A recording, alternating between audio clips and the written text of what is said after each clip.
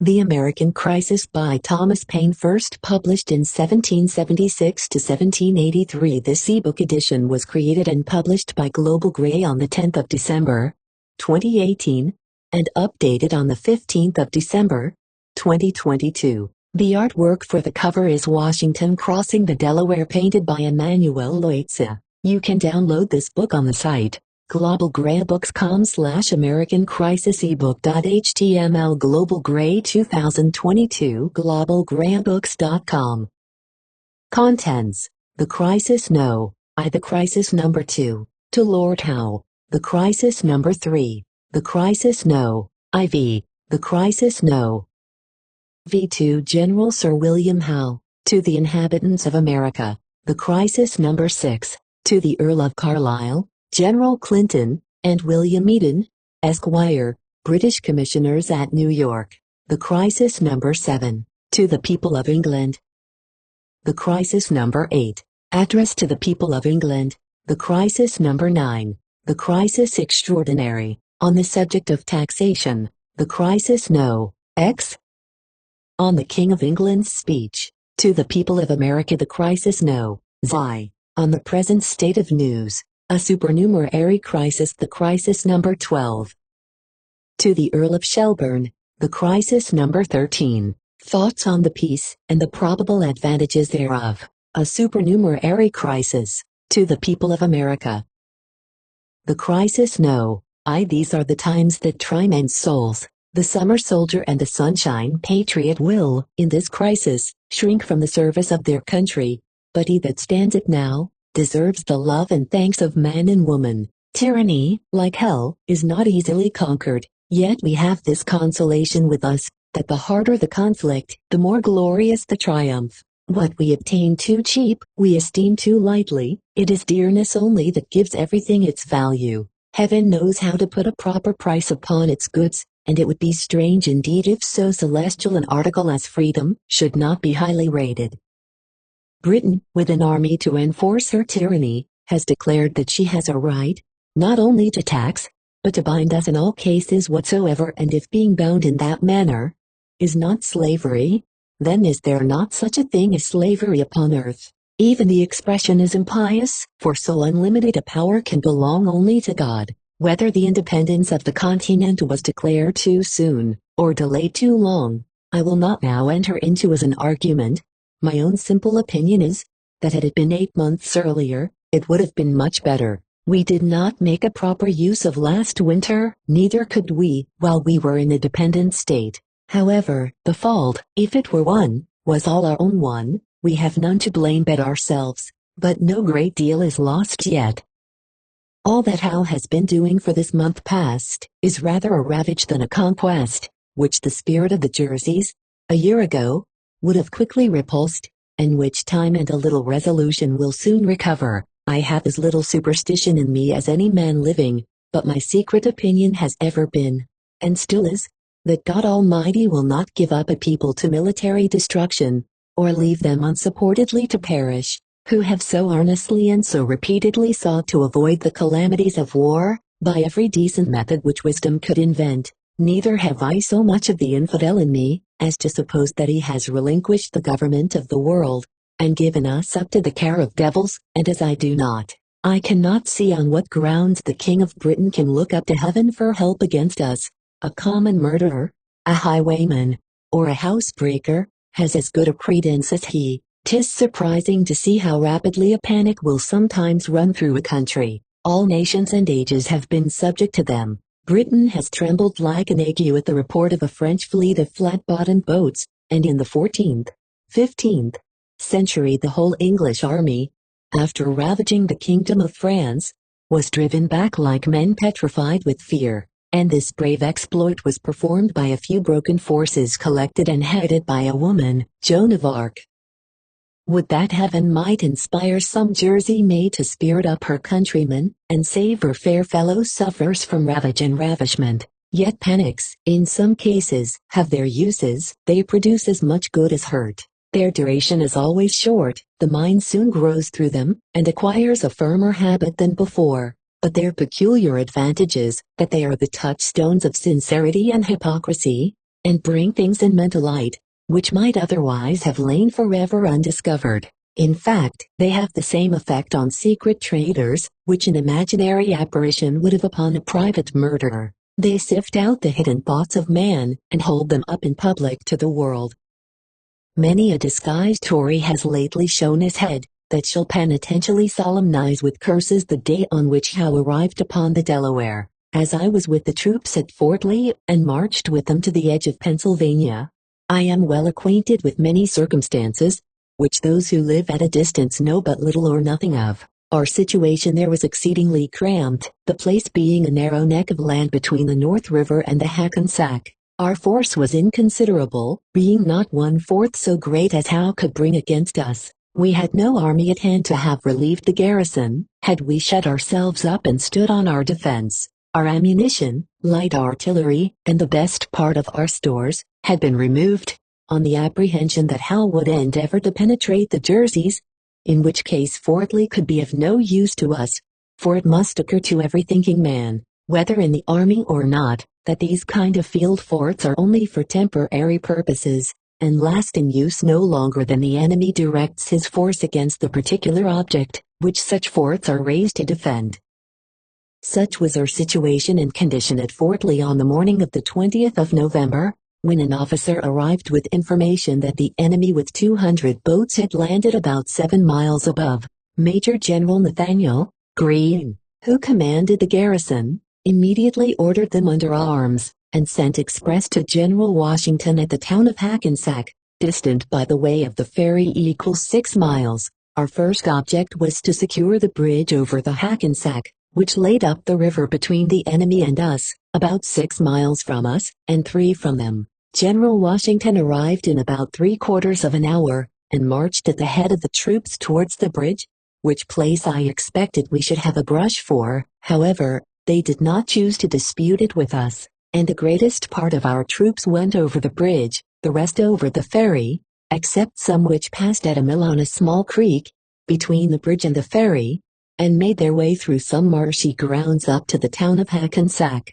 and there past the river. We brought off as much baggage as the wagons could contain, the rest was lost. The simple object was to bring off the garrison, and march them until they could be strengthened by the Jersey or Pennsylvania militia, so as to be unable to make a stand. We stayed 4 days at Newark, collected our outposts with some of the Jersey militia, and marched out twice to meet the enemy. On being informed that they were advancing, though our numbers were greatly inferior to theirs, Howe, in my little opinion, committed a great error in generalship in not throwing a body of forces off from Staten Island through Amboy, by which means he might have seized all our stores at Brunswick, and intercepted our march into Pennsylvania. But if we believe the power of hell to be limited, we must likewise believe that their agents are under some providential control. I shall not now attempt to give all the particulars of our retreat to the Delaware. Suffice it for the present to say, that both officers and men, though greatly harassed and fatigued, frequently without rest, covering, or provision, the inevitable consequences of a long retreat, bore it with a manly and martial spirit. All their wishes centered in one, which was, that the country would turn out and help them to drive the enemy back. Voltaire has remarked that King William never appeared to full advantage but in difficulties and in action.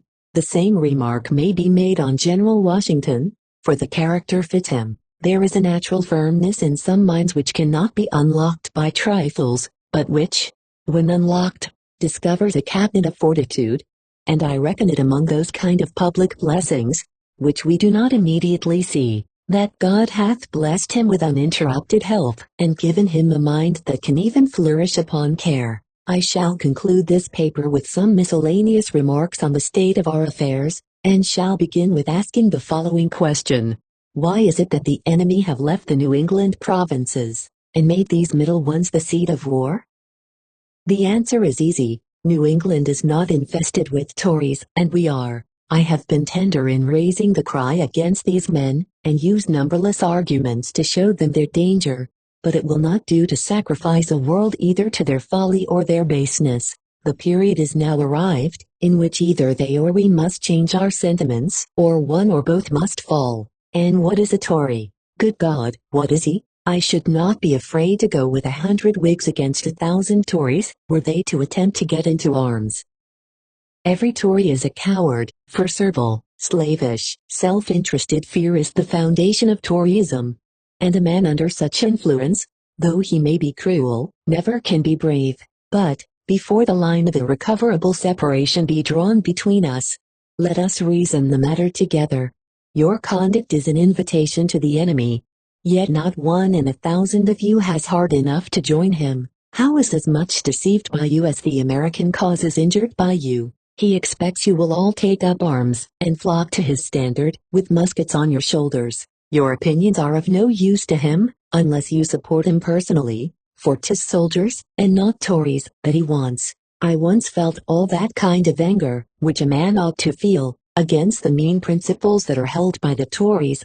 A noted one, who kept a tavern at Amboy, was standing at his door, with as pretty a child in his hand, about 8 or 9 years old, as I ever saw, and after speaking his mind as freely as he thought was prudent, finished with this unfatherly expression, "Well, give me peace in my day." Not a man lives on the continent but fully believes that a separation must sometime or other finally take place. And a generous parent should have said, "If there must be trouble, let it be in my day, that my child may have peace." And this single reflection, well applied, is sufficient to awaken every man to duty. Not a place upon earth might be so happy as America. Her situation is remote from all the wrangling world, and she has nothing to do but to trade with them. A man can distinguish himself between temper and principle, and I am as confident, as I am that God governs the world, that America will never be happy till she gets clear of foreign dominion. Wars, without ceasing, will break out till that period arrives, and the continent must in the end be conqueror. For though the flame of liberty may sometimes cease to shine, the coal can never expire. America did not, nor does not want force, but she wanted a proper application of that force. Wisdom is not the purchase of a day, and it is no wonder that we should err at the first setting off. From an excess of tenderness, we were unwilling to raise an army, and trusted our cause to the temporary defense of a well-meaning militia. A summer's experience has now taught us better, yet with those troops, while they were collected, we were able to set bounds to the progress of the enemy. And, thank God, they are again assembling. I always considered militia as the best troops in the world for a sudden exertion, but they will not do for a long campaign. Howe, it is probable, will make an attempt on the city, Philadelphia. Should he fail on this side the Delaware, he is ruined. If he succeeds, our cause is not ruined. He stakes all on his side against a part on ours. Admitting he succeeds, the consequence will be that armies from both ends of the continent will march to assist their suffering friends in the Middle States, for he cannot go everywhere. It is impossible. I consider Howe as the greatest enemy the Tories have. He is bringing a war into their country, which, had it not been for him and partly for themselves, they had been clear of. Should he now be expelled, I wish with all the devotion of a Christian, that the names of Whig and Tory may never more be mentioned. But should the Tories give him encouragement to come, or assistance if he come, I sincerely wish that our next year's arms may expel them from the continent, and the Congress appropriate their possessions to the relief of those who have suffered in well-doing. A single successful battle next year will settle the whole. America could carry on a 2 years' war by the confiscation of the property of disaffected persons, and be made happy by their expulsion. Say not that this is revenge, call it rather the soft resentment of a suffering people, who, having no object in view but the good of all, have staked their own all upon the seemingly doubtful event. Yet it is folly to argue against determined hardness. Eloquence may strike the ear, and the language of sorrow draw forth the tear of compassion, but nothing can reach the heart that is steeled with prejudice. Quitting this class of men, I turn with the warm ardor of a friend to those who have nobly stood, and are yet determined to stand the matter out. I call not upon a few, but upon all, not on this state or that state, but on every state. Up and help us, lay your shoulders to the wheel. Better have too much force than too little, when so great an object is at stake. Let it be told to the future world, that in the depth of winter, when nothing but hope and virtue could survive, that the city and the country, alarmed at one common danger, came forth to meet and to repulse it. Say not that thousands are gone, turn out your tens of thousands, throw not the burden of the day upon Providence, but show your faith by your works, that God may bless you. It matters not where you live, or what rank of life you hold, the evil or the blessing will reach you all. The far and the near, the home counties and the back, the rich and the poor will suffer or rejoice alike. The heart that feels not now is dead, the blood of his children will curse his cowardice, who shrinks back at a time when a little might have saved the whole, and made them happy. I love the man that can smile in trouble, that can gather strength from distress, and grow brave by reflection. 'Tis the business of little minds to shrink, but he whose heart is firm, and whose conscience approves his conduct, will pursue his principles unto death. My own line of reasoning is to myself as straight and clear as a ray of light. Not all the treasures of the world, so far as I believe, could have induced me to support an offensive war, for I think it murder. But if a thief breaks into my house, burns and destroys my property, and kills or threatens to kill me, or those that are in it, and to bind me in all cases whatsoever to his absolute will, am I to suffer it?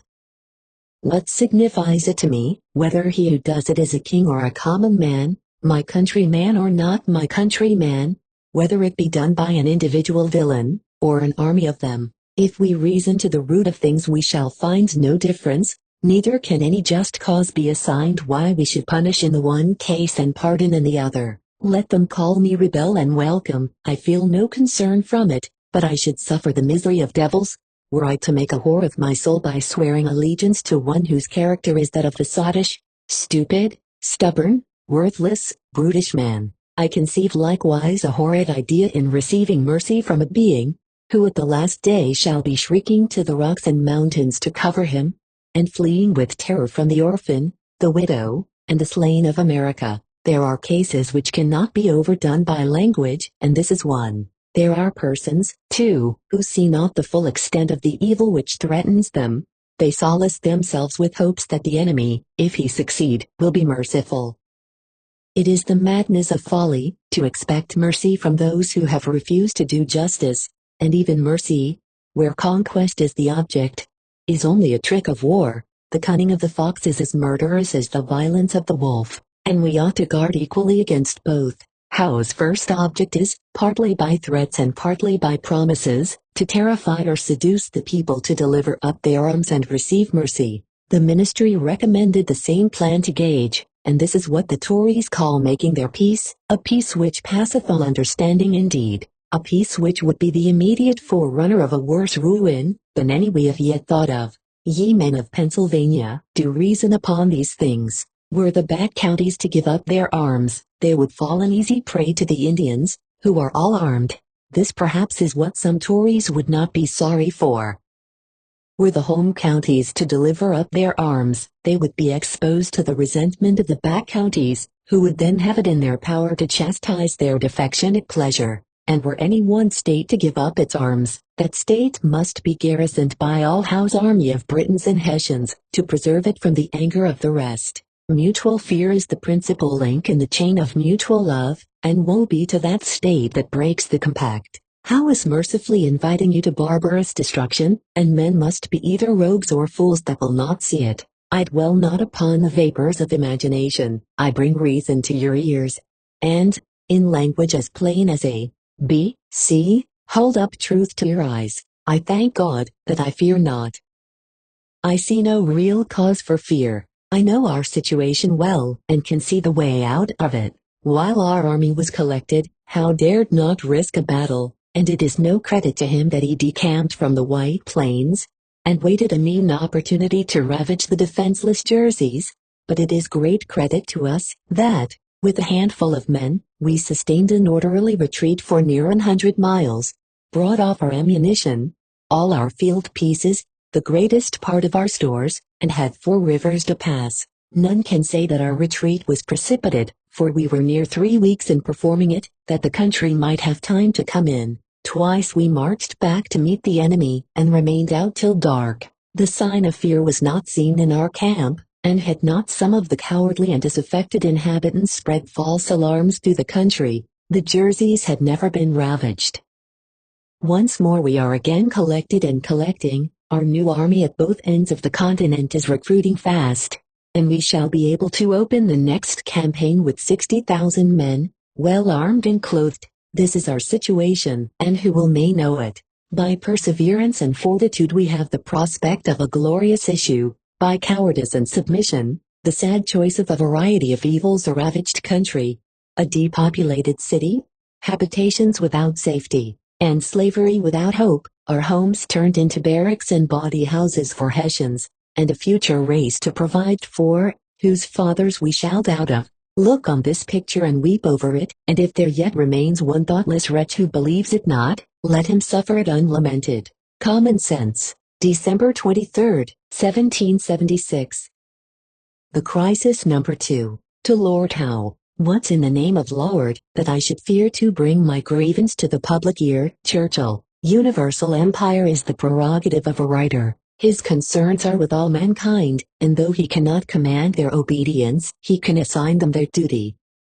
The Republic of Letters is more ancient than monarchy, and of far higher character in the world than the vassal court of Britain.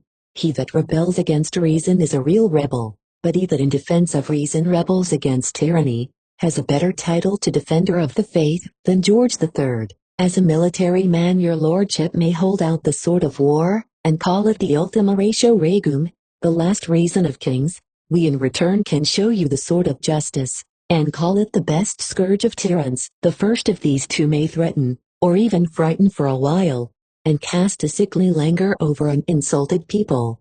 But reason will soon recover the debauch, and restore them again to tranquil fortitude. Your lordship, I find, has now commenced author, and published a proclamation. I have published a crisis. As they stand, they are the antipodes of each other, both cannot rise at once, and one of them must descend.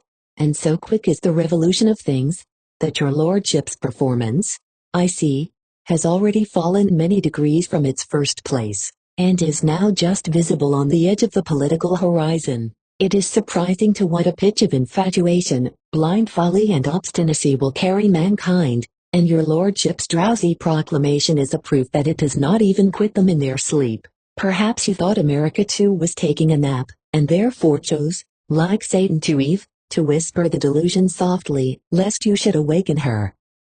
This continent, sir, is too extensive to sleep all at once, and too watchful, even in its slumbers, not to startle at the unhallowed foot of an invader. You may issue your proclamations, and welcome, for we have learned to reverence ourselves and scorn the insulting ruffian that employs you. America, for your deceased brother's sake, would gladly have shown you respect, and it is a new aggravation to her feelings, that Howe should be forgetful, and raise his sword against those, who at their own charge raised a monument to his brother. But your master has commanded, and you have not enough of nature left to refuse. Surely there must be something strangely degenerating in the love of monarchy, that can so completely wear a man down to an ingrate, and make him proud to lick the dust that kings have trod upon. A few more years, should you survive them, will bestow on you the title of an old man, and in some hour of future reflection you may probably find the fitness of Wolsey's despairing penitence. Had I served my God as faithful as I have served my king, he would not thus have forsaken me in my old age. The character you appear to us in is truly ridiculous. Your friends, the Tories, announced your coming, with high descriptions of your unlimited powers, but your proclamation has given them a lie, by showing you to be a commissioner without authority. Had your powers been ever so great, they were nothing to us, further than we pleased, because we had the same right which other nations had, to do what we thought was best. The United States of America will sound as pompously in the world or in history, as the Kingdom of Great Britain. The character of General Washington will fill a page with as much luster as that of Lord Howe, and the Congress have as much right to command the King and Parliament in London to desist from legislation, as they or you have to command the Congress. Only suppose how laughable such an edict would appear from us, and then, in that merry mood, do but turn the tables upon yourself, and you will see how your proclamation is received here. Having thus placed you in a proper position in which you may have a full view of your folly, and learn to despise it, I hold up to you, for that purpose, the following quotation from your own Lunarian proclamation. And we, Lord Howe and General Howe, do command, and in his Majesty's name forsooth, all such persons as are assembled together, under the name of general or provincial congresses, committees, conventions or other associations, by whatever name or names known and distinguished, to desist and cease from all such treasonable actings and doings. You introduce your proclamation by referring to your declarations of the 14th of July and 19th of September. In the last of these you sunk yourself below the character of a private gentleman. That I may not seem to accuse you unjustly, I shall state the circumstance. By a verbal invitation of yours, communicated to Congress by General Sullivan, then a prisoner on his parole, you signified your desire of conferring with some members of that body as private gentlemen. It was beneath the dignity of the American Congress to pay any regard to a message that at best was but a genteel affront, and had too much of the ministerial complexion of tampering with private persons, and which might probably have been the case, had the gentlemen who were deputed on the business possessed that kind of easy virtue, which an English courtier is so truly distinguished by. Your request, however, was complied with, for honest men are naturally more tender of their civil than their political fame. The interview ended as every sensible man thought it would, for your lordship knows, as well as the writer of the crisis, that it is impossible for the King of England to promise the repeal, or even the revisal of any acts of Parliament, wherefore, on your part, you had nothing to say, more than to request, in the room of demanding, the entire surrender of the continent, and then, if that was complied with, to promise that the inhabitants should escape with their lives. This was the upshot of the conference. You informed the conferees that you were 2 months in soliciting these powers. We ask, what powers? For as commissioner you have none. If you mean the power of pardoning, it is an oblique proof that your master was determined to sacrifice all before him, and that you were 2 months in dissuading him from his purpose. Another evidence of his savage obstinacy. From your own account of the matter we may justly draw these 2 conclusions. First, that you serve a monster, and 2d, that never was a messenger sent on a more foolish errand than yourself. This plain language may perhaps sound uncouthly to an ear vitiated by courtly refinements, but words were made for use, and the fault lies in deserving them, or the abuse in applying them unfairly. Soon after your return to New York, you published a very illiberal and unmanly handbill against the Congress, for it was certainly stepping out of the line of common civility. First to screen your national pride by soliciting an interview with them as private gentlemen, and in the conclusion to endeavor to deceive the multitude by making a handbill attack on the whole body of the Congress. You got them together under one name, and abused them under another. But the king you serve, and the cause you support, afford you so few instances of acting the gentleman, that out of pity to your situation, the Congress pardoned the insult by taking no notice of it. You say in that handbill, that they, the Congress, disavowed every purpose for reconciliation not consonant with their extravagant and inadmissible claim of independence. Why, God bless me! What have you to do with our independence? We ask no leave of yours to set it up, we ask no money of yours to support it. We can do better without your fleets and armies than with them. You may soon have enough to do to protect yourselves without being burdened with us. We are very willing to be at peace with you, to buy of you and sell to you, and, like young beginners in the world, to work for our living.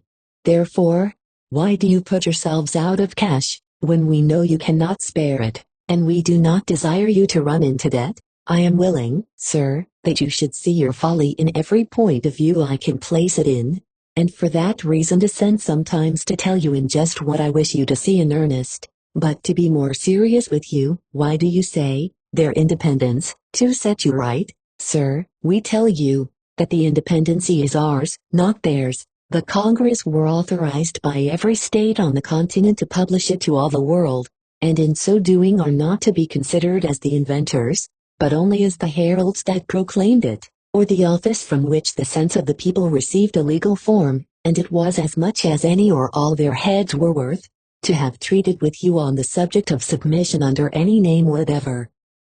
But we know the men in whom we have trusted. Can England say the same of her Parliament? I come now more particularly to your proclamation of the 30th of November last. Had you gained an entire conquest over all the armies of America, and then put forth a proclamation, offering, would you call, Mercy! Your conduct would have had some specious show of humanity, but to creep by surprise into a province, and their endeavor to terrify and seduce the inhabitants from their just allegiance to the rest by promises, which you neither meant nor were able to fulfill, is both cruel and unmanly, cruel in its effects, because, unless you can keep all the ground you have marched over, how are you, in the words of your proclamation, to secure to your proselytes the enjoyment of their property? What is to become either of your new adopted subjects, or your old friends, the Tories, in Burlington, Bordentown, Trenton, Mount Holly, and many other places, where you proudly lorded it for a few days, and then fled with the precipitation of a pursued thief? What, I say, is to become of those wretches? What is to become of those who went over to you from this city and state? What more can you say to them than shift for yourselves, or what more can they hope for than to wander like vagabonds over the face of the earth?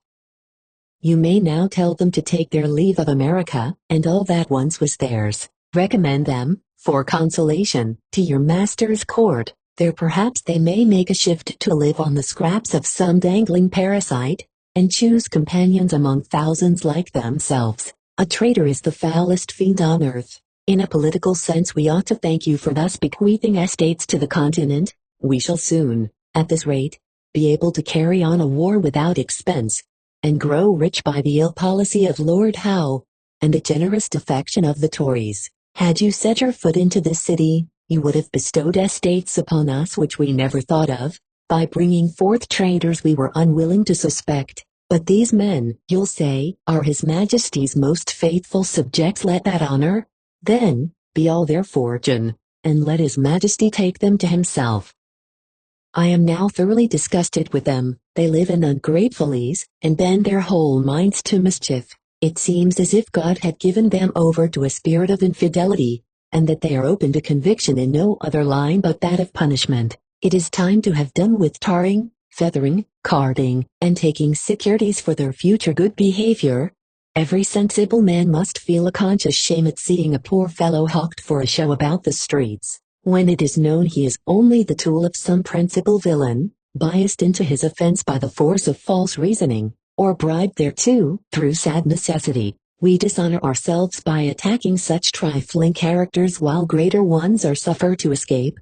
'Tis our duty to find them out, and their proper punishment would be to exile them from the continent forever. The circle of them is not so great as some imagine. The influence of a few have tainted many who are not naturally corrupt. A continual circulation of lies among those who are not much in the way of hearing them contradicted, will in time pass for truth, and the crime lies not in the believer but the inventor.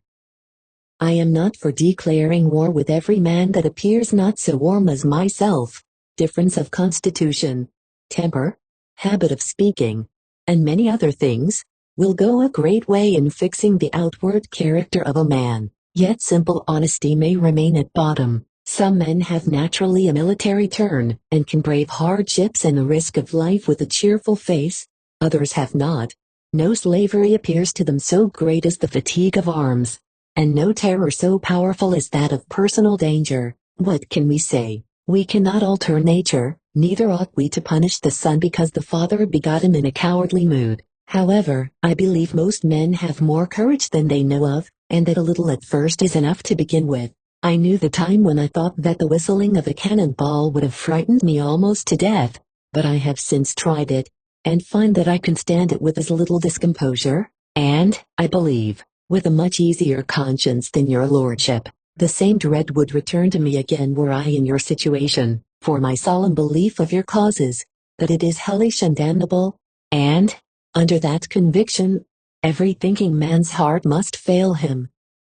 From a concern that a good cause should be dishonored by the least disunion among us, I said in my former paper, no, that should the enemy now be expelled. I wish, with all the sincerity of a Christian, that the names of Whig and Tory might never more be mentioned, but there is a knot of men among us of such a venomous cast, that they will not admit even one's good wishes to act in their favor. Instead of rejoicing that heaven had, as it were, providentially preserved this city from plunder and destruction, by delivering so great a part of the enemy into our hands with so little effusion of blood, they stubbornly affected to disbelieve it till within an hour, nay, half an hour, of the prisoners arriving, and the Quakers put forth a testimony, dated the 20th of December, signed John Pemberton, declaring their attachment to the British government. To these men are continually harping on the great sin of our bearing arms, but the King of Britain may lay waste the world in blood and famine, and they, poor fallen souls, have nothing to say.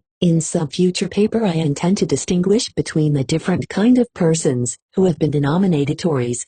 For this I am clear in, that all are not so who have been called so, nor all men Whigs who were once thought so. And as I mean not to conceal the name of any true friend, when there shall be occasion to mention him, neither will I that of an enemy, who ought to be known, let his rank, station or religion be what it may. Much pains have been taken by some to set your lordship's private character in an amiable light, but as it has chiefly been done by men who know nothing about you, and who are no ways remarkable for their attachment to us, we have no just authority for believing it. George III has imposed upon us by the same arts, but time, at length, has done him justice, and the same fate may probably attend your lordship. Your avowed purpose here is to kill, conquer, plunder, pardon, and enslave, and the ravages of your army through the Jerseys have been marked with as much barbarism, as if you had openly professed yourself the prince of ruffians. Not even the appearance of humanity has been preserved either on the march or the retreat of your troops.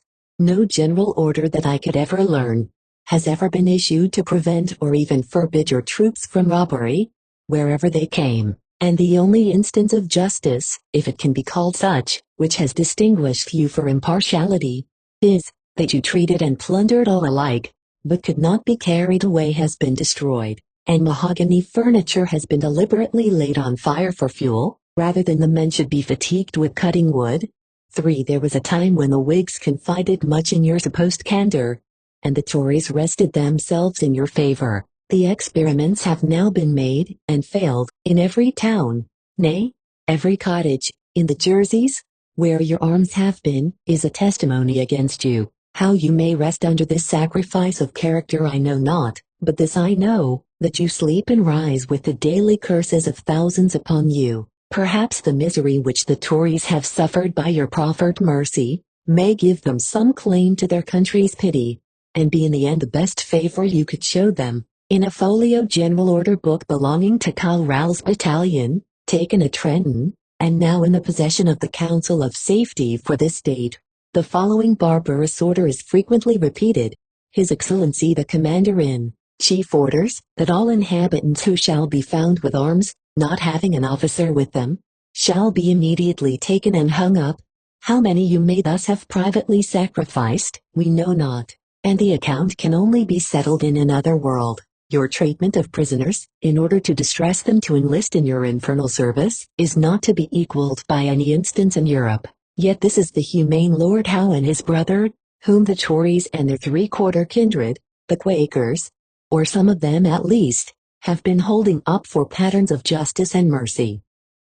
A bad cause will ever be supported by bad means and bad men, and whoever will be at the pains of examining strictly into things, will find that one and the same spirit of oppression and impiety, more or less, governs through your whole party in both countries. Not many days ago, I accidentally fell in company with a person of this city noted for espousing your cause, and on my remarking to him, that it appeared clear to me, by the late providential turn of affairs, that God Almighty was visibly on our side, he replied, "We care nothing for that you may have him, and welcome, if we have but enough of the devil on our side, we shall do." However carelessly this might be spoken, matters not, 'tis still the insensible principle that directs all your conduct and will at last most assuredly deceive and ruin you. If ever a nation was made and foolish, blind to its own interest and bent on its own destruction, it is Britain. There are such things as national sins, and though the punishment of individuals may be reserved to another world, national punishment can only be inflicted in this world. Britain, as a nation, is, in my inmost belief, the greatest and most ungrateful offender against God on the face of the whole earth, blessed with all the commerce she could wish for, and furnished, by a vast extension of dominion, with the means of civilizing both the eastern and western world. She has made no other use of both than proudly to idolize her own thunder. and rip up the bowels of whole countries for what she could get. Like Alexander, she has made war her sport, and inflicted misery for prodigality's sake. The blood of India is not yet repaid, nor the wretchedness of Africa yet requited. Of late she has enlarged her list of national cruelties, by her butcherly destruction of the Caribs of St. Vincent's, and returning an answer by the sword to the meek prayer for peace, liberty and safety. These are serious things, and whatever a foolish tyrant, a debauched court, a trafficking legislature, or a blinded people may think, the national account with heaven must someday or other be settled.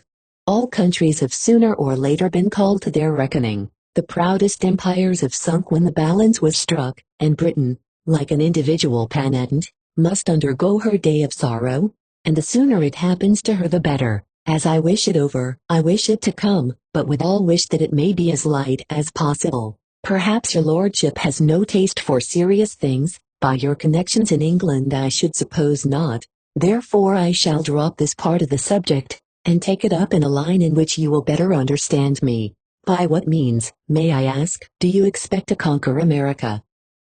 If you could not effect it in the summer, when our army was less than yours, nor in the winter, when we had none, how are you to do it? In point of generalship you have been outwitted, and in point of fortitude outdone. Your advantages turn out to your loss, and show us that it is in our power to ruin you by gifts, like a game of draughts. We can move out of one square to let you come in order that we may afterwards take 2 or 3 for 1, and as we can always keep a double corner for ourselves, we can always prevent a total defeat. You cannot be so insensible as not to see that we have 2 to 1 the advantage of you, because we conquer by a drawn game, and you lose by it. Burgoyne might have taught your lordship this knowledge. He has been long a student in the doctrine of chances. I have no other idea of conquering countries than by subduing the armies which defend them. Have you done this, or can you do it? If you have not, it would be civil in you to let your proclamations alone for the present. Otherwise, you will ruin more Tories by your grace and favor, than you will Whigs by your arms. Were you to obtain possession of this city, you would not know what to do with it more than to plunder it. To hold it in the manner you hold New York would be an additional dead weight upon your hands, and if a general conquest is your object, you had better be without the city than with it. When you have defeated all our armies, the cities will fall into your hands of themselves, but to creep into them in the manner you got into Princeton, Trenton, etc., is like robbing an orchard in the night before the fruit be ripe, and running away in the morning. Your experiment in the Jerseys is sufficient to teach you that you have something more to do than barely to get into other people's houses, and your new converts, to whom you promised all manner of protection, and seduced into new guilt by pardoning them from their former virtues, must begin to have a very contemptible opinion both of your power and your policy. Your authority in the Jerseys is now reduced to the small circle which your army occupies, and your proclamation is nowhere else seen unless it be to be laughed at. The mighty subduers of the continent have retreated into a nutshell, and the proud forgivers of our sins are fled from those they came to pardon, and all this at a time when they were dispatching vessel after vessel to England with the great news of every day. In short, you have managed your Jersey expedition so very dexterously, that the dead only are conquerors, because none will dispute the ground with them. In all the wars which you have formerly been concerned in you had only armies to contend with. In this case you have both an army and a country to combat with. In former wars, the countries followed the fate of their capitals. Canada fell with Quebec, and Minorca with Port Mahon or St. Philip's. By subduing those, the conquerors opened the way into, and became masters of the country. Here it is otherwise. If you get possession of a city here, you are obliged to shut yourselves up in it, and can make no other use of it than to spend your country's money in. This is all the advantage you have drawn from New York, and you would draw less from Philadelphia, because it requires more force to keep it, and is much further from the sea. A pretty figure you and the Tories would cut in this city, with a river full of ice, and a town full of fire, for the immediate consequence of your getting here would be, that you would be cannonaded out again, and the Tories be obliged to make good a damage, and this sooner or later will be the fate of New York. I wish to see the city saved, not so much from military as from natural motives. 'Tis the hiding place of women and children, and Lord how's proper business is with our armies. When I put all the circumstances together which ought to be taken, I laugh at your notion of conquering America, because you lived in a little country, where an army might run over the whole in a few days, and where a single company of soldiers might put a multitude to the rout. You expected to find it the same here. It is plain that you brought over with you all the narrow notions you were bred up with, and imagined that a proclamation in the king's name was to do great things. But Englishmen always travel for knowledge, and your lordship, I hope, will return, if you return at all, much wiser than you came. We may be surprised by events we did not expect, and in that interval of recollection you may gain some temporary advantage. Such was the case a few weeks ago, but we soon ripen again into reason, collect our strength, and while you're preparing for a triumph, we come upon you with a defeat. Such it has been, and such it would be were you to try it 100 times over, were you to garrison the places you might march over, in order to secure their subjection. For remember you can do it by no other means. Your army would be like a stream of water running to nothing. By the time you extended from New York to Virginia, you would be reduced to a string of drops not capable of hanging together.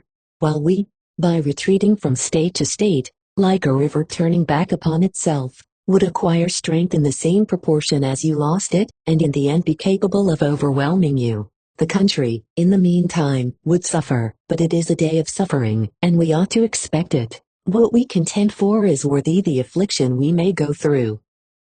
If we get but bread to eat, and any kind of raiment to put on, we ought not only to be contented, but thankful. More than that we ought not to look for, and less than that heaven has not yet suffered us to want. He that would sell his birthright for a little salt, is as worthless as he who sold it for pottage without salt. And he that would part with it for a gay coat, or a plain coat, ought forever to be a slave and buff. What are salt, sugar and finery, to the inestimable blessings of liberty and safety? Or what are the inconveniences of a few months to the tributary bondage of ages? The meanest peasant in America, blessed with these sentiments, is a happy man compared with the New York Tory. He can eat his morsel without repining, and when he has done, can sweeten it with a repast of wholesome air. He can take his child by the hand and bless it, without feeling the conscious shame of neglecting a parent's duty. In publishing these remarks I have several objects in view.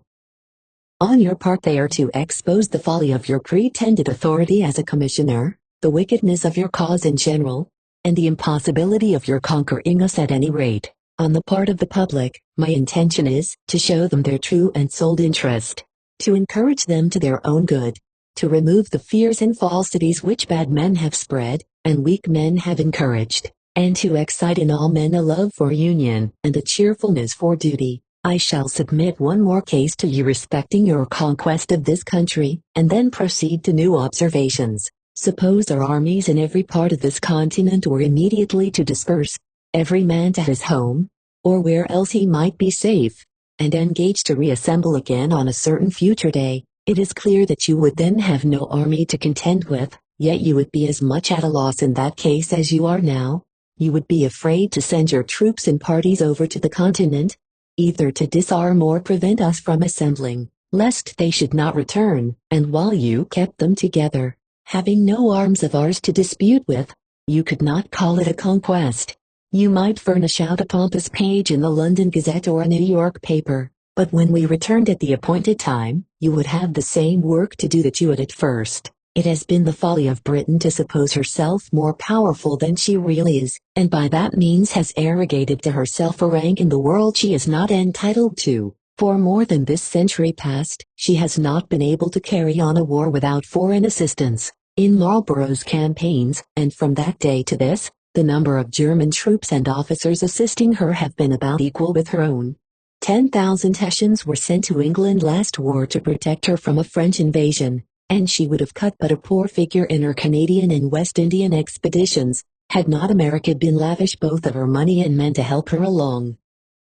The only instance in which she was engaged singly, that I can recollect, was against the rebellion in Scotland, in the years 1745 and 1746, and in that, out of 3 battles, she was twice beaten, till by thus reducing their numbers, as we shall yours, and taking a supply ship that was coming to Scotland with clothes, arms and money, as we have often done, she was at last unable to defeat them. England was never famous by land, her officers have generally been suspected of cowardice, have more of the air of a dancing master than a soldier, and by the samples which we have taken prisoners, we give the preference to ourselves. Her strength, of late, has lain in her extravagance, but as her finances and credit are now low, her sinews in that line begin to fail fast. As a nation she is the poorest in Europe, for were the whole kingdom, and all that is in it, to be put up for sale like the estate of a bankrupt, it would not fetch as much as she owes. Yet this thoughtless wretch must go to war, and with the avowed design, too, of making us beasts of burden, to support her in riot and debauchery, and to assist her afterwards in distressing those nations who are now our best friends. This ingratitude may suit a Tory, or the unchristian peevishness of a fallen Quaker, but none else. 'Tis the unhappy temper of the English to be pleased with any war, right or wrong, be it but successful, but they soon grow discontented with ill fortune, and it is an even chance that they are as clamorous for peace next summer, as the king and his ministers were for war last winter. In this natural view of things, your lordship stands in a very critical situation.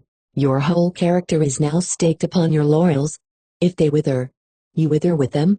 If they flourish, you cannot live long to look at them, and at any rate, the black account hereafter is not far off. What lately appeared to us misfortunes were only blessings in disguise, and the seeming advantages on your side have turned out to our profit. Even our loss of this city, as far as we can see, might be a principal gain to us. The more surface you spread over, the thinner you will be, and the easier wiped away.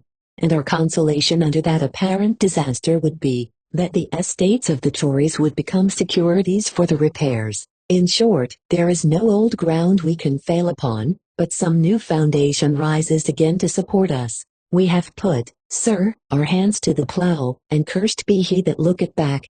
Your king, in his speech to Parliament last spring, declared that he had no doubt but the great force they had enabled him to send to America would effectually reduce the rebellious colonies. It has not, neither can it, but it has done just enough to lay the foundation of its own next year's ruin. You are sensible that you left England in a divided, distracted state of politics, and, by the command you adhere, you became a principal prop in the court party. Their fortunes rest on yours. By a single express you can fix their value with the public, and the degree to which their spirits shall rise or fall.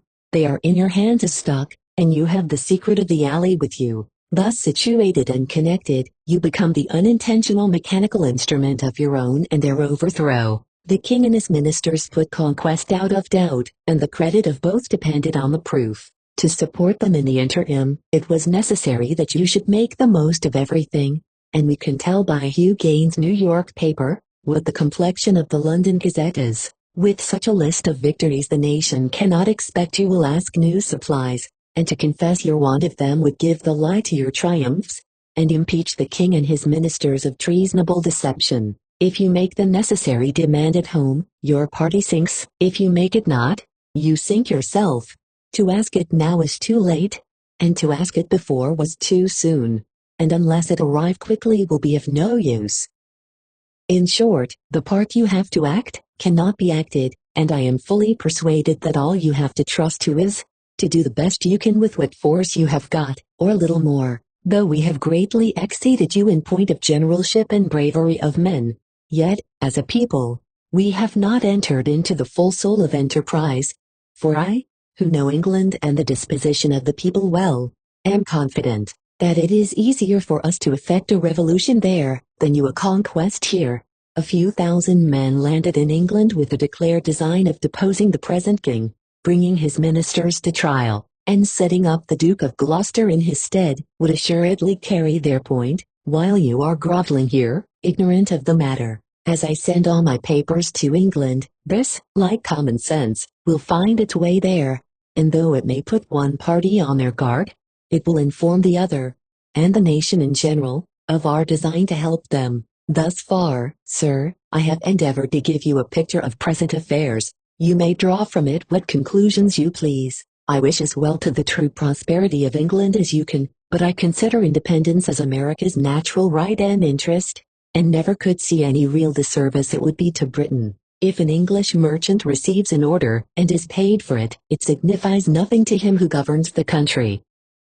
This is my creed of politics. If I have anywhere expressed myself over warmly, 'tis from a fixed, immovable hatred I have, and ever had, to cruel men and cruel measures. I have likewise an aversion to monarchy, as being too debasing to the dignity of man, but I never troubled others with my notions till very lately, nor ever published a syllable in England in my life. What I write is pure nature, and my pen and my soul have ever gone together. My writings I have always given away, reserving only the expense of printing in paper, and sometimes not even that. I never courted either fame or interest, and my manner of life, to those who know it, will justify what I say. My study is to be useful, and if your lordship loves mankind as well as I do, you would, seeing you cannot conquer us, cast about and lend your hand towards accomplishing a peace. Our independence with God's blessing we will maintain against all the world, but as we wish to avoid evil ourselves, we wish not to inflict it on others. I am never over-inquisitive into the secrets of the cabinet, but I have some notion that, if you neglect the present opportunity, it will not be in our power to make a separate peace with you afterwards. For whatever treaties or alliances we form, we shall most faithfully abide by.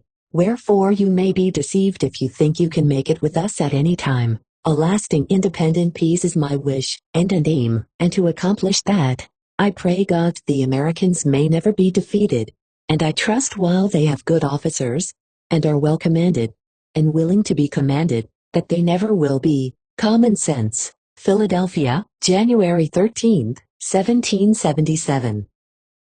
The crisis number 3. In the progress of politics, as in the common occurrences of life, we are not only apt to forget the ground we have traveled over, but frequently neglect to gather up experience as we go. We expend, if I may so say, the knowledge of every day on the circumstances that produce it, and journey on in search of new matter and new refinements.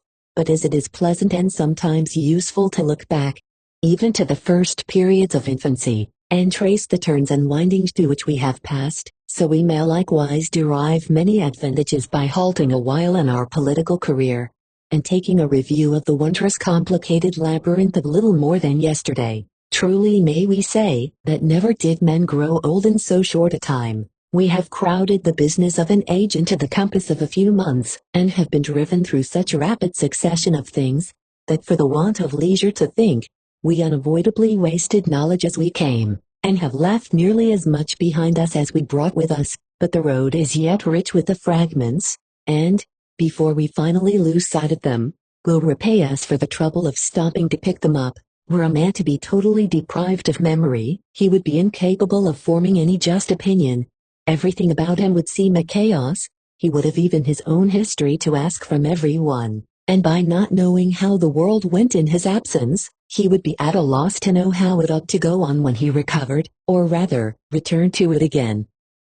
In like manner, though in the less degree, a too great inattention to past occurrences retards and bewilders our judgment in everything, while, on the contrary, by comparing what is past with what is present, we frequently hit on the true character of both, and become wise with very little trouble. It is a kind of counter-march, by which we get into the rear of time, and mark the movements and meaning of things as we make our return. There are certain circumstances, which, at the time of their happening, are a kind of riddles, and as every riddle is to be followed by its answer, so those kind of circumstances will be followed by their events, and those events are always the true solution. A considerable space of time may elapse between, and unless we continue our observations from the one to the other, the harmony of them will pass away unnoticed. But the misfortune is, that partly from the pressing necessity of some instant things, and partly from the impatience of our own tempers, we are frequently in such a hurry to make out the meaning of everything as fast as it happens, that we thereby never truly understand it, and not only start new difficulties to ourselves by so doing, but, as it were, embarrass Providence in her good designs. I have been civil in stating this fault on a large scale, For, as it now stands, it does not appear to be leveled against any particular set of men, but for it to be refined a little further, it might afterwards be applied to the Tories with a degree of striking propriety. Those men have been remarkable for drawing sudden conclusions from single facts. The least apparent mishap on our side, or the least seeming advantage on the part of the enemy, have determined with them the fate of a whole campaign. By this hasty judgment they have converted a retreat into a defeat, mistook generalship for error, while every little advantage purposely given the enemy, either to weaken their strength by dividing it, embarrass their counsels by multiplying their objects, or to secure greater post by the surrender of a less, has been instantly magnified into a conquest. Thus, by quartering ill policy upon ill principles, they have frequently promoted the cause they designed to injure, and injured that which they intended to promote. It is probable the campaign may open before this number comes from the press. The enemy have long lain idle, and amused themselves with carrying on the war by proclamations only. While they continue their delay our strength increases, and were they to move to action now, it is a circumstantial proof that they have no reinforcement coming. Wherefore, in either case, the comparative advantage will be ours. Like a wounded, disabled whale, they want only time and room to die in, and though in the agony of their exit, it may be unsafe to live within the flapping of their tail, yet every hour shortens their date, and lessens their power of mischief. If anything happens while this number is in the press, it will afford me a subject for the last pages of it. At present I am tired of waiting, and as neither the enemy, nor the state of politics have yet produced anything new, I am thereby left in the field of general matter, undirected by any striking or particular object. This crisis, therefore, will be made up rather of variety than novelty, and consist more of things useful than things wonderful. The success of the cause, the union of the people, and the means of supporting and securing both, are points which cannot be too much attended to. He who doubts of the former is a desponding coward, and he who wilfully disturbs the latter is a traitor. Their characters are easily fixed, and under these short descriptions I leave them for the present. One of the greatest degrees of sentimental union which America ever knew, was in denying the right of the British Parliament to bind the colonies in all cases whatsoever. The Declaration is, in its form, an almighty one, and is the loftiest stretch of arbitrary power that ever one set of men, or one country claimed over another. Taxation was nothing more than the putting the declared right into practice, and this failing, recourse was had to arms, as a means to establish both the right and the practice, or to answer a worse purpose, which will be mentioned in the course of this number, and in order to repay themselves the expense of an army, and to profit by their own injustice, the colonies were, by another law, declared to be in a state of actual rebellion, and of consequence all property therein would fall to the conquerors. The colonies, on their part, first, denied the right, secondly, they suspended the use of taxable articles, and petitioned against the practice of taxation, and these failing, they, thirdly, defended their property by force, as soon as it was forcibly invaded, and, in answer to the declaration of rebellion and non-protection, published their Declaration of Independence and right of self-protection. These, in a few words, are the different stages of the quarrel, and the parts are so intimately, and necessarily connected with each other as to admit of no separation. A person, to use a tried phrase, must be a Whig oratory in a lump. His feelings, as a man, may be wounded, his charity, as a Christian, may be moved, but his political principles must go through all the cases on one side or the other. He cannot be a Whig in this stage, and a Tory in that. If he says he is against the united independence of the continent, he is to all intents and purposes against her in all the rest, because this last comprehends the whole, and he may just as well say that Britain was right in declaring us rebels, right in taxing us, and right in declaring her right to bind the colonies in all cases whatsoever. It signifies nothing what neutral ground, of his own creating, he may skulk upon for shelter, for the quarrel in no stage of it hath afforded any such ground, and either we or Britain are absolutely right or absolutely wrong through the whole. Britain, like a gamester nearly ruined, has now put all her losses into one bet, and is playing a desperate game for the total. If she wins it, she wins from me my life, she wins the continent as the forfeited property of rebels, the right of taxing those that are left as reduced subjects, and the power of binding them slaves, and the single die which determines this unparalleled event is, whether we support our independence or she overturn it. This is coming to the point at once. Here is the touchstone to try men by. He that is not a supporter of the independent states of America, in the same degree that his religious and political principles would suffer him to support the government of any other country, of which he called himself a subject, is, in the American sense of the word, a Tory, and the instant that he endeavors to bring his Toryism into practice, he becomes a traitor. The first can only be detected by a general test, and the law hath already provided for the latter. It is unnatural and impolitic to admit men who would root up our independence to have any share in our legislation, either as electors or representatives, because the support of our independence rests, in a great measure, on the vigor and purity of our public bodies. Would Britain, even in time of peace, much less in war, suffer an election to be carried by men who profess themselves to be not her subjects, or allow such to sit in Parliament? Certainly not. But there are a certain species of Tories with whom conscience or principle has nothing to do, and who are so from avarice only. Some of the first fortunes on the continent, on the part of the Whigs, are staked on the issue of our present measures. And shall this affection only be rewarded with security? Can anything be a greater inducement to a miserly man than the hope of making his mammon safe? And though the scheme be fraught with every character of folly, yet, so long as he supposes that by doing nothing materially criminal against America on one part, and by expressing his private disapprobation against independence, as palliative with the enemy, on the other part, he stands in a safe line between both. While, I say, this ground be suffered to remain, craft, and the spirit of avarice will point it out, and men will not be wanting to fill up this most contemptible of all characters. These men, ashamed to own the sordid cause from whence their disaffection springs, add thereby meanness to meanness, by endeavoring to shelter themselves under the mask of hypocrisy, that is, they had rather be thought to be Tories from some kind of principle, than Tories by having no principle at all.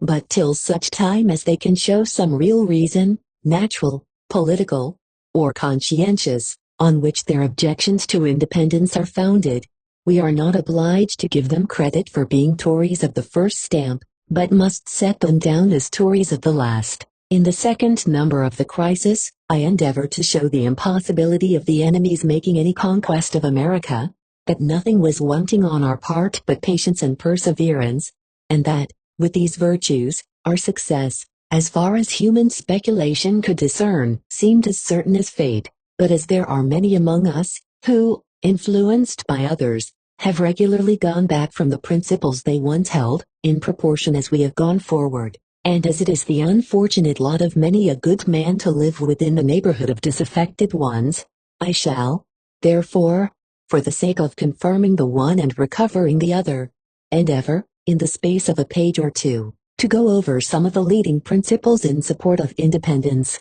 It is a much pleasanter task to prevent vice than to punish it, and, however our tempers may be gratified by resentment, or our national expenses eased by forfeited estates, harmony and friendship is, nevertheless, the happiest condition a country can be blessed with. The principal arguments in support of independence may be comprehended under the four following heads. First, the natural right of the continent to independence. 2d. Her interest in being independent. 3d. The necessity, and 4th, the moral advantages arising therefrom. The natural right of the continent to independence is a point which never yet was called in question. It will not even admit of a debate. To deny such a right would be a kind of atheism against nature, and the best answer to such an objection would be, the fool hath said in his heart there is no God.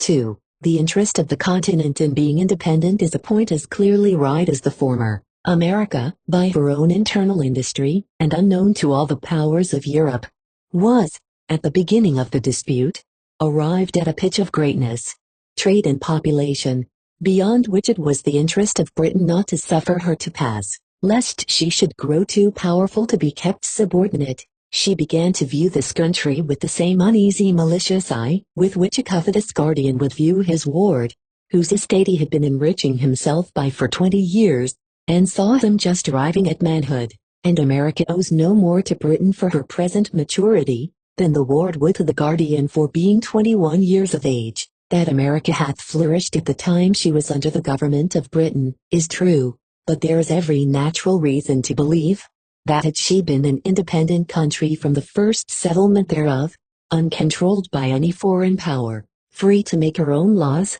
regulate and encourage her own commerce, she had by this time been of much greater worth than now. The case is simply this: the first settlers in the different colonies were left to shift for themselves, unnoticed and unsupported by any European government, but as the tyranny and persecution of the Old World daily drove numbers to the New, and as, by the favor of heaven on their industry and perseverance, they grew into importance, so, in a like degree, they became an object of profit to the greedy eyes of Europe.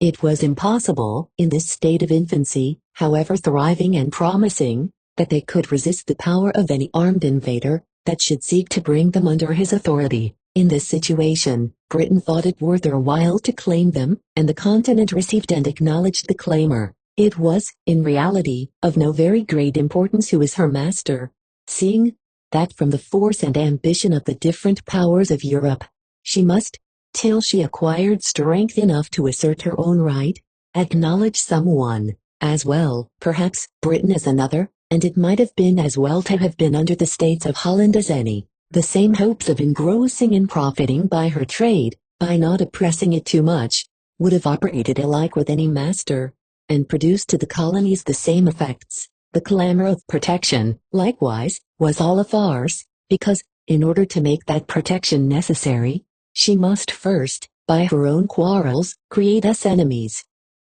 Hard terms indeed. To know whether it be the interest of the continent to be independent, we need only ask this easy, simple question: is it the interest of a man to be a boy all his life? The answer to one will be the answer to both.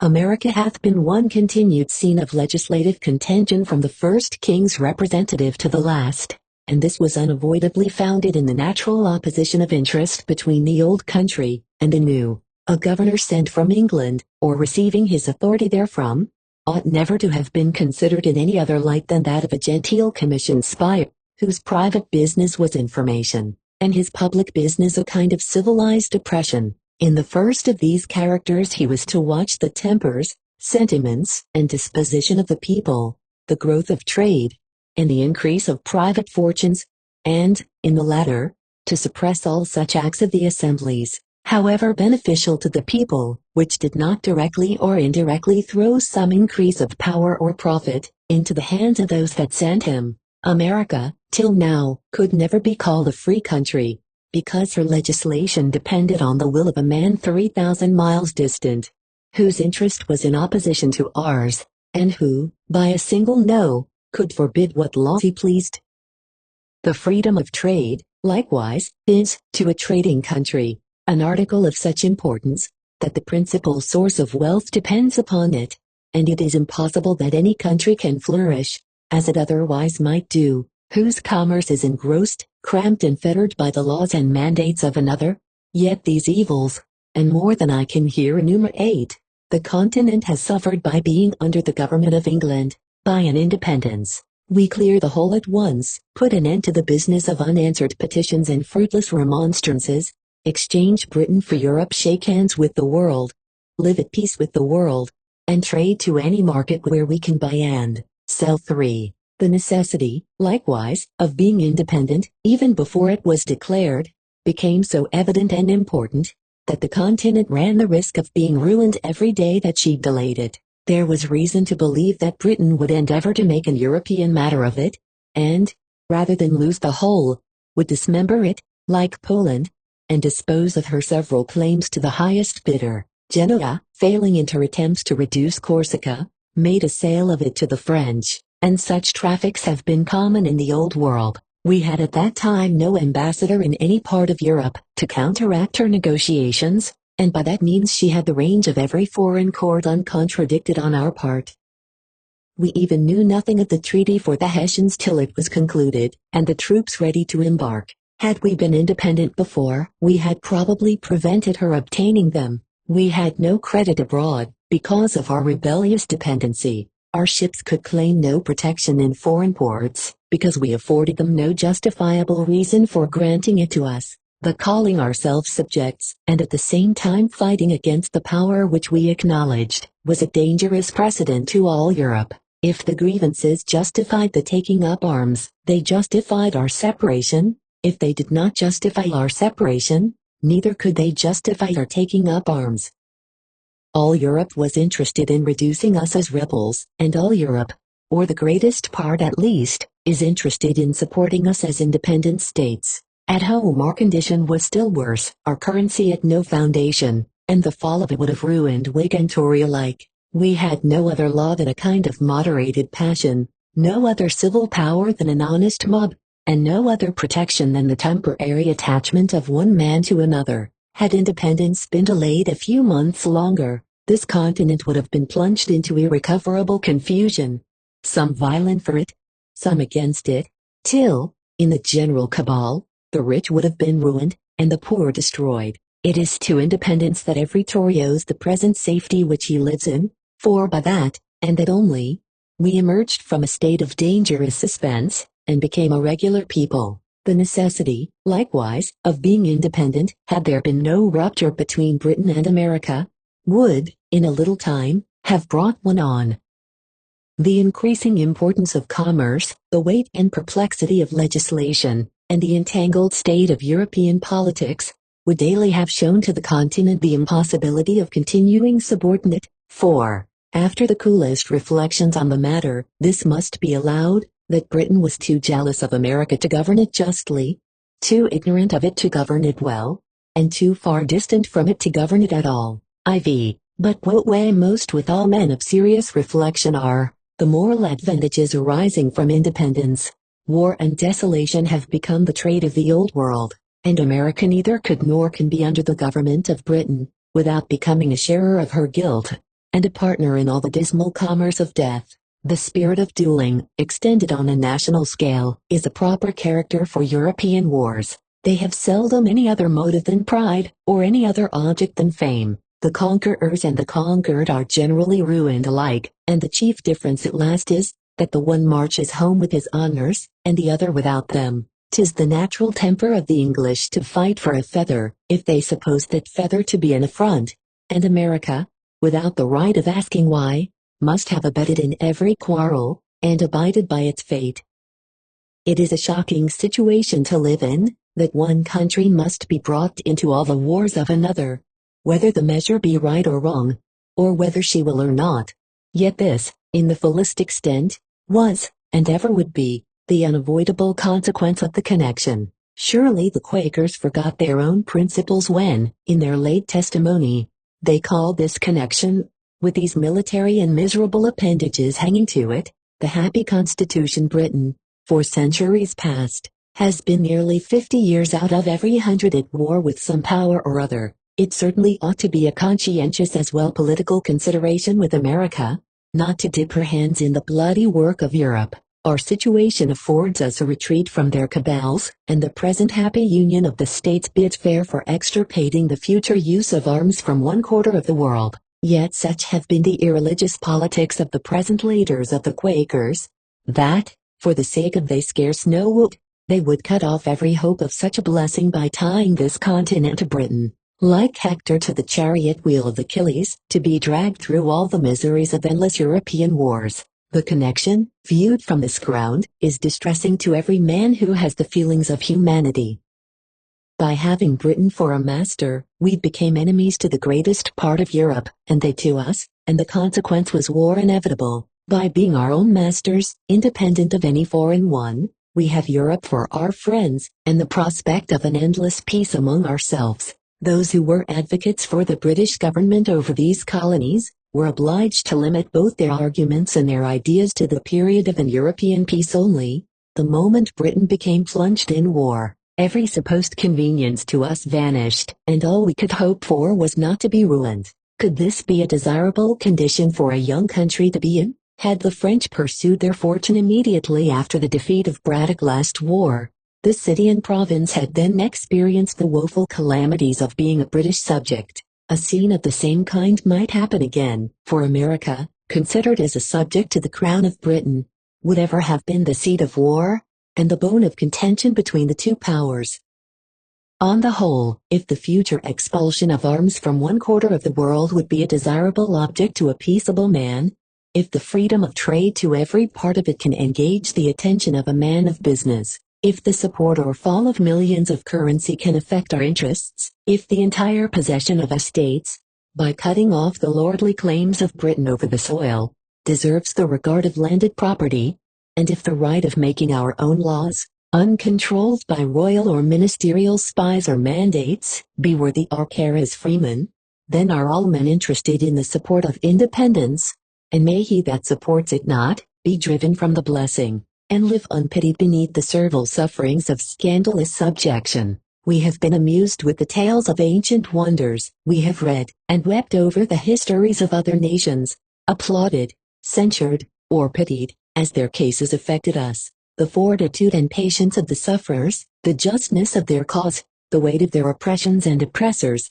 the object to be saved or lost, with all the consequences of a defeat or a conquest, have, in the hour of sympathy, bewitched our hearts and chained it to their fate. But where is the power that ever made war upon petitioners, or where is the war on which a world was staked till now? We may not, perhaps, be wise enough to make all the advantages we ought of our independence, but they are, nevertheless, marked and presented to us with every character of great and good, and worthy the hand of him who sent them. I look through the present trouble to a time of tranquility, when we shall have it in our power to set an example of peace to all the world. Were the Quakers really impressed and influenced by the quiet principles they profess to hold, they would, however they might disapprove the means, be the first of all men to approve of independence, because, by separating ourselves from the cities of Sodom and Gomorrah, it affords an opportunity never given to man before of carrying their favorite principle of peace into general practice, by establishing governments that shall hereafter exist without wars. Oh, ye fallen, cringing, priest and Pemberton-ridden people, what more can we say of ye than that a religious Quaker is a valuable character, and a political Quaker a real Jesuit? Having thus gone over some of the principal points in support of independence, I must now request the reader to return back with me to the period when it first began to be a public doctrine, and to examine the progress it has made among the various classes of men. The area I mean to begin at is the breaking out of hostilities, April 19, 1775. Until this event happened, the continent seemed to view the dispute as a kind of lawsuit for a matter of right, litigating between the old country and the new, and she felt the same kind and degree of horror, as if she had seen an oppressive plaintiff, at the head of a band of ruffians, enter the court, while the cause was before it, and put the judge, the jury, the defendant and his counsel, to the sword. Perhaps a more heartfelt convulsion never reached a country with the same degree of power and rapidity before, and never may again. Pity for the sufferers, mixed with indignation at the violence, and heightened with apprehensions of undergoing the same fate, made the affair of Lexington the affair of the continent. Every part of it felt the shock, and all vibrated together. A general promotion of sentiment took place. Those who had drank deeply into Whiggish principles, that is, the right and necessity not only of opposing, but wholly setting aside the power of the crown as soon as it became practically dangerous, for in theory it was always so, stepped into the first stage of independence, while another class of Whigs, equally sound in principle, but not so sanguine in enterprise, attached themselves the stronger to the cause, and fell close in with the rear of the former. Their partition was a mere point. Numbers of the moderate men, whose chief fault, at that time, arose from entertaining a better opinion of Britain than she deserved, convinced now of their mistake, gave her up, and publicly declared themselves good Whigs, while the Tories, seeing it was no longer a laughing matter, either sank into silent obscurity, or contented themselves with coming forth and abusing General Gage. Not a single advocate appeared to justify the action of that day. It seemed to appear to everyone with the same magnitude, struck everyone with the same force, and created in everyone the same abhorrence.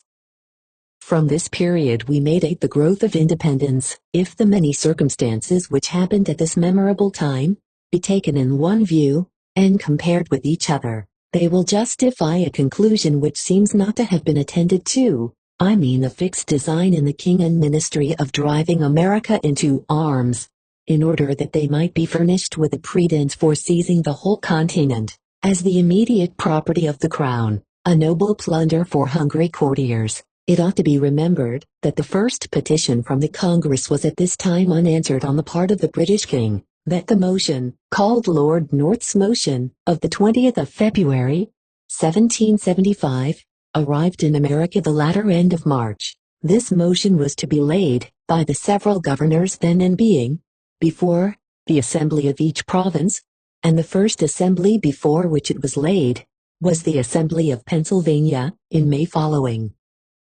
This being a just state of the case, I then ask, why were hostilities commenced between the time of passing the resolve in the House of Commons, of the 20th of February, and the time of the Assembly's meeting to deliberate upon it? Degrading and famous as that motion was, there is nevertheless reason to believe that the king and his adherents were afraid the colonies would agree to it, and lest they should, took effectual care they should not, by provoking them with hostilities in the interim. They had not the least doubt at that time of conquering America at one blow, and what they expected to get by a conquest being infinitely greater than anything they could hope to get either by taxation or accommodation, they seemed determined to prevent even the possibility of hearing each other, lest America should disappoint their greedy hopes of the whole, by listening even to their own terms. On the one hand they refused to hear the petition of the continent, and on the other hand took effectual care the continent should not hear them. That the motion of the 20th of February and the orders for commencing hostilities were both concerted by the same person or persons, and not the latter by General Gage, as was falsely imagined at first, is evident from an extract of a letter of his to the administration, read among other papers in the House of Commons, in which he informs his masters, that though their idea of his disarming certain counties was a right one, yet it required him to be master of the country, in order to enable him to execute it. This was prior to the commencement of hostilities, and consequently before the motion of the 20th of February could be deliberated on by the several assemblies. Perhaps it may be asked, why was the motion passed, if there was at the same time a plan to aggravate the Americans not to listen to it? Lord North assigned one reason himself, which was a hope of dividing them. This was publicly tempting them to reject it, that if, in case the injury of arms should fail in provoking them sufficiently, the insult of such a declaration might fill it up. But by passing the motion and getting it afterwards rejected in America, it enabled them, in their wicked idea of politics, among other things, to hold up the colonies to foreign powers, with every possible mark of disobedience and rebellion. They had applied to those powers not to supply the continent with arms, ammunition, etc., and it was necessary they should incense them against us, by assigning on their own part some seeming reputable reason why. By dividing, it had a tendency to weaken the states, and likewise to perplex the adherents of America in England. But the principal scheme, and that which has marked their character in every part of their conduct, was a design of precipitating the colonies into a state which they might afterwards deem rebellion, and, under that pretense, put an end to all future complaints, petitions and remonstrances, by seizing the whole at once. They had ravaged one part of the globe, till it could glut them no longer. Their prodigality required new plunder, and through the East India Article T, they hoped to transfer their rapine from that quarter of the world to this. Every design quarrel had its pretence, and the same barbarian avarice accompanied the plant to America, which ruined the country that produced it. That men never turn rogues without turning fools is a maxim, sooner or later, universally true. The commencement of hostilities, being in the beginning of April, was, of all times the worst chosen. The Congress were to meet the 10th of May following, and the distress the continent felt at this unparalleled outrage, gave a stability to that body, which no other circumstance could have done. It suppressed to all inferior debates, and bound them together by a necessitous affection, without giving them time to differ upon trifles. The suffering likewise softened the whole body of the people into a degree of pliability, which laid the principal foundation stone of union, order, and government, and which, at any other time, might only have fretted and then faded away unnoticed and unimproved. But Providence, who best knows how to time her misfortunes as well as her immediate favors, chose this to be the time, and who dare dispute it? It did not seem the disposition of the people, at this crisis, to heap petition upon petition, while the former remained unanswered. The measure however was carried in Congress, and a second petition was sent, of which I shall only remark that it was submissive even to a dangerous fault, because the prayer of it appealed solely to what it called the prerogative of the Crown, while the matter in dispute was confessedly constitutional. But even this petition, flattering as it was still not so harmonious as the chink of cash, and consequently not sufficiently grateful to the tyrant and his ministry. From every circumstance it is evident that it was the determination of the British court to have nothing to do with America, but to conquer her fully and absolutely. They were certain of success, and the field of battle was the only place of treaty. I am confident there are thousands and tens of thousands in America, who wonder now that they should ever have thought otherwise, but the sin of that day was the sin of civility, yet it operated against our present good in the same manner that a civil opinion of the devil would against our future peace. Independence was a doctrine scarce and rare, even towards the conclusion of the year 1775. All our politics had been founded on the hope of expectation of making the matter up, a hope which, though general on the side of America, had never entered the head or heart of the British court. Their hope was conquest and confiscation. Good heavens, what volumes of thanks does America owe to Britain? What infinite obligation to the tool that fills, with paradoxical vacancy, the throne. Nothing but the sharpest essence of villainy, compounded with the strongest distillation of folly, could have produced a menstruum that would have effected a separation. The Congress in 1774 administered an abortive medicine to independence, by prohibiting the importation of goods, and the succeeding Congress rendered the dose still more dangerous by continuing it. Had independence been a settled system with America, as Britain has advanced, she ought to have doubled her importation, and prohibited in some degree her exportation, and this single circumstance is sufficient to acquit America before any jury of nations, of having a continental plan of independence in view, a charge which, had it been true, would have been honorable, but is so grossly false, that either the amazing ignorance or the willful dishonesty of the British court is effectually proved by it. The second petition, like the first, produced no answer. It was scarcely acknowledged to have been received. The British court were too determined in their villainy even to act it artfully, and in their rage for conquest neglected the necessary subtleties for obtaining it. They might have divided, distracted and played 1,000 tricks with us, had they been as cunning as they were cruel. This last indignity gave a new spring to independence. Those who knew the savage obstinacy of the king, and the jobbing, gambling spirit of the court, predicted the fate of the petition, as soon as it was sent from America. For the men being known, their measures were easily foreseen. As politicians we ought not so much to ground our hopes on the reasonableness of the thing we ask, as on the reasonableness of the person of whom we ask it. Who would expect discretion from a fool, candor from a tyrant, or justice from a villain? As every prospect of accommodation seemed now to fail fast, men began to think seriously on the matter, and their reason being thus stripped of the false hope which had long encompassed it, became approachable by fair debate. Yet still the bulk of the people hesitated. They startled at the novelty of independence, without once considering that our getting into arms at first was a more extraordinary novelty, and that all other nations had gone through the work of independence before us. They doubted likewise the ability of the continent to support it, without reflecting that it required the same force to obtain an accommodation by arms as an independence.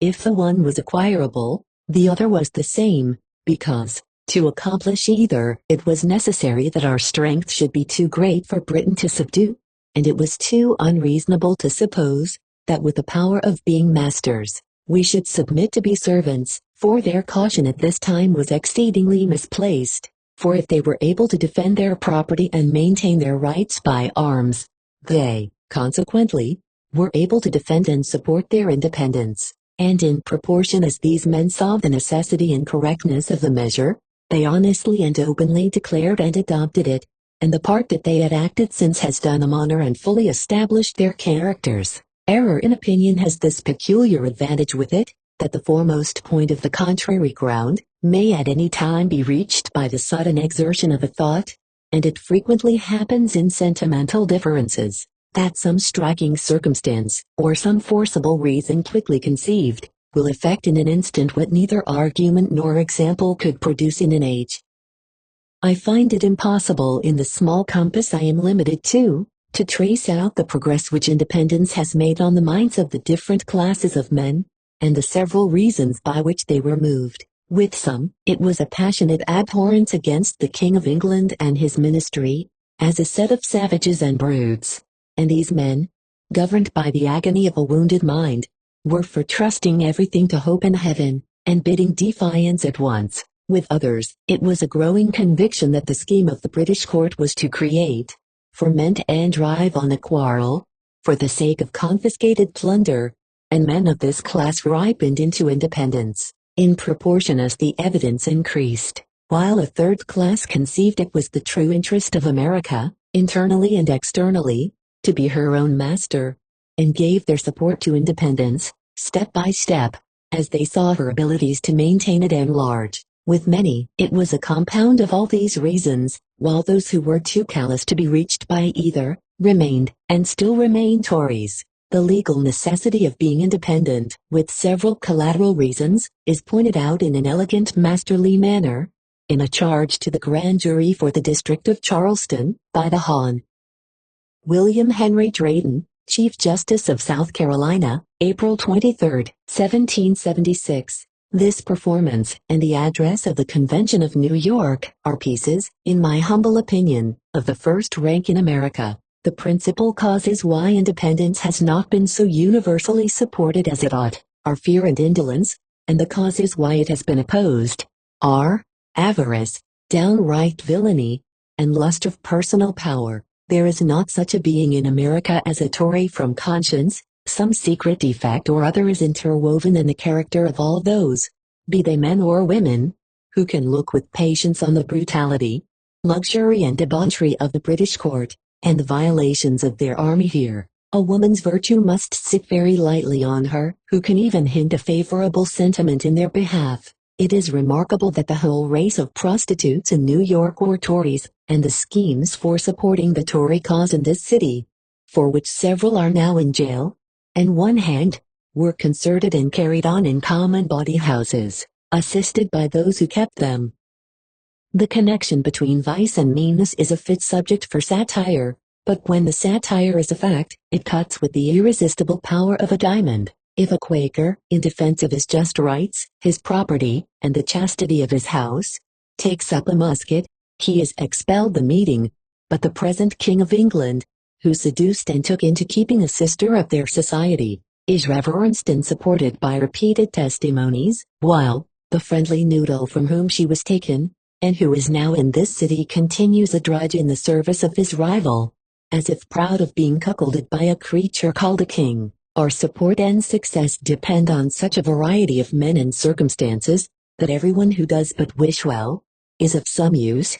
There are men who have a strange aversion to arms, yet have hearts to risk every shilling in the cause, or in support of those who have better talents for defending it. Nature, in the arrangement of mankind, has fitted some for every service in life. Were all soldiers, all would starve and go naked, and were none soldiers, all would be slaves. As disaffection to independence is the badge of a Tory, so affection to it is the mark of a Whig.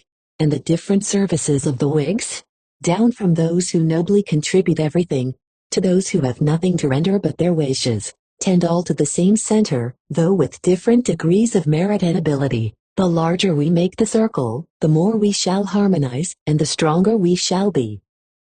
All we want to shut out is disaffection, and, that excluded, we must accept from each other such duties as we are best fitted to bestow. A narrow system of politics, like a narrow system of religion, is calculated only to sour the temper, and be at variance with mankind. All we want to know in America is simply this: who is for independence and who is not? Those who are for it will support it, and the remainder will undoubtedly see the reasonableness of paying the charges, while those who oppose or seek to betray it must expect the more rigid fate of the jail and the gibbet. There is a bastard kind of generosity, which being extended to all men, is as fatal to society, on one hand, as the want of true generosity is on the other. A lax manner of administering justice, falsely termed moderation, has a tendency both to dispirit public virtue and promote the growth of public evils.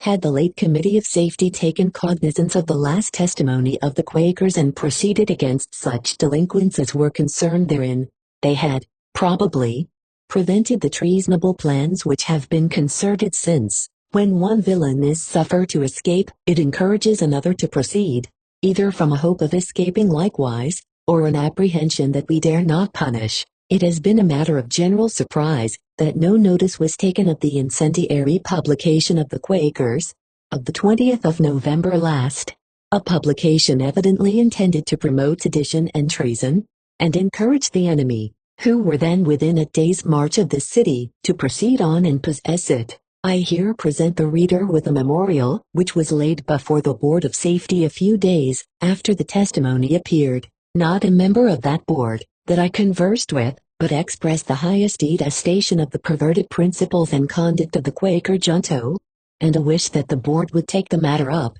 notwithstanding which, it was suffered to pass away unnoticed, to the encouragement of new acts of treason, the general danger of the cause, and the disgrace of the state, to the Honorable the Council of Safety of the State of Pennsylvania. At a meeting of a reputable number of the inhabitants of the city of Philadelphia, impressed with a proper sense of the justice of the cause which this continent is engaged in, and animated with a generous fervor for supporting the same, it was resolved that the following be laid before the Board of Safety. We profess liberality of sentiment to all men, with this distinction only, that those who do not deserve it would become wise and seek to deserve it. We hold the pure doctrines of universal liberty of conscience, and conceive it our duty to endeavor to secure that sacred right to others, as well as to defend it for ourselves, for we undertake not to judge of the religious rectitude of tenets, but leave the whole matter to Him who made us. We persecute no man, neither will we abet in the persecution of any man for religion's sake, our common relation to others being that of fellow citizens and fellow subjects of one single community, and in this line of connection we hold out of the right hand of fellowship to all men. But we should conceive ourselves to be unworthy members of the free and independent states of America, were we unconcernedly to see or to suffer any treasonable wound, public or private, directly or indirectly, to be given against the peace and safety of the same. We inquire not into the rank of the offenders, nor into their religious persuasion.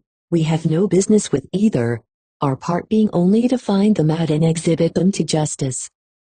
A printed paper, dated the 20th of November, and signed John Pemberton, whom we suppose to be an inhabitant of this city, has lately been dispersed abroad, a copy of which accompanies this. Had the framers and publishers of that paper conceived it their duty to exhort the youth and others of their society to a patient submission under the present trying visitations, and humbly to wait the event of heaven towards them, they had therein shown a Christian temper, and we had been silent, but the anger and political virulence with which their instructions are given, and the abuse with which they stigmatize all ranks of men not thinking like themselves, leave no doubt on our minds from what spirit their publication proceeded, and it is disgraceful to the pure cause of truth, that men can dally with words of the most sacred import, and play them off as mechanically as if religion consisted only in contrivance.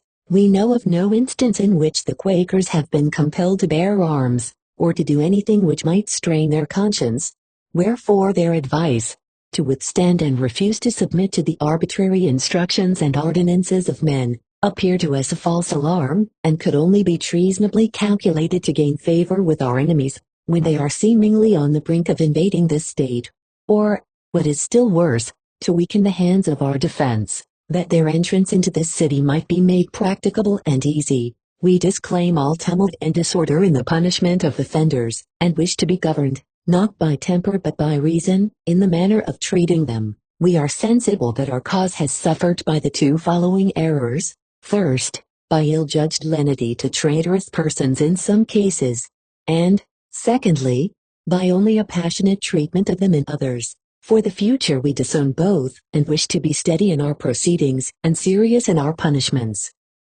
Every state in America has, by the repeated voice of its inhabitants, directed and authorized the Continental Congress to publish a formal declaration of independence of, and separation from, the oppressive King and Parliament of Great Britain, and we look on every man as an enemy, who does not in some line or other, give his assistance towards supporting the same. At the same time we consider the offense to be heightened to a degree of unpardonable guilt, when such persons, under the show of religion, endeavor, either by writing, speaking, or otherwise, to subvert, overturn, or bring reproach upon the independence of this continent as declared by Congress. The publishers of the paper signed John Pemberton have called in a loud manner to their friends and connections, to withstand or refuse obedience to whatever instructions or ordinances may be published, not warranted by what they call that happy constitution under which they and others long enjoy tranquility and peace.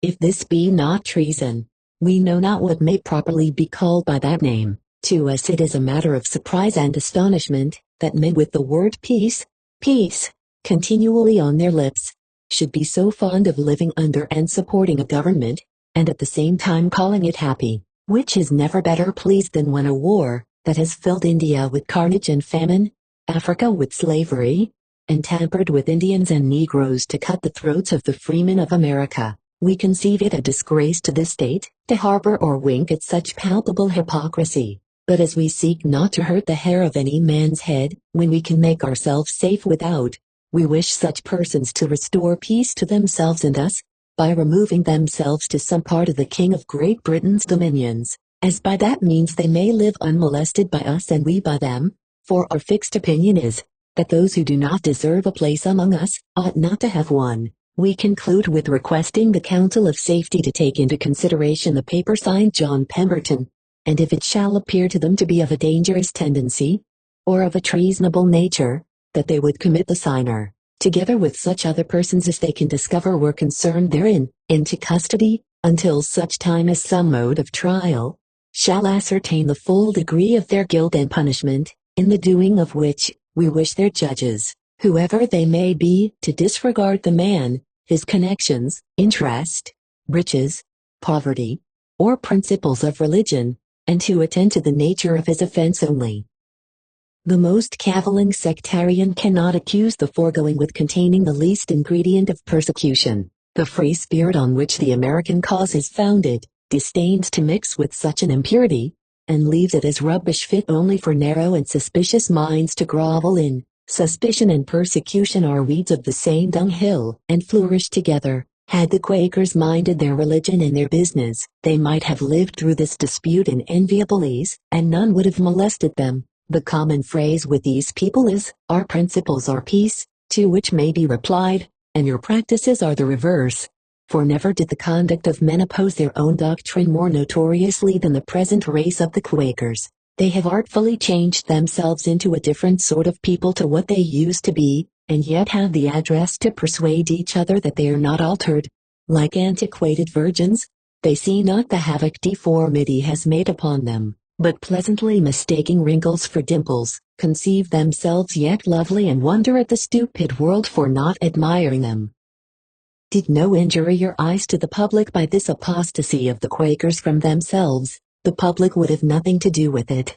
But as both the design and consequences are pointed against a cause in which the whole community are interested, it is therefore no longer a subject confined to the cognizance of the meeting only, but comes, as a matter of criminality, before the authority either of the particular state in which it is acted, or of the continent against which it operates. Every attempt, now, to support the authority of the King and Parliament of Great Britain over America, is treason against every state. Therefore it is impossible that any one can pardon or screen from punishment an offender against all. But to proceed, while the infatuated Tories of this and other states were last spring talking of commissioners, accommodation, making the matter up, and the Lord knows what stuff and nonsense, Their good king and ministry were glutting themselves with the revenge of reducing America to unconditional submission, and solacing each other with the certainty of conquering it in one campaign. The following quotations are from the Parliamentary Register of the Debates of the House of Lords, March 5, 1776. The Americans, says Lord Talbot, 5 have been obstinate, undutiful, and ungovernable from the very beginning, from their first early and infant settlements, and I am every day more and more convinced that this people never will be brought back to their duty, and the subordinate relation they stand into this country, till reduced to unconditional, effectual submission, no concession on our part, no lenity, no endurance, will have any other effect but that of increasing their insolence. The struggle, says Lord Townshend, 6 is now a struggle for power, the dice cast, and the only point which now remains to be determined is, in what manner the war can be most effectually prosecuted and speedily finished, in order to procure that unconditional submission, which has been so ably stated by the noble Earl with the white staff, meaning Lord Talbot, and I have no reason to doubt that the measures now pursuing will put an end to the war in the course of a single campaign. Should it linger longer, we shall then have reason to expect that some foreign power will interfere, and take advantage of our domestic troubles and civil distractions. Lord Lyttelton, my sentiments are pretty well known. I shall only observe now that lenient measures have had no other effect than to produce insult after insult, that the more we conceded, the higher America rose in her demands, and the more insolent she has grown. It is for this reason that I am now for the most effective and decisive measures, and am of opinion that no alternative is left us, but to relinquish America forever, or finally determine to compel her to acknowledge the legislative authority of this country, and it is the principle of an unconditional submission I would be for maintaining. Can words be more expressive than these? Surely the Tories will believe the Tory lords. The truth is, they do believe them and know as fully as any Whig on the continent knows, that the King and Ministry never had the least design of an accommodation with America, but an absolute, unconditional conquest, and the part which the Tories were to act, was, by downright lying, to endeavor to put the continent off its guard, and to divide and sow discontent in the minds of such Whigs, as they might gain an influence over, in short, to keep up a distraction here, that the force sent from England might be able to conquer in one campaign. They and the ministry were, by a different game, playing into each other's hands. The cry of the Tories in England was, no reconciliation, no accommodation, in order to obtain the greater military force, while those in America were crying nothing but reconciliation and accommodation, that the force sent might conquer with the less resistance. But this single campaign is over, and America not conquered. The whole work is yet to do, and the force much less to do it with. Their condition is both despicable and deplorable, out of cash, out of heart, and out of hope. A country furnished with arms and ammunition as America now is, with 3 millions of inhabitants, and 3,000 miles distant from the nearest enemy that can approach her, is able to look and laugh them in the face. Howe appears to have 2 objects in view, either to go up the North River, or come to Philadelphia. By going up the North River, he secures a retreat for his army through Canada, but the ships must return if they return at all, the same way they went. As our army would be in the rear, the safety of their passage down is a doubtful matter. By such a motion he shuts himself from all supplies from Europe, but through Canada, and exposes his army and navy to the danger of perishing. The idea of his cutting off the communication between the eastern and southern states, by means of the North River, is merely visionary. He cannot do it by his shipping, because no ship can lay long at anchor in any river within reach of the shore. A single gun would drive a first rate from such a station. This was fully proved last October at Forts Washington and Lee, where one gun only, on each side of the river, obliged 2 frigates to cut and be towed off in an hour's time. Neither can he cut it off by his army, because the several posts they must occupy would divide them almost to nothing, and expose them to be picked up by ours like pebbles on a river's bank.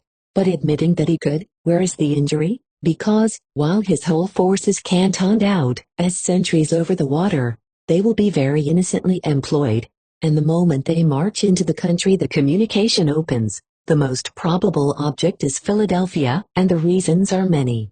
Howe's business is to conquer it, and in proportion as he finds himself unable to the task, he will employ his strength to distress women and weak minds, in order to accomplish through their fears what he cannot accomplish by his own force. His coming or attempting to come to Philadelphia is a circumstance that proves his weakness, for no general that felt himself able to take the field and attack his antagonist would think of bringing his army into a city in the summertime, and this mere shifting the scene from place to place, without effecting anything, has feebleness and cowardice on the face of it, and holds him up in a contemptible light to all who can reason justly and firmly. By several informations from New York, it appears that their army in general, both officers and men, have given up the expectation of conquering America. Their eye now is fixed upon the spoil. They suppose Philadelphia to be rich with stores, and as they think to get more by robbing a town than by attacking an army, their movement towards this city is probable. We are not now contending against an army of soldiers, but against a band of thieves, who would rather plunder than fight, and have no other hope of conquest than by cruelty. They expect to get a mighty booty, and strike another general panic, by making a sudden movement and getting possession of this city. But unless they can march out as well as in, or get the entire command of the river, to remove off their plunder, they may probably be stopped with the stolen goods upon them. They have never yet succeeded wherever they have been opposed, but at Fort Washington.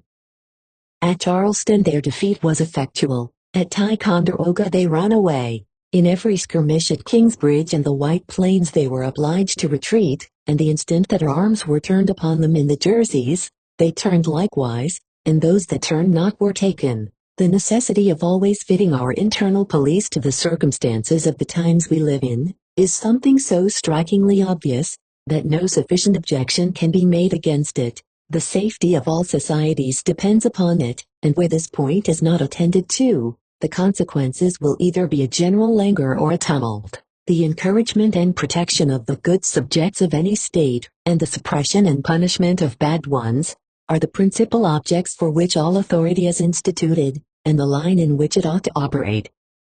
We have in this city a strange variety of men and characters, and the circumstances of the times require that they should be publicly known.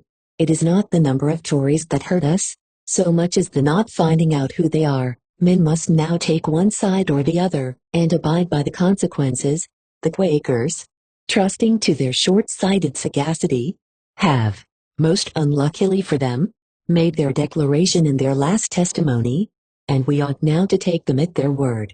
They have involuntarily read themselves out of the Continental meeting, and cannot hope to be restored to it again but by payment and penitence. Men whose political principles are founded on avarice are beyond the reach of reason, and the only cure of Toryism of this cast is to tax it. A substantial good drawn from a real evil is of the same benefit to society, as if drawn from a virtue, and where men have not public spirit to render themselves serviceable, it ought to be the study of government to draw the best use possible from their vices. When the governing passion of any man, or set of men, is once known, the method of managing them is easy, for even misers, whom no public virtue can impress, would become generous, could a heavy tax be laid upon covetousness. The Tories have endeavored to ensure their property with the enemy, by forfeiting their reputation with us, from which may be justly inferred, that their governing passion is avarice.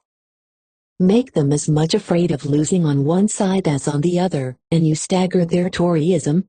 Make them more so, and you reclaim them, for their principle is to worship the power which they are most afraid of.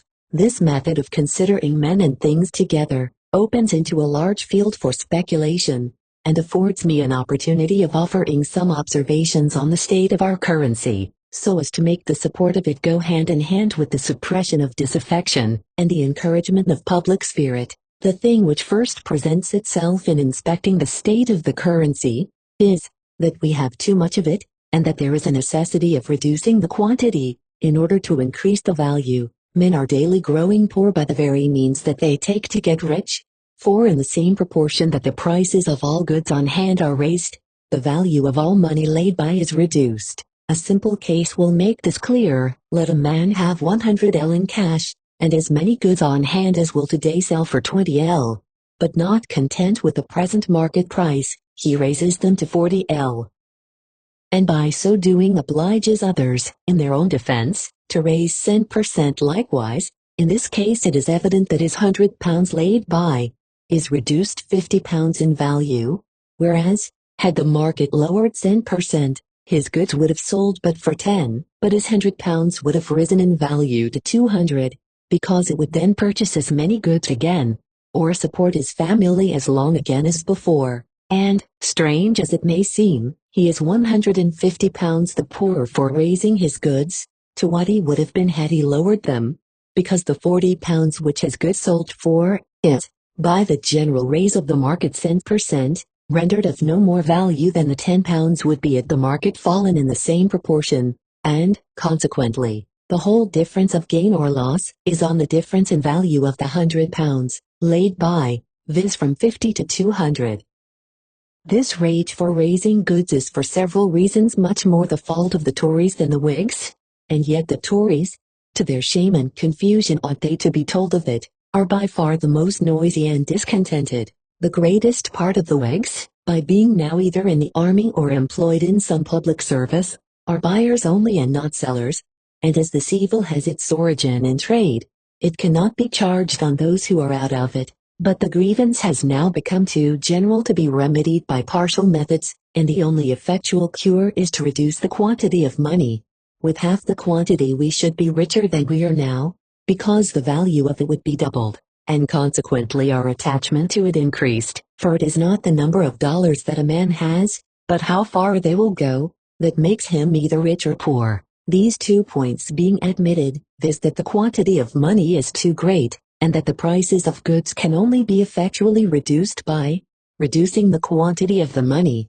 The next point to be considered is the method how to reduce it. The circumstances of the times, as before observed, require that the public characters of all men should now be fully understood, and the only general method of ascertaining it is by an oath or affirmation, renouncing all allegiance to the King of Great Britain, and to support the independence of the United States, as declared by Congress.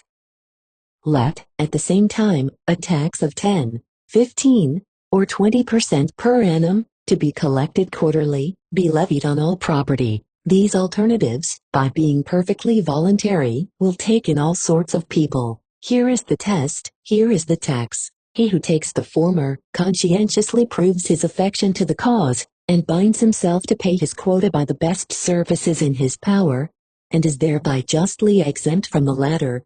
And those who choose the latter, pay their quota in money, to be excused from the former, or rather, it is the price paid to us for their supposed, though mistaken, insurance with the enemy. But this is only a part of the advantage which would arise by knowing the different characters of men. The Whigs stake everything on the issue of their arms, while the Tories, by their disaffection, are sapping and undermining their strength. And, of consequence, the property of the Whigs is the more exposed thereby, and whatever injury their estates may sustain by the movements of the enemy, must either be borne by themselves, who have done everything which has yet been done, or by the Tories, who have not only done nothing, but have, by their disaffection, invited the enemy on. In the present crisis we ought to know, square by square and house by house, who are in real allegiance with the United Independent States, and who are not. Let but the line be made clear and distinct, and all men will then know what they are to trust to. It would not only be good policy but strict justice, to raise 50 or 100,000 pounds, or more, if it is necessary, out of the estates and property of the King of England's votaries, resident in Philadelphia, to be distributed, as a reward to those inhabitants of the city and state, who should turn out and repulse the enemy, should they attempt to march this way, and likewise,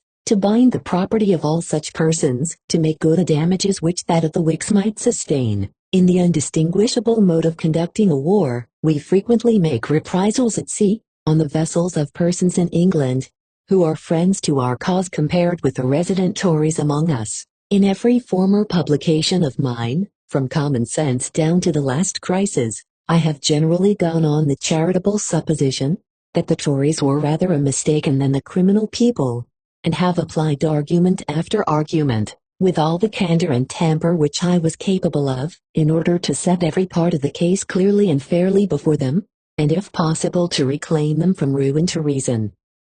I have done my duty by them and have now done with that doctrine, taking it for granted that those who yet hold their disaffection are either a set of avaricious miscreants, who would sacrifice the continent to save themselves, or a banditti of hungry traitors, who are hoping for a division of the spoil, to which may be added a list of crown or proprietary dependents, who, rather than go without a portion of power, would be content to share it with the devil. Of such men there is no hope, and their obedience will only be according to the danger set before them, and the power that is exercised over them. A time will shortly arrive, in which, by ascertaining the characters of persons now, we shall be guarded against their mischiefs then, for in proportion as the enemy despair of conquest, they will be trying the arts of seduction, and the force of fear by all the mischiefs which they can inflict. But in war we may be certain of these two things, viz. That cruelty in an enemy, and motions made with more than usual parade, are always signs of weakness. He that can conquer, finds his mind too free and pleasant to be brutish, and he that intends to conquer, never makes too much show of his strength. We now know the enemy we have to do with. While drunk with the certainty of victory, they disdain to be civil, and in proportion as disappointment makes them sober, and their apprehensions of an European war alarm them, they will become cringing and artful. Honest they cannot be, but our answer to them, in either condition they may be in, is short and full. As free and independent states we are willing to make peace with you tomorrow, but we neither can hear nor reply in any other character if Britain cannot conquer us. It proves that she is neither able to govern nor protect us, and our particular situation now is such, that any connection with her would be unwisely exchanging a half-defeated enemy for two powerful ones. Europe, by every appearance, is now on the eve, nay, on the morning twilight of a war, and any alliance with George III brings France and Spain upon our backs. A separation from him attaches them to our side. Therefore, the only road to peace, honor and commerce is independence. Written this 4th year of the Union, which God preserve. Common Sense. Philadelphia, April 19, 1777. The crisis no. IV. Those who expect to reap the blessings of freedom must, like men, undergo the fatigues of supporting it. The event of yesterday was one of those kind of alarms which is just sufficient to rouse us to duty, without being of consequence enough to depress our fortitude. It is not a field of a few acres of ground, but a cause that we are defending, and whether we defeat the enemy in one battle, or by degrees, the consequences will be the same. Look back at the events of last winter and the present year. There you will find that the enemy's success has always contributed to reduce them. What they have gained in ground, they paid so dearly for in numbers, that their victories have in the end amounted to defeats. We have always been masters at the last push, and always shall be while we do our duty. Howe has been once on the banks of the Delaware, and from thence driven back with loss and disgrace. And why not be again driven from the Schuylkill? His condition and ours are very different. He has everybody to fight. We have only his one army to cope with, and which wastes away at every engagement. We can not only reinforce, but can redouble our numbers. He is cut off from all supplies, and must sooner or later inevitably fall into our hands. Shall a band of 10 or 12,000 robbers, who are this day 1,500 or 2,000 men less in strength than they were yesterday, conquer America, or subdue even a single state? The thing cannot be, unless we sit down and suffer them to do it. Another such a brush, notwithstanding we lost the ground, would, by still reducing the enemy, put them in a condition to be afterwards totally defeated. Could our whole army have come up to the attack at one time, the consequences had probably been otherwise, but our having different parts of the Brandywine Creek to guard, and the uncertainty which road to Philadelphia the enemy would attempt to take, naturally afforded them an opportunity of passing with their main body at a place where only a part of ours could be posted, for it must strike every thinking man with conviction that it requires a much greater force to oppose an enemy in several places than is sufficient to defeat him in any one place. Men who are sincere in defending their freedom will always feel concern at every circumstance which seems to make against them. It is the natural and honest consequence of all affectionate attachments, and the want of it is a vice. But the dejection lasts only for a moment. They soon rise out of it with additional vigor. The glow of hope, courage and fortitude, will, in a little time, supply the place of every inferior passion, and kindle the whole heart into heroism. There is a mystery in the countenance of some causes, which we have not always present judgment enough to explain. It is distressing to see an enemy advancing into a country, but it is the only place in which we can beat them, and in which we have always beaten them, whenever they made the attempt. The nearer any disease approaches to a crisis, the nearer it is to a cure. Danger and deliverance make their advances together, and it is only the last push, in which one or the other takes the lead. There are many men who will do their duty when it is not wanted, but a genuine public spirit always appears most when there is most occasion for it.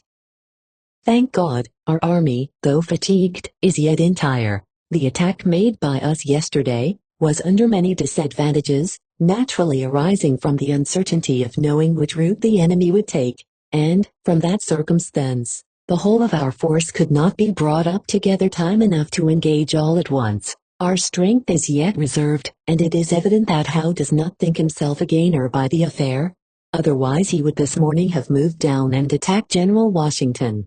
Gentlemen of the city and country, it is in your power, by a spirited improvement of the present circumstance, to turn it to a real advantage. Howe is now weaker than before, and every shot will contribute to reduce him. You are more immediately interested than any other part of the continent, your all is at stake. It is not so with the general cause.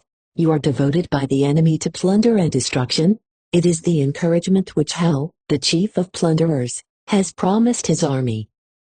Thus circumstanced, you may save yourselves by a manly resistance, but you can have no hope in any other conduct. I never yet knew our brave general, or any part of the army, officers or men, out of heart, and I have seen them in circumstances 1,000 times more trying than the present. It is only those that are not in action, that feel languor and heaviness, and the best way to rub it off is to turn out, and make sure work of it. Our army must undoubtedly feel fatigue, and want a reinforcement of rest though not of valor. Our own interest and happiness call upon us to give them every support in our power, and make the burden of the day, on which the safety of this city depends, as light as possible. Remember, gentlemen, that we have forces both to the northward and southward of Philadelphia, and if the enemy be but stopped till those can arrive, this city will be saved, and the enemy finally routed. You have too much at stake to hesitate. You ought not to think an hour upon the matter, but to spring to action at once. Other states have been invaded, have likewise driven off the invaders. Now our time and turn is come, and perhaps the finishing stroke is reserved for us. When we look back on the dangers we have been saved from, and reflect on the success we have been blessed with, it would be sinful either to be idle or to despair. I close this paper with a short address to General Howe. You, sir, are only lingering out the period that shall bring with it your defeat. You have yet scarce began upon the war, and the further you enter, the faster will your troubles thicken. What you now enjoy is only a respite from ruin, an invitation to destruction, something that will lead on to our deliverance at your expense. We know the cause which we are engaged in, and though a passionate fondness for it may make us grieve at every injury which threatens it, yet, when the moment of concern is over, the determination to duty returns. We are not moved by the gloomy smile of a worthless king, but by the ardent glow of generous patriotism. We fight not to enslave, but to set a country free, and to make room upon the earth for honest men to live in. In such a case we are sure that we are right, and we leave to you the despairing reflection of being the tool of a miserable tyrant. Common Sense, Philadelphia, September 12, 1777. The Crisis No. V. General Sir William Howe. To argue with a man who has renounced the use and authority of reason, and whose philosophy consists in holding humanity in contempt, is like administering medicine to the dead, or endeavoring to convert an atheist by scripture. Enjoy, sir, your insensibility of feeling and reflecting. It is the prerogative of animals, and no man will envy you these honors, in which a savage only can be your rival and a bear your master. As the generosity of this country rewarded your brother's services in the last war, with an elegant monument in Westminster Abbey, it is consistent that she should bestow some mark of distinction upon you. You certainly deserve her notice and a conspicuous place in the catalogue of extraordinary persons. Yet it would be a pity to pass you from the world in state, and consign you to magnificent oblivion among the tombs, without telling the future beholder why.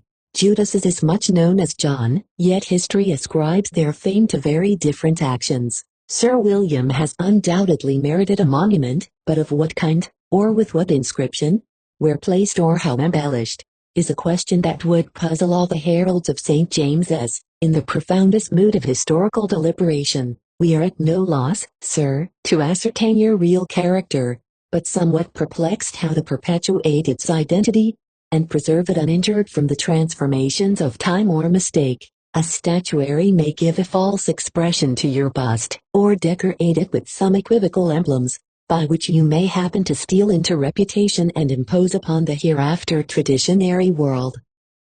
Ill nature or ridicule may conspire, or a variety of accidents combine to lessen, enlarge, or change Sir William's fame, and no doubt but he who has taken so much pains to be singular in his conduct, would choose to be just as singular in his exit, his monument and his epitaph. The usual honors of the dead, to be sure, are not sufficiently sublime to escort a character like you to the republic of dust and ashes, for however men may differ in their ideas of grandeur or of government here, the grave is nevertheless a perfect republic. Death is not the monarch of the dead, but of the dying. The moment he obtains a conquest he loses a subject, and, like the foolish king you serve, will, in the end, bore himself out of all his dominions. As a proper preliminary towards the arrangement of your funeral honors, we readily admit of your new rank of knighthood. The title is perfectly in character, and is your own, more by merit than creation.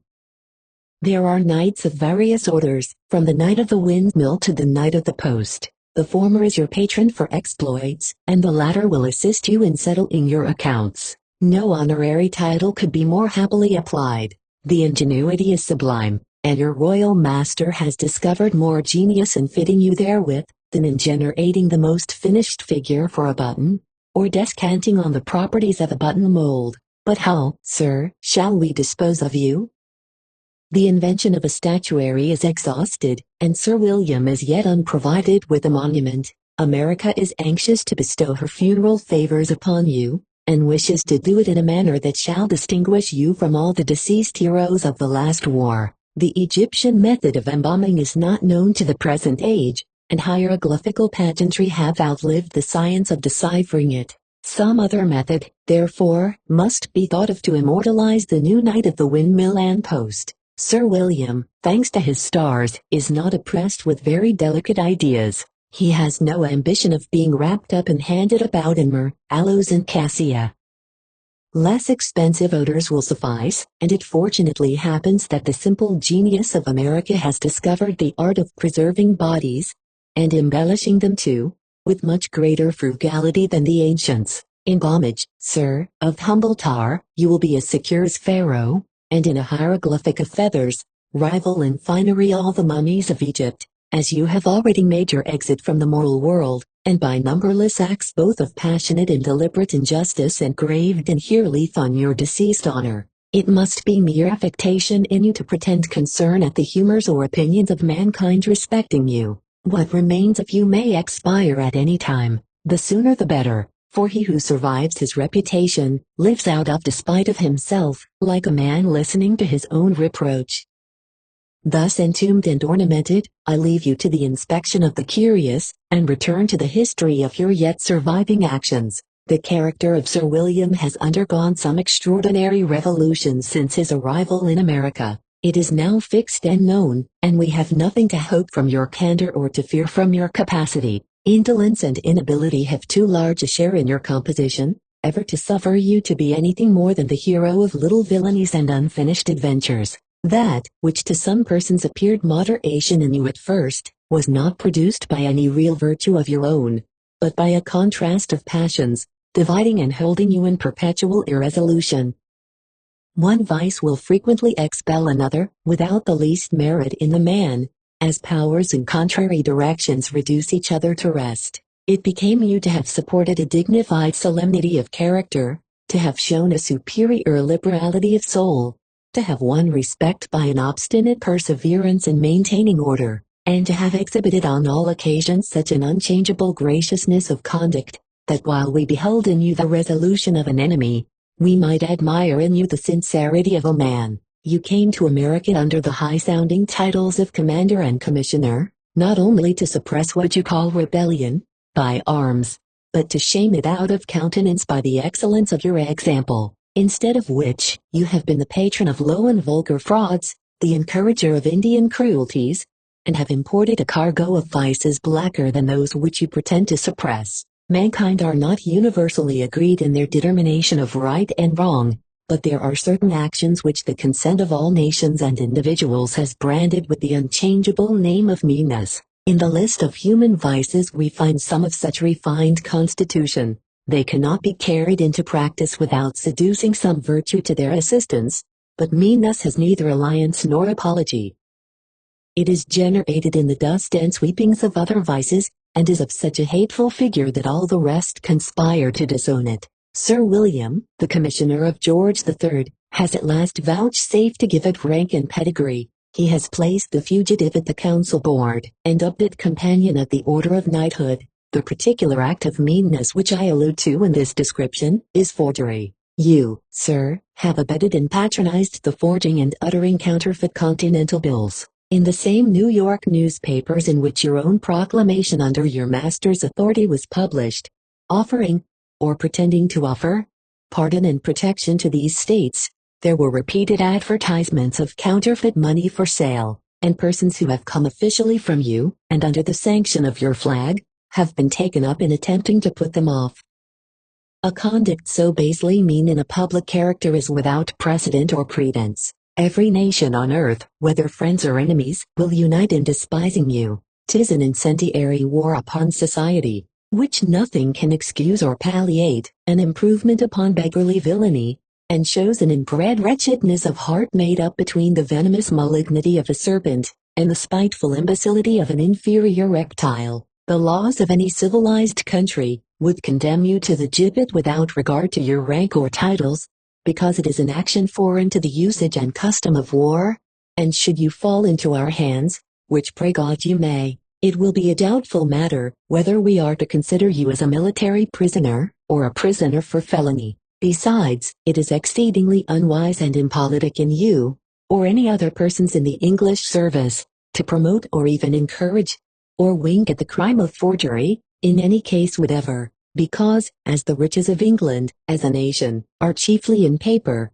and the far greater part of trade among individuals is carried on by the same medium, that is, by notes and drafts on one another, they, therefore, of all people in the world, ought to endeavor to keep forgery out of sight, and, if possible, not to revive the idea of it.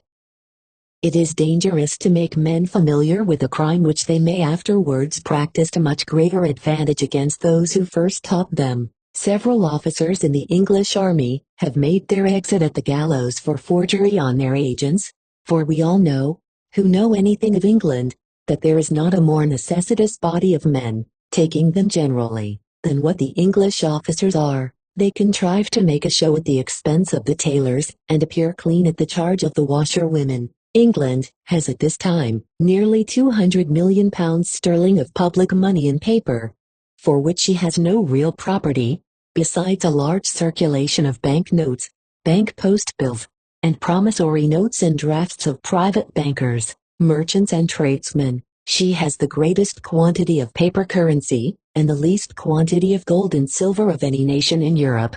The real specie, which is about 16 millions sterling, serves only as change in large sums, which are always made in paper, or for payment in small ones. Thus circumstanced, the nation is put to its wits' end, and obliged to be severe almost to criminality, to prevent the practice and growth of forgery. Scarcely a session passes at the Old Bailey, or an execution at Tyburn, but witnesses this truth. Yet you, sir, regardless of the policy which her necessity obliges her to adopt, have made your whole army intimate with the crime, and as all armies at the conclusion of a war are too apt to carry into practice the vices of the campaign, it will probably happen that England will hereafter abound in forgeries. to which art the practitioners were first initiated under your authority in America. You, sir, had the honor of adding a new vice to the military catalogue, and the reason, perhaps, why the invention was reserved for you, is, because no general before was mean enough even to think of it. That a man whose soul is absorbed in the low traffic of vulgar vice, is incapable of moving in any superior region, is clearly shown in you by the event of every campaign. Your military exploits have been without plan, object or decision. Can it be possible that you or your employers suppose that the possession of Philadelphia will be anyways equal to the expense or expectation of the nation which supports you? What advantages does England derive from many achievements of yours? To her it is perfectly indifferent what place you are in, so long as the business of conquest is unperformed, and the charge of maintaining you remains the same. If the principal events of the 3 campaigns be attended to, the balance will appear against you at the close of each, but the last, in point of importance to us, has exceeded the former 2. It is pleasant to look back on dangers past, and equally as pleasant to meditate on present ones when the way out begins to appear. That period is now arrived, and the long doubtful winter of war is changing to the sweeter prospects of victory and joy. At the close of the campaign, in 1775, you were obliged to retreat from Boston. In the summer of 1776, you appeared with a numerous fleet and army in the harbor of New York. By what miracle the continent was preserved in that season of danger is a subject of admiration. If instead of wasting your time against Long Island you had run up the North River, and landed anywhere above New York, the consequence must have been that either you would have compelled General Washington to fight you with very unequal numbers, or he must have suddenly evacuated the city with the loss of nearly all the stores of his army, or have surrendered for want of provisions. The situation at the place naturally producing one or the other of these events, the preparations made to defend New York were, nevertheless, wise and military, because your forces were then at sea, their numbers uncertain. Storms, sickness, or a variety of accidents might have disabled their coming, or so diminished them on their passage, that those which survived would have been incapable of opening the campaign with any prospect of success, in which case the defense would have been sufficient and the place preserved. For cities that have been raised from nothing with an infinitude of labor and expense, are not to be thrown away on the bare probability of their being taken. On these grounds the preparations made to maintain New York were as judicious as the retreat afterwards, while you, in the interim, let slip the very opportunity which seemed to put conquest in your power. Through the whole of that campaign you had nearly doubled the forces which General Washington immediately commanded. The principal plan at that time, on our part, was to wear away the season with as little loss as possible, and to raise the army for the next year. Long Island, New York, Forts Washington and Lee were not defended after your superior force was known under any expectation of their being finally maintained, but as a range of outworks, in the attacking of which your time might be wasted, your numbers reduced, and your vanity amused by possessing them on our retreat. It was intended to have withdrawn the garrison from Fort Washington, after it had answered the former of those purposes, but the fate of that day put a prize into your hands without much honor to yourselves. Your progress through the Jerseys was accidental, you had it not even in contemplation, or you would not have sent a principal part of your forces to Rhode Island beforehand. The utmost hope of America in the year 1776 reached no higher than that she might not then be conquered. She had no expectation of defeating you in that campaign. Even the most cowardly Tory allowed that, could she withstand the shock of that summer, her independence would be past a doubt. You had then greatly the advantage of her. You were formidable. Your military knowledge was supposed to be complete. Your fleets and forces arrived without an accident. You had neither experience nor reinforcements to wait for. You had nothing to do but to begin, and your chance lay in the first vigorous onset. America was young and unskilled. She was obliged to trust her defense to time and practice, and has, by mere dint of perseverance, maintained her cause, and brought the enemy to a condition in which she is now capable of meeting him on any grounds. It is remarkable that in the campaign of 1776 you gained no more, notwithstanding your great force, than what was given you by consent of evacuation. except Fort Washington. While every advantage obtained by us was by fair and hard fighting, the defeat of Sir Peter Parker was complete. The conquest of the Hessians at Trenton, by the remains of retreating army, which but a few days before you affected to despise, is an instance of their heroic perseverance very seldom to be met with, and a victory over the British troops at Princeton, by a harassed and wearied party, who had been engaged the day before and marched all night without refreshment, is attended with such a scene of circumstances and superiority of generalship, as will ever give it a place in the first rank in the history of great actions. When I look back on the gloomy days of last winter, and see America suspended by a thread, I feel a triumph of joy at the recollection of her delivery, and a reverence for the characters which snatched her from destruction. To doubt now would be a species of infidelity, and to forget the instruments which saved us then would be ingratitude. The close of that campaign left us with the spirit of conquerors. The northern districts were relieved by the retreat of General Carleton over the lakes. The army under your command were hunted back and had their bounds prescribed. The continent began to feel its military importance, and the winter passed pleasantly away in preparations for the next campaign. However confident you might be on your first arrival, the result of the year 1776 gave you some idea of the difficulty, if not impossibility of conquest. To this reason I ascribe your delay in opening the campaign of 1777. The face of matters, on the close of the former year, gave you no encouragement to pursue a discretionary war as soon as the spring admitted the taking the field, for though conquest, in that case, would have given you a double portion of fame, yet the experiment was too hazardous. The ministry, had you failed, would have shifted the whole blame upon you, charged you with having acted without orders, and condemned at once both your plan and execution.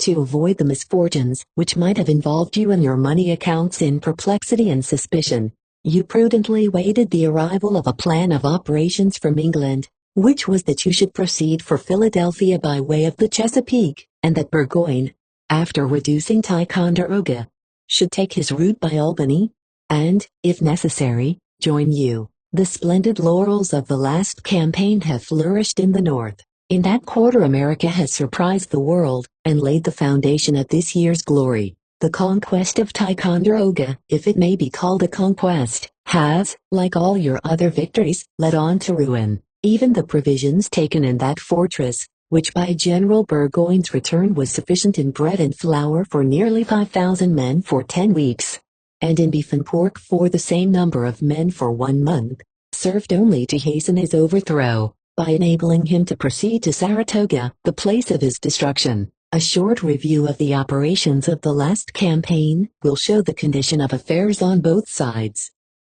You have taken Ticonderoga and marched into Philadelphia. These are all the events which the year has produced on your part. A trifling campaign indeed, compared with the expenses of England and the conquest of the continent. On the other side, a considerable part of your northern force has been routed by the New York militia, under General Herkimer. Fort Stanwix has bravely survived a compound attack of soldiers and savages, and the besiegers have fled. The Battle of Bennington has put 1,000 prisoners into our hands, with all their arms, stores, artillery and baggage.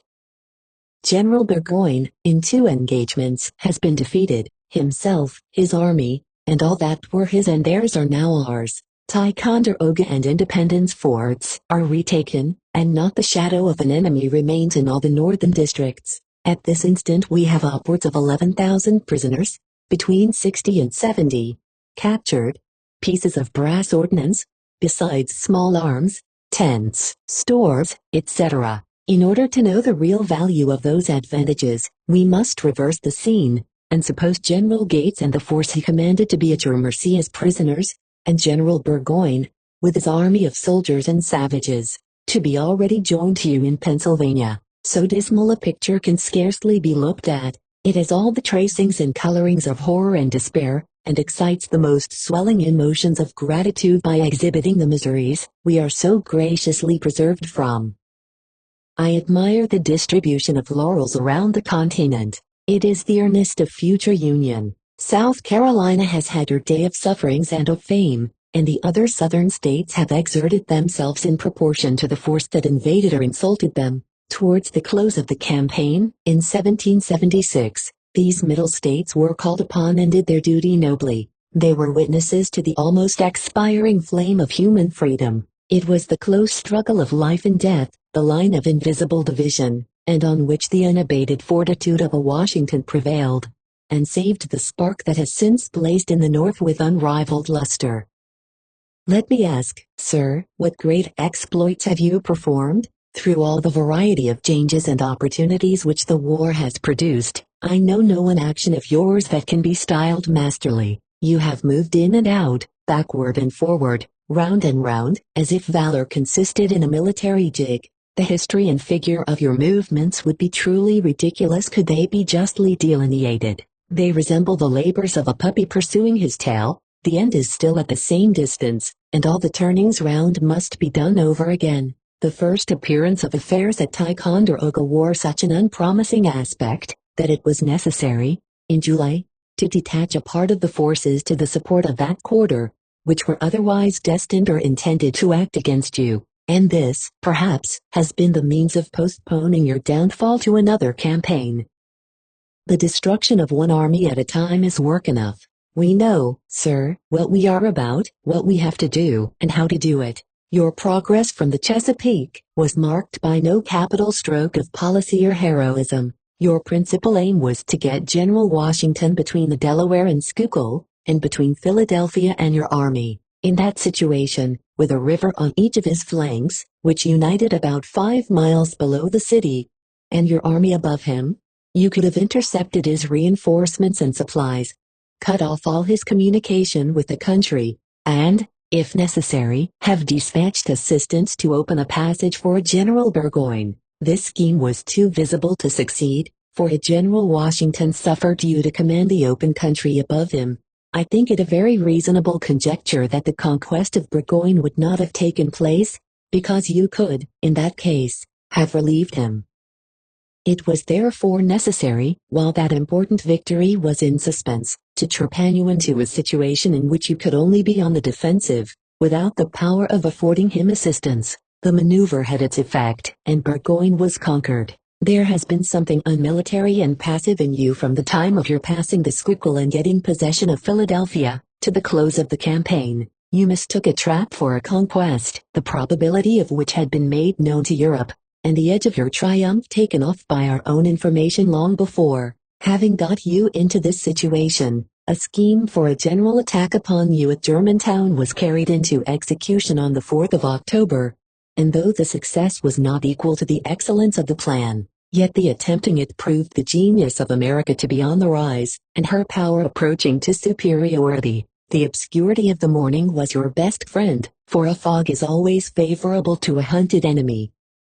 Some weeks after this you likewise planned an attack on General Washington while at Whitmarsh. You marched out with infinite parade, but on finding him preparing to attack you next morning, you prudently turned about, and retreated to Philadelphia with all the precipitation of a man conquered in imagination. Immediately after the Battle of Germantown, the probability of Burgoyne's defeat gave a new policy to affairs in Pennsylvania, and it was judged most consistent with the general safety of America, to wait the issue of the Northern campaign. Slow and sure is sound work. The news of that victory arrived in our camp on the 18th of October, and no sooner did that shout of joy, and the report of the 13 cannon reach your ears, than you resolved upon a retreat, and the next day, that is, on the 19th, you withdrew your drooping army into Philadelphia. This movement was evidently dictated by fear, and carried with it a positive confession that you dreaded a second attack. It was hiding yourself among women and children, and sleeping away the choicest part of the campaign in expensive inactivity. An army in a city can never be a conquering army. The situation admits only of defense. It is mere shelter, and every military power in Europe will conclude you to be eventually defeated. The time when you made this retreat was the very time you ought to have fought a battle, in order to put yourself in condition of recovering in Pennsylvania what you had lost in Saratoga, and the reason why you did not, must be either prudence or cowardice. The former supposes your inability, and the latter needs no explanation. I draw no conclusions, sir, but such as are naturally deduced from known and visible facts, and such as will always have a being while the facts which produce them remain unaltered. After this retreat a new difficulty arose which exhibited the power of Britain in a very contemptible light, which was the attack and defense of Mud Island. For several weeks did that little unfinished fortress stand out against all the attempts of Admiral and General Howe. It was the fable of Banter realized on the Delaware. Scheme after scheme, and force upon force were tried and defeated. The garrison, with scarce anything to cover them but their bravery, survived in the midst of mud, shot and shells, and were at last obliged to give it up more to the powers of time and gunpowder than to military superiority of the besiegers.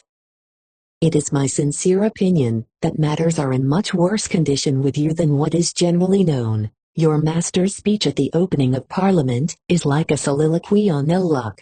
It shows him to be coming a little to his reason, for sense of pain is the first symptom of recovery in profound stupefaction. His condition is deplorable. He is obliged to submit to all the insults of France and Spain, without daring to know or resent them, and thankful for the most trivial evasions to the most humble remonstrances. The time was when he could not deign an answer to a petition from America, and the time now is when he dare not give an answer to an affront from France. The capture of Burgoyne's army will sink his consequence as much in Europe as in America. In his speech he expresses his suspicions at the warlike preparations of France and Spain, and as he has only the one army which you command to support his character in the world with, it remains very uncertain when, or in what quarter it will be most wanted, or can be best employed, and this will partly account for the great care you take to keep it from action and attacks, for should Burgoyne's fate be yours, which it probably will, England may take her endless farewell not only of all America but of all the West Indies. Never did a nation invite destruction upon itself with the eagerness and the ignorance with which Britain has done. Bent upon the ruin of a young and unoffending country, she has drawn the sword that has wounded herself to the heart, and in the agony of her resentment has applied a poison for a cure. Her conduct towards America is a compound of rage and lunacy. She aims at the government of it, yet preserves neither dignity nor character in her methods to obtain it. Were government a mere manufacture or article of commerce, immaterial by whom it should be made or sold, we might as well employ her as another. But when we consider it as the fountain from whence the general manners and morality of a country take their rise, that the persons entrusted with the execution thereof are by their serious example, an authority to support these principles, how abominably absurd is the idea of being hereafter governed by a set of men who have been guilty of forgery, perjury, treachery, theft and every species of villainy which the lowest wretches on earth could practice or invent. What greater public curse can befall any country than to be under such authority, and what greater blessing than to be delivered therefrom? The soul of any man of sentiment would rise in brave rebellion against them, and spurn them from the earth. The malignant and venomous-tempered General Vaughan has amused his savage fancy in burning the whole town of Kingston, in your government, and the late governor of that state, Mr. Tryon, in his letter to General Parsons, has endeavored to justify it and declared his wish to burn the houses of every committeeman in the country. Such a confession from one who was once entrusted with the powers of civil government is a reproach to the character, but it is the wish and the declaration of a man whom anguish and disappointment have driven to despair, and who is daily decaying into the grave with constitutional rottenness. There is not in the compass of language a sufficiency of words to express the baseness of your king, his ministry and his army. They have refined upon villainy till it wants a name. To the fiercer vices of former ages, they have added the dregs and scummings of the most finished rascality, and are so completely sunk in serpentine deceit, that there is not left among them one generous enemy. From such men and such masters, may the gracious hand of heaven preserve America, and though the sufferings she now endures are heavy and severe, they are like straws in the wind compared to the weight of evils she would feel under the government of your king, and his pensioned parliament. There is something in meanness which excites a species of resentment that never subsides, and something in cruelty which stirs up the heart to the highest agony of human hatred. Britain has filled up both these characters till no addition can be made, and has not reputation left with us to obtain credit for the slightest promise. The will of God has parted us, and the deed is registered for eternity. When she shall be a spot scarcely visible among the nations, America shall flourish, the favorite of heaven, and the friend of mankind. For the domestic happiness of Britain and the peace of the world, I wish she had not a foot of land but what is circumscribed within her own island. Extent of dominion has been her ruin, and instead of civilizing others has brutalized herself. Her late reduction of India, under Clive and his successors, was not so properly a conquest as an extermination of mankind. She is the only power who could practice the prodigal barbarity of tying men to mouths of loaded cannon, and blowing them away. It happens that General Burgoyne, who made the report of that horrid transaction, in the House of Commons, is now a prisoner with us, and though an enemy, I can appeal to him for the truth of it, being confident that he neither can nor will deny it. Yet Clive received the approbation of the last Parliament. When we take a survey of mankind, we cannot help cursing the wretch, who, to the unavoidable misfortunes of nature, shall wilfully add the calamities of war. One would think there were evils enough in the world without studying to increase them, and that life is sufficiently short without shaking the sand that measures it. The histories of Alexander and Charles of Sweden are the histories of human devils. A good man cannot think of their actions without abhorrence, nor of their deaths without rejoicing. To see the bounties of heaven destroyed, the beautiful face of nature laid waste, and the choicest works of creation and art tumbled into ruin, would fetch a curse from the soul of piety itself. But in this country the aggravation is heightened by a new combination of affecting circumstances. America was young, and, compared with other countries, was virtuous. None but a herd of uncommon malice would have made war upon infancy and innocence, and none but a people of the most finished fortitude, dared under those circumstances, have resisted the tyranny. The natives, or their ancestors, had fled from the former oppressions of England, and with the industry of bees had changed a wilderness into a habitable world. To Britain they were indebted for nothing. The country was the gift of heaven, and God alone is their Lord and Sovereign. The time, sir, will come when you, in a melancholy hour, shall reckon up your miseries by your murders in America. Life, with you, begins to wear a clouded aspect. The vision of pleasurable delusion is wearing away, and changing to the barren wild of age and sorrow. The poor reflection of having served your king will yield you no consolation in your parting moments. He will crumble to the same undistinguished ashes with yourself, and have sins enough of his own to answer for. It is not the farcical benedictions of a bishop, nor the cringing hypocrisy of a court of chaplains, nor the formality of an act of parliament, that can change guilt into innocence, or make the punishment one pang the less. You may, perhaps, be unwilling to be serious, but this destruction of the goods of Providence, this havoc of the human race, and this sowing the world with mischief, must be accounted for to him who made and governs it. To us they are only present sufferings, but to him they are deep rebellions. If there is a sin superior to every other, it is that of willful and offensive war. Most other sins are circumscribed within narrow limits, that is, the power of one man cannot give them a very general extension, and many kinds of sins have only a mental existence from which no infection arises. But he who is the author of a war, lets loose the whole contagion of hell, and opens a vein that bleeds an nation to death. We leave it to England and Indians to boast of these honors. We feel no thirst for such savage glory. A nobler flame, a purer spirit animates America. She has taken up the sword of virtuous defense. She has bravely put herself between tyranny and freedom, between a curse and a blessing, determined to expel the one and protect the other. It is the object only of war that makes it honorable.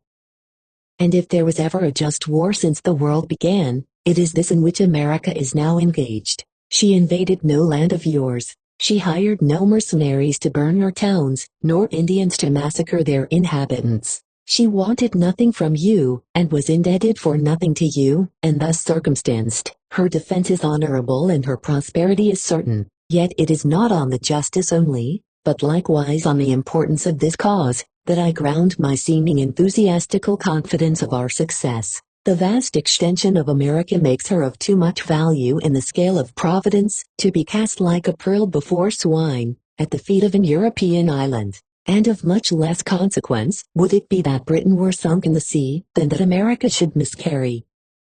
There has been such a chain of extraordinary events in the discovery of this country at first, in the peopling and planting it afterwards, in the rearing and nursing it to its present state, and in the protection of it through the present war, that no man can doubt, but Providence has some nobler end to accomplish than the gratification of the petty Elector of Hanover, or the ignorant and insignificant King of Britain. As the blood of the martyrs has been the seed of the Christian Church, so the political persecutions of England will and have already enriched America with industry, experience, union, and importance. Before the present era she was a mere chaos of uncemented colonies, individually exposed to the ravages of the Indians and the invasion of any power that Britain should be at war with.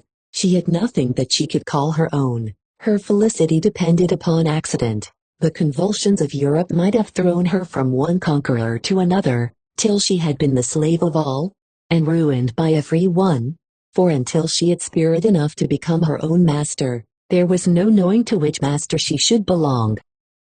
That period, thank God, is past, and she is no longer the dependent, disunited colonies of Britain, but the independent and United States of America, knowing no master but heaven and herself. You, or your king, may call this delusion, rebellion, or what name you please. To us it is perfectly indifferent. The issue will determine the character, and time will give it a name as lasting as his own. You have now, sir, tried the fate of 3 campaigns, and can fully declare to England, that nothing is to be got on your part, but blows and broken bones, and nothing on hers but waste of trade and credit, and an increase of poverty and taxes. You are now only where you might have been 2 years ago, without the loss of a single ship, and yet not a step more forward towards the conquest of the continent, because, as I have already hinted, an army in a city can never be a conquering army. The full amount of your losses, since the beginning of the war, exceeds 20,000 men, besides millions of treasure, for which you have nothing in exchange. Our expenses, though great, are circulated within ourselves. Yours is a direct sinking of money, and that from both ends at once. First, in hiring troops out of the nation, and in paying them afterwards, because the money in either case can return to Britain. We are already in possession of the prize, you only in pursuit of it. To us it is a real treasure, to you it would be only an empty triumph. Our expenses will repay themselves with tenfold interest, while yours entail upon you everlasting poverty. Take a review, sir, of the ground which you have gone over, and let it teach you policy, if it cannot honesty. You stand but on a very tottering foundation. A change of the ministry in England may probably bring your measures into question, and your head to the block. Clive, with all his successes, had some difficulty in escaping, and yours being all a war of losses, will afford you less pretensions, and your enemies more grounds for impeachment. Go home, sir, and endeavor to save the remains of your ruined country, by a just representation of the madness of her measures. A few moments, well applied, may yet preserve her from political destruction. I am not one of those who wish to see Europe in a flame, because I am persuaded that such an event will not shorten the war.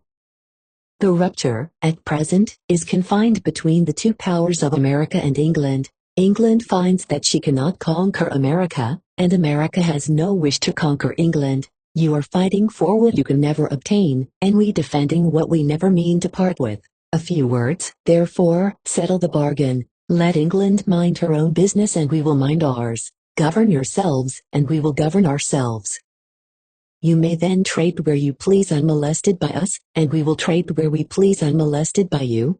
And such articles as we can purchase of each other better than elsewhere may be mutually done. If it were possible that you could carry on the war for 20 years, you must still come to this point at last, or worse, and the sooner you think of it the better it will be for you. My official situation enables me to know the repeated insults which Britain is obliged to put up with from foreign powers, and the wretched ships that she is driven to gloss them over. Her reduced strength and exhausted coffers in a 3 years' war with America has given a powerful superiority to France and Spain. She is not now match for them, but if neither counsels can prevail on her to think, nor sufferings awaken her to reason, she must e'en go on, till the honor of England becomes a proverb of contempt, and Europe declare the land of fools.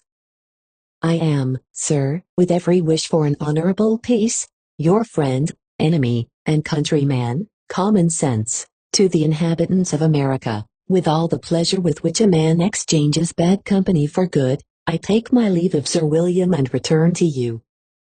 It is now nearly 3 years since the tyranny of Britain received its first repulse by the arms of America, a period which has given birth to a new world, and erected a monument to the folly of the old. I cannot help being sometimes surprised at the complimentary references which I have seen and heard made to ancient histories and transactions. The wisdom, civil governments, and sense of honor of the states of Greece and Rome are frequently held up as objects of excellence and imitation. Mankind have lived to very little purpose, if, at this period of the world, they must go 2,000 or 3,000 years back for lessons and examples. We do great injustice to ourselves by placing them in such a superior line. We have no just authority for it, neither can we tell why it is that we should suppose ourselves inferior. Could the mist of antiquity be cleared away, and men and things be viewed as they really were, it is more than probable that they would admire us, rather than we them. America has surmounted a greater variety and combination of difficulties than, I believe, ever fell to the share of any one people, in the same space of time, and has replenished the world with more useful knowledge, and sounder maxims of civil government, than were ever produced in any age before. Had it not been for America, there had been no such thing as freedom left throughout the whole universe. England has lost hers in a long chain of right reasoning from wrong principles, and it is from this country, now, that she must learn the resolution to redress herself, and the wisdom how to accomplish it. The Grecians and Romans were strongly possessed of the spirit of liberty but not the principle, for at the time that they were determined not to be slaves themselves, they employed their power to enslave the rest of mankind. But this distinguished era is blotted by no one misanthropical vice. In short, if the principle on which the cause is founded, the universal blessings that are to arise from it, the difficulties that accompanied it, the wisdom with which it has been debated, the fortitude by which it has been supported, the strength of the power which we had to oppose, and the condition in which we undertook it, be all taken in one view, we may justly style it the most virtuous and illustrious revolution that ever graced the history of mankind. A good opinion of ourselves is exceedingly necessary in private life, but absolutely necessary in public life, and of the utmost importance in supporting national character. I have no notion of yielding the palm of the United States to any Grecians or Romans that were ever born. We have equaled the bravest in times of danger, and excelled the wisest in construction of civil governments. From this agreeable eminence let us take a review of present affairs. The spirit of corruption is so inseparably interwoven with British politics, that their ministries suppose all mankind are governed by the same motives. They have no idea of a people submitting even to temporary inconvenience from an attachment to rights and privileges. Their plans of business are calculated by the hour and for the hour, and are uniform in nothing but the corruption which gives them birth. They never had, neither have they at this time, any regular plan for the conquest of America by arms. They know not how to go about it, neither have they power to effect it if they did know. The thing is not within a compass of human practicability, for America is too extensive either to be fully conquered or passively defended. But she may be actively defended by defeating or making prisoners of the army that invades her. And this is the only system of defense that can be effectual in a large country. There is something in a war carried on by invasion which makes it differ in circumstances from any other mode of war, because he who conducts it cannot tell whether the ground he gains be for him, or against him, when he first obtains it. In the winter of 1776, General Howe marched with an air of victory through the Jerseys, the consequence of which was his defeat, and General Burgoyne at Saratoga experienced the same fate from the same cause. The Spaniards, about 2 years ago, were defeated by the Algerines in the same manner, that is, their first triumphs became a trap in which they were totally routed, and whoever will attend to the circumstances and events of a war carried on by invasion, will find that any invader, in order to be finally conquered, must first begin to conquer. I confess myself one of those who believe the loss of Philadelphia to be attended with more advantages than injuries. The case stood thus: the enemy imagined Philadelphia to be of more importance to us than it really was, for we all know that it had long ceased to be a port. Not a cargo of goods had been brought into it for near a 12-month, nor any fixed manufactories, nor even shipbuilding, carried on in it, yet as the enemy believed the conquest of it to be practicable, and to that belief added the absurd idea that the soul of all America was centered there, and would be conquered there, it naturally follows that their possession of it, by not answering the end proposed, must break up the plans they had so foolishly gone upon, and either oblige them to form a new one, for which their present strength is not sufficient, or to give over the attempt. We never had so small an army to fight against, nor so fair an opportunity of final success as now. The death wound is already given, the day is ours if we follow it up. The enemy, by his situation, is within our reach, and by his reduced strength is within our power. The ministers of Britain may rage as they please, but our part is to conquer their armies. Let them wrangle and welcome, but let it not draw our attention from the one thing needful. Here, in this spot is our own business to be accomplished, our felicity secured. What we have now to do is as clear as light, and the way to do it is as straight as a line. It needs not to be commented upon, yet, in order to be perfectly understood, I will put a case that cannot admit of a mistake. Had the armies under Generals Howe and Burgoyne been united, and taken post at Germantown, and had the Northern Army under General Gates been joined to that under General Washington, at Whitmarsh, the consequence would have been a general action, and if in that action we had killed and taken the same number of officers and men, that is, between 9 and 10,000, with the same quantity of artillery, arms, stores, etc., as have been taken at the northward, and obliged General Howe with the remains of his army, that is, with the same number he now commands, to take shelter in Philadelphia, we should certainly have thought ourselves the greatest heroes in the world, and should, as soon as the season permitted, have collected together all the force of the continent and laid siege to the city, for it requires a much greater force to besiege an enemy in a town than to defeat him in the field.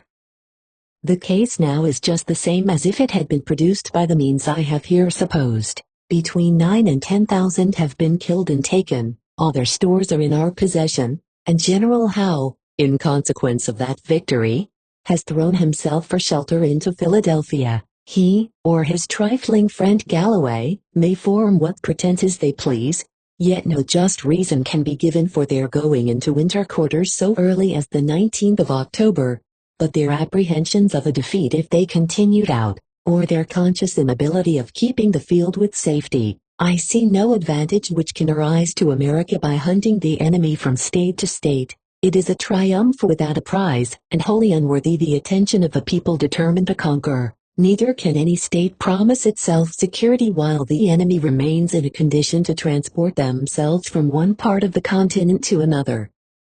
Howe, likewise, cannot conquer where we have no army to oppose. Therefore any such removals in him are mean and cowardly, and reduces Britain to a common pilferer. If he retreats from Philadelphia, he will be despised. If he stays, he may be shut up and starved out, and the country, if he advances into it, may become his Saratoga. He has his choice of evils and we of opportunities. If he moves early, it is not only a sign but a proof that he expects no reinforcement, and his delay will prove that he either waits for the arrival of a plan to go upon, or forced to execute it, or both, in which case our strength will increase more than his. Therefore in any case we cannot be wrong if we do but proceed. The particular condition of Pennsylvania deserves the attention of all the other states. Her military strength must not be estimated by the number of inhabitants. Here are men of all nations, characters, professions and interests. Here are the firmest Whigs, surviving, like sparks in the ocean, unquenched and uncooled in the midst of discouragement and disaffection. Here are men losing their all with cheerfulness, and collecting fire and fortitude from the flames of their own estates. Here are others skulking in secret, many making a market of the times, and numbers who are changing to Whig or Tory with the circumstances of every day. It is by a mere dint of fortitude and perseverance that the Whigs of this state have been able to maintain so good a countenance, and do even what they have done. We want help, and the sooner it can arrive the more effectual it will be. The invaded state, be it which it may, will always feel an additional burden upon its back, and be hard set to support its civil power with sufficient authority, and this difficulty will rise or fall, in proportion as the other states throw in their assistance to the common cause. The enemy will most probably make many maneuvers at the opening of this campaign, to amuse and draw off the attention of the several states from the one thing needful. We may expect to hear of alarms and pretended expeditions to this place and that place, to the southward, the eastward, and the northward, all intended to prevent our forming into one formidable body. The less the enemy's strength is, the more subtleties of this kind will they make use of. Their existence depends upon it, because the force of America, when collected, is sufficient to swallow their present army up. It is therefore our business to make short work of it, by bending our whole attention to this one principal point. For the instant that the main body under General Howe is defeated, all the inferior alarms throughout the continent, like so many shadows, will follow his downfall. The only way to finish a war with the least possible bloodshed, or perhaps without any, is to collect an army, against the power of which the enemy shall have no chance. By not doing this, we prolong the war, and double both the calamities and expenses of it. What a rich and happy country would America be, were she, by a vigorous exertion, to reduce how she has reduced Burgoyne. Her currency would rise to millions beyond its present value. Every man would be rich, and every man would have it in his power to be happy. And why not do these things? What is there to hinder? America is her own mistress and can do what she pleases. If we had not at this time a man in the field, we could, nevertheless, raise an army in a few weeks sufficient to overwhelm all the force which General Howe at present commands. Vigor and determination will do anything and everything. We began the war with this kind of spirit, why not end it with the same? Here, gentlemen, is the enemy. Here is the army. The interest, the happiness of all America, is centered in this half-ruined spot. Come and help us. Here are laurels, come and share them. Here are Tories, come and help us to expel them. Here are Whigs that will make you welcome, and enemies that dread your coming. The worst of all policies is that of doing things by halves. Penny wise and pound foolish, has been the ruin of thousands. The present spring, if rightly improved, will free us from our troubles, and save us the expense of millions. We have now only one army to cope with. No opportunity can be fairer, no prospect more promising. I shall conclude this paper with a few outlines of a plan, either for filling up the battalions with expedition, or for raising an additional force, for any limited time, on any sudden emergency. That in which every man is interested, is every man's duty to support, and any burden which falls equally on all men, and from which every man is to receive an equal benefit, is consistent with the most perfect ideas of liberty. I would wish to revive something of that virtuous ambition which first called America into the field. Then every man was eager to do his part, and perhaps the principal reason why we have in any degree fallen therefrom, is because we did not set a right value by it at first, but left it to blaze out of itself, instead of regulating and preserving it by just proportions of rest and service. Suppose any state whose number of effective inhabitants was 80,000, should be required to furnish 3,200 men towards the defense of the continent on any sudden emergency first. Let the whole number of effective inhabitants be divided into hundreds. Then if each of those hundreds turn out 4 men, the whole number of 3,200 will be had to d. Let the name of each 100 man be entered in a book, and let $4 be collected from each man, with as much more as any of the gentlemen, whose abilities can afford it, shall please to throw in, which gifts likewise shall be entered against the names of the donors 3d. Let the sums so collected be offered as a present, over and above the bounty of $20, to any 4 who may be inclined to propose themselves as volunteers. If more than 4 offer, the majority of the subscribers present shall determine which. If none offer, then 4 out of the 100 shall be taken by lot, who shall be entitled to the said sums, and shall either go, or provide others that will, in the space of 6 days. Fourth, as it will always happen that in the space of ground on which 100 men shall live, there will be always a number of persons who, by age and infirmity, are incapable of doing personal service, and as such persons are generally possessed of the greatest part of property in any country. Their portion of service, therefore, will be to furnish each man with a blanket, which will make a regimental coat, jacket, and breeches, or clothes in lieu thereof, and another for a watch cloak, and 2 pair of shoes, for however choice people may be of these things matters not in cases of this kind. Those who live always in houses can find many ways to keep themselves warm, but it is a shame and a sin to suffer a soldier in the field to want a blanket, while there is one in the country. Should the clothing not be wanted, the superannuated or infirm persons possessing property may, in lieu thereof, throw in their money subscriptions towards increasing the bounty.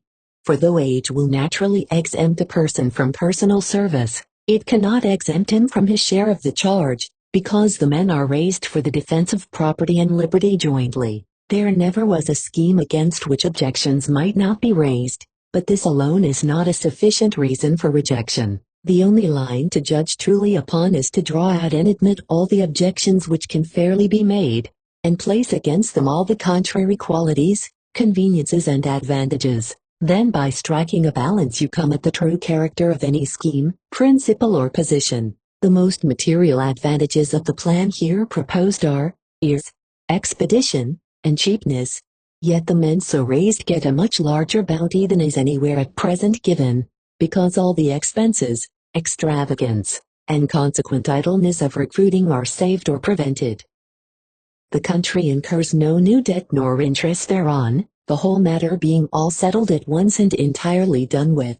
It is a subscription answering all the purposes of a tax, without either the charge or trouble of collecting. The men are ready for the field with the greatest possible expedition, because it becomes the duty of the inhabitants themselves, in every part of the country, to find their proportion of men instead of leaving it to a recruiting sergeant, who, be he ever so industrious, cannot know always where to apply. I do not propose this as a regular digested plan, neither will the limits of this paper admit of any further remarks upon it. I believe it to be a hint capable of much improvement, and as such submitted to the public. Common Sense. Lancaster, March 21, 1778. The Crisis Number 6. To the Earl of Carlisle, General Clinton, and William Eden, Esquire, British Commissioners at New York. There is a dignity in the warm passions of a Whig, which is never to be found in the cold malice of a Tory. In the one nature is only heated, in the other she is poisoned. The instant the former has it in his power to punish, he feels a disposition to forgive, but the canine venom of the latter knows no relief but revenge.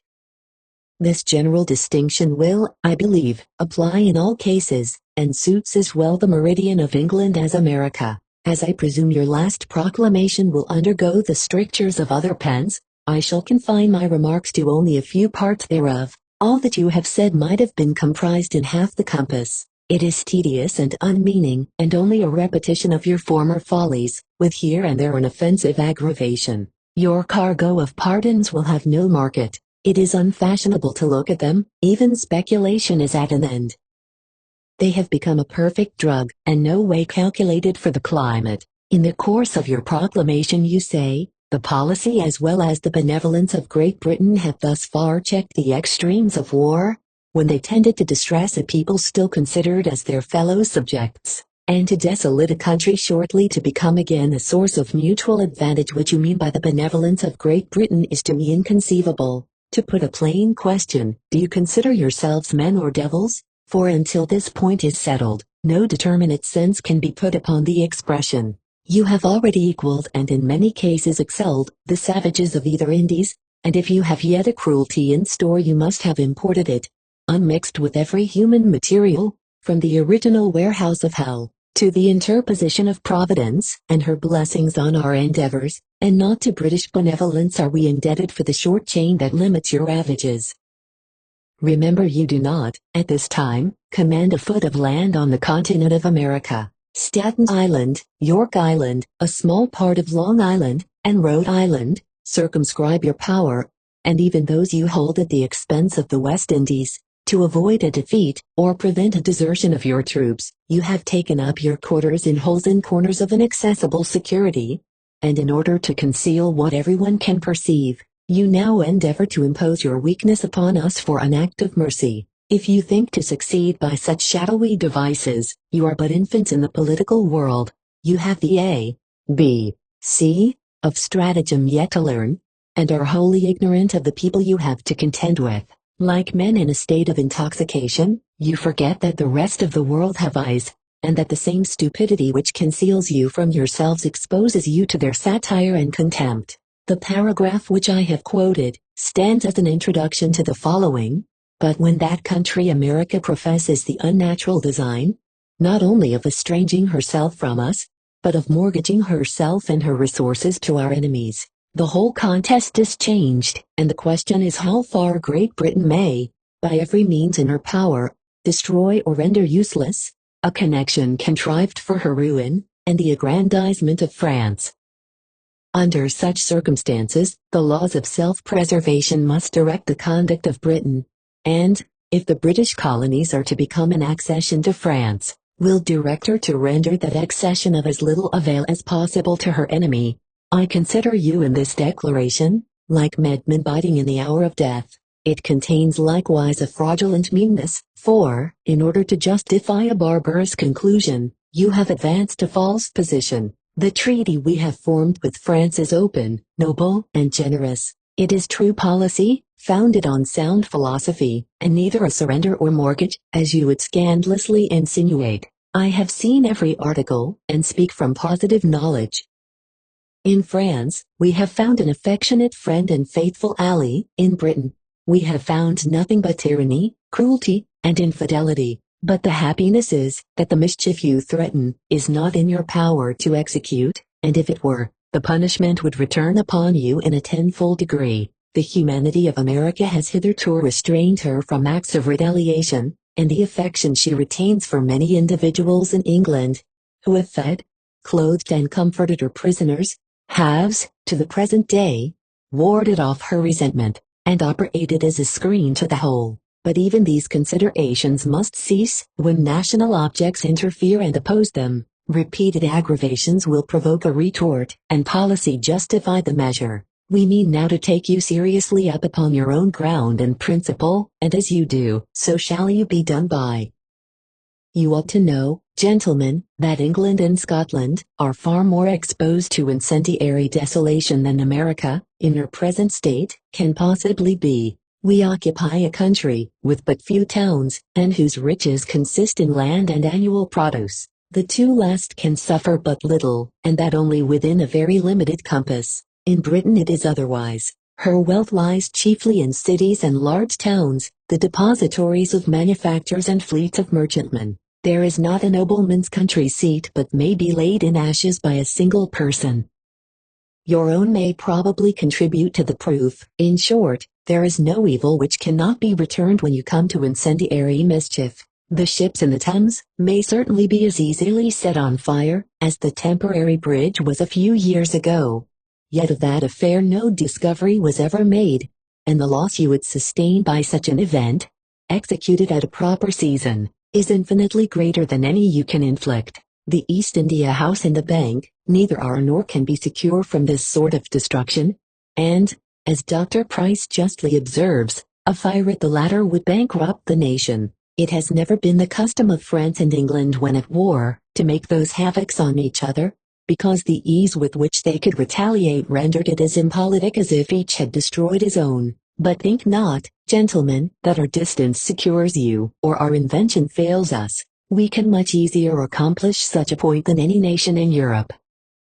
We talk the same language, dress in the same habit, and appear with the same manners as yourselves. We can pass from one part of England to another unsuspected. Many of us are as well acquainted with the country as you are, and should you impoliticly provoke us, you will most assuredly lament the effects of it. Mischiefs of this kind require no army to execute them. The means are obvious, and the opportunities unguardable. I hold up a warning to our senses, if you have any left, and to the unhappy people likewise, whose affairs are committed to you.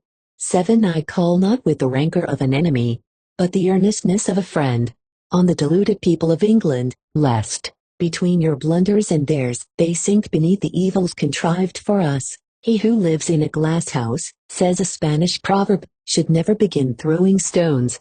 This, gentlemen, is exactly your case, and you must be the most ignorant of mankind, or suppose us so, not to see on which side the balance of accounts will fall.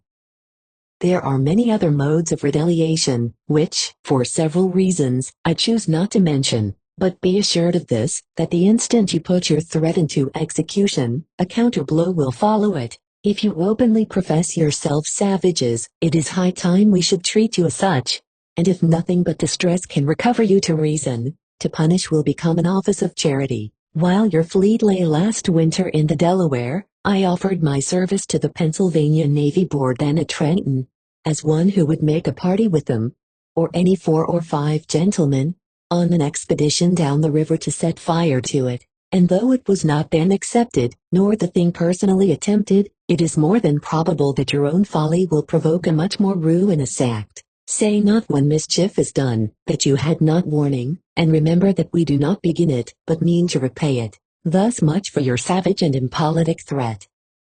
In another part of your proclamation you say, but if the honors of a military life are become the object of the Americans, let them seek those honors under the banners of their rightful sovereign, and in fighting the battles of the United British Empire, against our late mutual and natural enemies, surely, the union of absurdity with madness was never marked in more distinguishable lines than these. Your rightful sovereign, as you call him, may do well enough for you, who dare not inquire into the humble capacities of the man, but we, who estimate persons and things by their real worth, cannot suffer our judgments to be so imposed upon, and unless it is your wish to see him exposed, it ought to be your endeavor to keep him out of sight. The less you have to say about him the better. We have done with him, and that ought to be answer enough. You have been often told so. Strange, that the answer must be so often repeated. You go begging with your king as with a brat, or with some unsaleable commodity you were tired of, and though everybody tells you no, no, still you keep hawking him about. But there is one that will have him in a little time, and as we have no inclination to disappoint you of a customer, we bid nothing for him. The impertinent folly of the paragraph that I have just quoted deserves no other notice than to be laughed at and thrown by, but the principle on which it is founded is detestable. We are invited to submit to a man who has attempted by every cruelty to destroy us, and to join him in making war against France, who is already at war against him for our support. Can Bedlam, in concert with Lucifer, form a more mad and devilish request?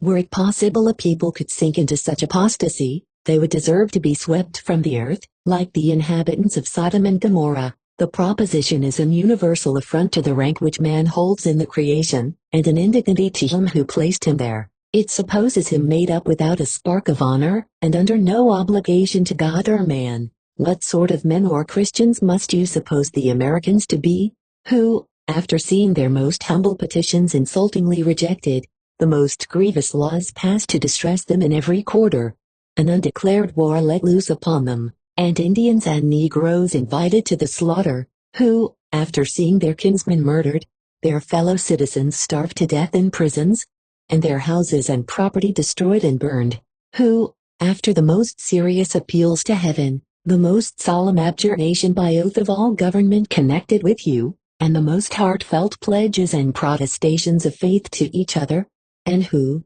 after soliciting the friendship, and entering into alliances with other nations, should at last break through all these obligations, civil and divine, by complying with your horrid and infernal proposal, ought we ever after to be considered as a part of the human race, or ought we not rather to be blotted from the society of mankind, and become a spectacle of misery to the world? But there is something in corruption, which, like a jaundiced eye, transfers the color of itself to the object it looks upon, and sees everything stained and impure, for unless you were capable of such conduct yourselves, you would never have supposed such a character in us. The offer fixes your infamy, it exhibits you as a nation without faith, with whom whose entreaties are considered as trifles, and the breaking them as the breaking of a bubble. Regard to decency, or to rank, might have taught you better, or pride inspired you, though virtue could not. There is not left a step in the degradation of character to which you can now descend. You have put your foot on the ground floor, and the key of the dungeon is turned upon you, that the invitation may want nothing of being a complete monster, you have thought proper to finish it with an assertion which has no foundation, either in fact or philosophy. And as Mr. Ferguson, your secretary, is a man of letters, and has made civil society his study, and published a treatise on that subject, I address this part to him. In the close of the paragraph which I last quoted, Francis styled the natural enemy of England, and by way of lugging us into some strange idea, she is styled the late mutual and natural enemy of both countries. I deny that she ever was the natural enemy of either, and that there does not exist in nature such a principle. The expression is an unmeaning barbarism, and wholly unphilosophical, when applied to beings of the same species. Let their station in the creation be what it may, we have a perfect idea of a natural enemy when we think of the devil, because the enmity is perpetual, unalterable and unabattable. It admits neither of peace, truce, or treaty. Consequently the warfare is eternal, and therefore it is natural, but man with man cannot arrange in the same opposition. Their quarrels are accidental and equivocally created. They become friends or enemies as the change of temper, or the cast of interest inclines them. The Creator of man did not constitute them the natural enemy of each other. He has not made any one order of beings so. Even wolves may quarrel, still they herd together. If any two nations are so, then must all nations be so. Otherwise it is not nature but custom, and the offense frequently originates with the accuser. England is as truly the natural enemy of France, as France is of England, and perhaps more so. Separated from the rest of Europe, she has contracted an unsocial habit of manners, and imagines in others the jealousy she creates in herself. Never long satisfied with peace, she supposes the discontent universal, and buoyed up with her own importance, conceives herself the only object pointed at. The expression has been often used, and always with a fraudulent design, for when the idea of a natural enemy is conceived, it prevents all other inquiries, and the real cause of the quarrel is hidden in the universality of the conceit. Men start at the notion of a natural enemy, and ask no other question. The cry obtains credit like the alarm of a mad dog, and is one of those kind of tricks, which, by operating on the common passions, secures their interest to their folly. But we, sir, are not to be thus imposed upon. We live in a large world, and have extended our ideas beyond the limits and prejudices of an island. We hold out the right hand of friendship to all the universe, and we conceive that there is a sociality in the manners of France, which is much better disposed to peace and negotiation than that of England, and until the latter becomes more civilized, she cannot expect to live long at peace with any power. Her common language is vulgar and offensive, and children suck in with their milk the rudiments of insult. The arm of Britain, the mighty arm of Britain, Britain that shakes the earth to its center and its poles. The scourge of France, the terror of the world, that governs with a nod, and pours down vengeance like a god. This language neither makes a nation great or little, but it shows a savageness of manners, and has a tendency to keep national animosity alive. The entertainments of the stage are calculated to the same end, and almost every public exhibition is tinctured with insult. Yet England is always in dread of France, terrified at the apprehension of an invasion, suspicious of being outwitted in a treaty, and privately cringing though she is publicly offending. Let her, therefore, reform her manners and do justice, and she will find the idea of a natural enemy to be only a phantom of her own imagination. Little did I think, at this period of the war, to see a proclamation which could promise you no one useful purpose whatever, and tend only to expose you. One would think that you were just awakened from a 4-years' dream, and knew nothing of what had passed in the interval. Is this a time to be offering pardons, or renewing the long-forgotten subjects of charters and taxation? Is it worth your while, after every force has failed you, to retreat under the shelter of argument and persuasion? Or can you think that we, with nearly half your army prisoners, and in alliance with France, are to be begged or threatened into submission by a piece of paper? But as commissioners at £100 sterling a week each, you conceive yourselves bound to do something, and the genius of ill fortune told you that you must write. For my own part, I have not put pen to paper these several months. Convinced of our superiority by the issue of every campaign, I was inclined to hope that which all the rest of the world now see, would become visible to you, and therefore felt unwilling to ruffle your temper by fretting you with repetitions and discoveries. There have been intervals of hesitation in your conduct, from which it seemed a pity to disturb you, and a charity to leave you to yourselves. You have often stopped, as if you intended to think, but your thoughts have ever been too early or too late. There was a time when Britain disdained to answer, or even hear a petition from America. That time is past, and she in her turn is petitioning our acceptance.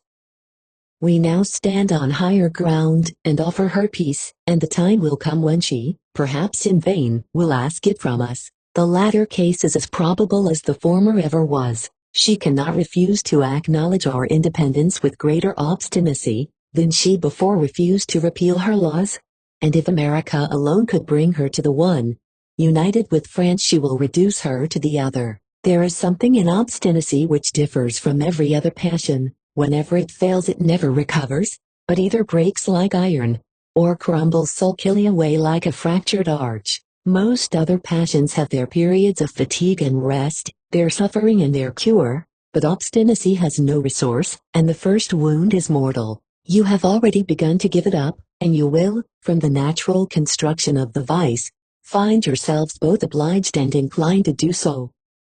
If you look back you see nothing but loss and disgrace. If you look forward the same scene continues, and the close is an impenetrable gloom. You may plan and execute little mischiefs, but are they worth the expense they cost you, or will such partial evils have any effect on the general cause? Your expedition to Egg Harbor will be felt at a distance like an attack upon a hen roost, and expose you in Europe, with a sort of childish frenzy. Is it worthwhile to keep an army to protect you in writing proclamations, or to get once a year into winter quarters? Possessing yourselves of towns is not conquest, but convenience, and in which you will one day or other be trepanned.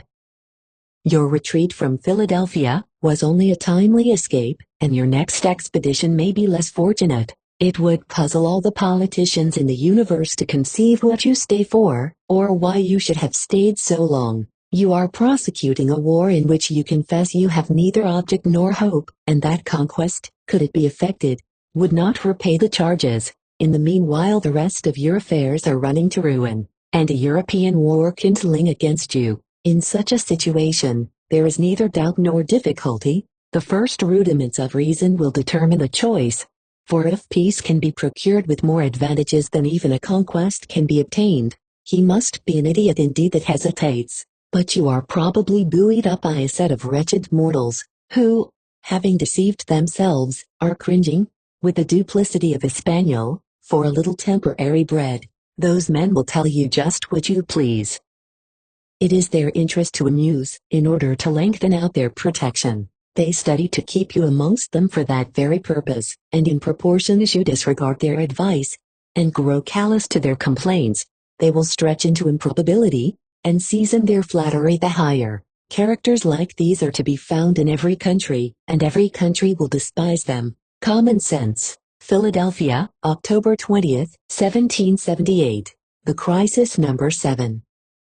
To the people of England, there are stages in the business of serious life in which to amuse is cruel, but to deceive is to destroy, and it is of little consequence, in the conclusion, whether men deceive themselves, or submit, by a kind of mutual consent, to the impositions of each other. That England has long been under the influence of delusion or mistake, needs no other proof than the unexpected and wretched situation that she is now involved in, and so powerful has been the influence, that no provision was ever made or thought of against the misfortune, because the possibility of its happening was never conceived. The general and successful resistance of America, the conquest of Burgoyne, and a war in France, were treated in Parliament as the dreams of a discontented opposition, or a distempered imagination. They were beheld as objects unworthy of a serious thought, and the bare intimation of them afforded the ministry a triumph of laughter, sure triumph indeed.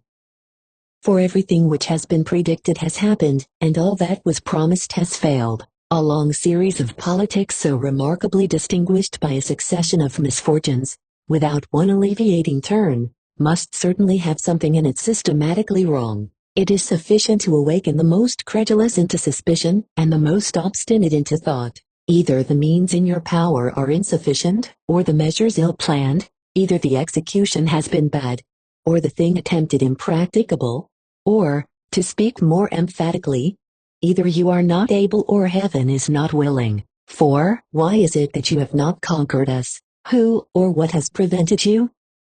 You have had every opportunity that you could desire, and succeeded to your utmost wish in every preparatory means. Your fleets and armies have arrived in America without an accident. No uncommon fortune has intervened. No foreign nation has interfered until the time which you had allotted for victory was past. The opposition, either in or out of Parliament, neither disconcerted your measures, retarded or diminished your force. They only foretold your fate. Every ministerial scheme was carried with as high a hand, as if the whole nation had been unanimous. Everything wanted was asked for, and everything asked for was granted. A greater force was not within the compass of your abilities to send, and the time you sent it was of all others the most favorable. You were then at rest with the whole world beside. You had the range of every court in Europe uncontradicted by us. You amused us with a tale of commissioners of peace, and under that disguise collected a numerous army and came almost unexpectedly upon us. The force was much greater than we looked for, and that which we had to oppose it with was unequal in numbers, badly armed, and poorly disciplined, beside which, it was embodied only for a short time, and expired within a few months after your arrival. We had governments to form, measures to concert, an army to train, and every necessary article to import or to create. Our non-importation scheme had exhausted our stores, and your command by sea intercepted our supplies. We were a people unknown and unconnected with the political world, and strangers to the disposition of foreign powers. Could you possibly wish for a more favorable conjunction of circumstances? Yet all these have happened and passed away, and, as it were, left you with a laugh.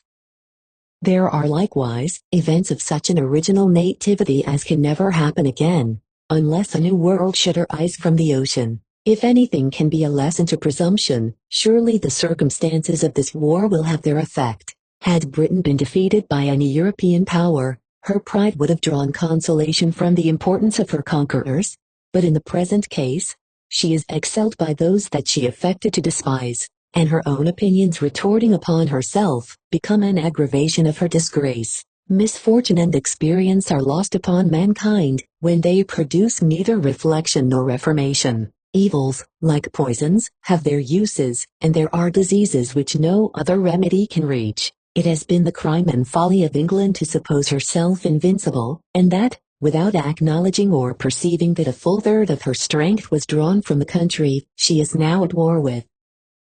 The arm of Britain has been spoken of as the arm of the Almighty, and she has lived of late as if she thought the whole world created for her diversion. Her politics, instead of civilizing, has tended to brutalize mankind, and under the vain, unmeaning title of defender of the faith, she has made war like an Indian against the religion of humanity. Her cruelties in the East Indies will never be forgotten, and it is somewhat remarkable that the produce of that ruined country, transported to America, should there kindle up a war to punish the destroyer. The chain is continued, though with a mysterious kind of uniformity both in the crime and the punishment. The latter runs parallel with the former, and time and fate will give it a perfect illustration. When information is withheld, ignorance becomes a reasonable excuse, and one would charitably hope that the people of England do not encourage cruelty from choice, but from mistake.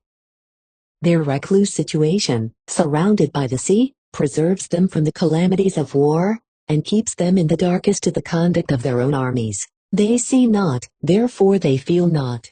They tell the tale that is told them and believe it, and accustomed to no other news than their own, they receive it, stripped of its horrors and prepared for the palate of the nation, through the channel of the London Gazette. They are made to believe that their generals and armies differ from those of other nations, and have nothing of rudeness or barbarity in them. They suppose them what they wish them to be. They feel a disgrace in thinking otherwise, and naturally encourage the belief from a partiality to themselves. There was a time when I felt the same prejudices, and reasoned from the same errors, but experience, sad and painful experience, has taught me better. What the conduct of former armies was, I know not, but what the conduct of the present is, I well know. It is low, cruel, indolent and profligate, and had the people of America no other cause for separation than what the army has occasioned, that alone is cause sufficient. The field of politics in England is far more extensive than that of news. Men have a right to reason for themselves, and though they cannot contradict the intelligence in the London Gazette, they may frame upon it what sentiments they please. But the misfortune is, that a general ignorance has prevailed over the whole nation respecting America. The ministry and the minority have both been wrong. The former was always so, the latter only lately so. Politics, to be executively right, must have a unity of means and time, and a defect in either overthrows the whole. The ministry rejected the plans of the minority while they were practicable, and joined in them when they became impracticable. From wrong measures they got into wrong time, and have now completed the circle of absurdity by closing it upon themselves. I happened to come to America a few months before the breaking out of hostilities. I found the disposition of the people such, that they might have been led by a thread and governed by a reed. Their suspicion was quick and penetrating, but their attachment to Britain was obstinate, and it was at that time a kind of treason to speak against it. They disliked the ministry, but they esteemed the nation. Their idea of grievance operated without resentment, and their single object was reconciliation. Bad as I believed the ministry to be, I never conceived them capable of a measure so rash and wicked as the commencing of hostilities, much less did I imagine the nation would encourage it. I viewed the dispute as a kind of lawsuit, in which I supposed the parties would find a way either to decide or settle it. I had no thoughts of independence or of arms. The world could not then have persuaded me that I should be either a soldier or an author. If I had any talents for either, they were buried in me, and might ever have continued so, had not the necessity of the times dragged and driven them into action. I had formed my plan of life, and conceiving myself happy, wished everybody else so. But when the country, into which I had just set my foot, was set on fire about my ears, it was time to stir. It was time for every man to stir. Those who had been long settled had something to defend, those who had just come had something to pursue, and the call and the concern was equal and universal. For in a country where all men were once adventurers, the difference of a few years in their arrival could make none in their right. The breaking out of hostilities opened a new suspicion in the politics of America, which, though at that time very rare, has since been proved to be very right. What I allude to is a secret and fixed determination in the British cabinet to annex America to the crown of England as a conquered country. If this be taken as the object, then the whole line of conduct pursued by the ministry, though rash in its origin and ruinous in its consequences, is nevertheless uniform and consistent in its parts. It applies to every case and resolves every difficulty. But if taxation, or anything else, be taken in its room, there is no proportion between the object and the charge.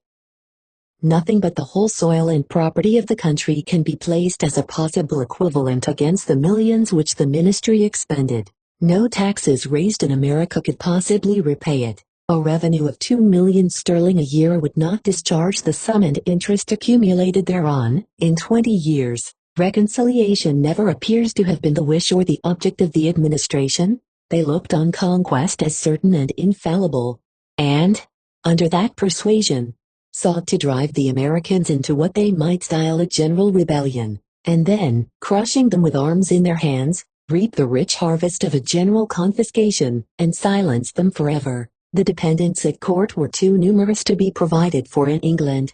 The market for plunder in the East Indies was over, and the profligacy of government required that a new mine should be opened, and that mine could be no other than America, conquered and forfeited. They had nowhere else to go. Every other channel was drained, and extravagance, with the thirst of a drunkard, was gaping for supplies. If the ministry deny this to have been their plan, it becomes them to explain what was their plan, for either they have abused us in coveting property they never labored for, or they have abused you in expending an amazing sum upon an incompetent object. Taxation, as I mentioned before, could never be worth the charge of obtaining it by arms, and any kind of formal obedience which America could have made, would have weighed with the lightness of a laugh against such a load of expense. It is therefore most probable that the ministry will at last justify their policy by their dishonesty, and openly declare that their original design was conquest, and, in this case, it well becomes the people of England to consider how far the nation would have been benefited by the success. In a general view, there are few conquests that repay the charge of making them, and mankind are pretty well convinced that it can never be worth their while to go to war for profit's sake. If they are made war upon, their country invaded, or their existence at stake, it is their duty to defend and preserve themselves. But in every other light, and from every other cause, is war inglorious and detestable. But to return to the case in question, when conquests are made of foreign countries, it is supposed that the commerce and dominion of the country which made them are extended, but this could neither be the object nor the consequence of the present war. You enjoyed the whole commerce before. It could receive no possible addition by a conquest, but on the contrary, must diminish as the inhabitants were reduced in numbers and wealth. You had the same dominion over the country which you used to have, and had no complaint to make against her for a breach of any part of the contract between you or her, or contending against any established custom, commercial, political or territorial. The country and commerce were both your own when you began to conquer, in the same manner and form as they had been your own 100 years before. Nations have sometimes been induced to make conquests for the sake of reducing the power of their enemies, or bringing it to a balance with their own. But this could be no part of your plan. No foreign authority was claimed here, neither was any such authority suspected by you, or acknowledged or imagined by us. What then, in the name of heaven, could you go to war for, or what chance could you possibly have in the event, but either to hold the same country which you held before, and that in a much worse condition, or to lose, with an amazing expense, but you might have retained without a farthing of charges. War never can be the interest of a trading nation, any more than quarreling can be profitable to a man in business. But to make war with those who trade with us is like setting a bulldog upon a customer at the shop door. The least degree of common sense shows the madness of the latter, and it will apply with the same force of conviction to the former. Piratical nations, having neither commerce or commodities of their own to lose, may make war upon all the world, and lucratively find their account in it, but it is quite otherwise with Britain. For, besides the stoppage of trade in time of war, she exposes more of her own property to be lost than she has the chance of taking from others. Some ministerial gentlemen in Parliament have mentioned the greatness of her trade, as an apology for the greatness of her loss. This is miserable politics indeed, because it ought to have been given as a reason for her not engaging in a war at first. The coast of America commands the West India trade almost as effectually as the coast of Africa does that of the Straits, and England can no more carry on the former without the consent of America, than she can the latter without a Mediterranean pass. In whatever light the war with America is considered upon commercial principles, it is evidently the interest of the people of England not to support it, and why it has been supported so long, against the clearest demonstrations of truth and national advantage, is, to me, and must be to all the reasonable world, a matter of astonishment. Perhaps it may be said that I live in America, and write this from interest.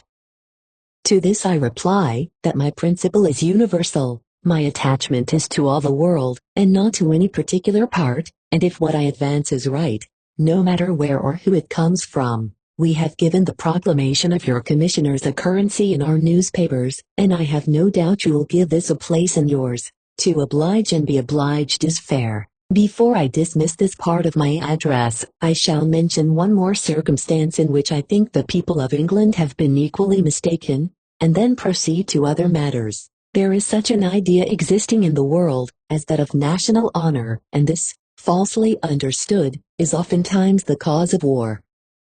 In a Christian and philosophical sense, mankind seem to have stood still at individual civilization, and to retain as nations all the original rudeness of nature. Peace by treaty is only a cessation of violence for a reformation of sentiment. It is a substitute for a principle that is wanting, and ever will be wanting till the idea of national honor be rightly understood.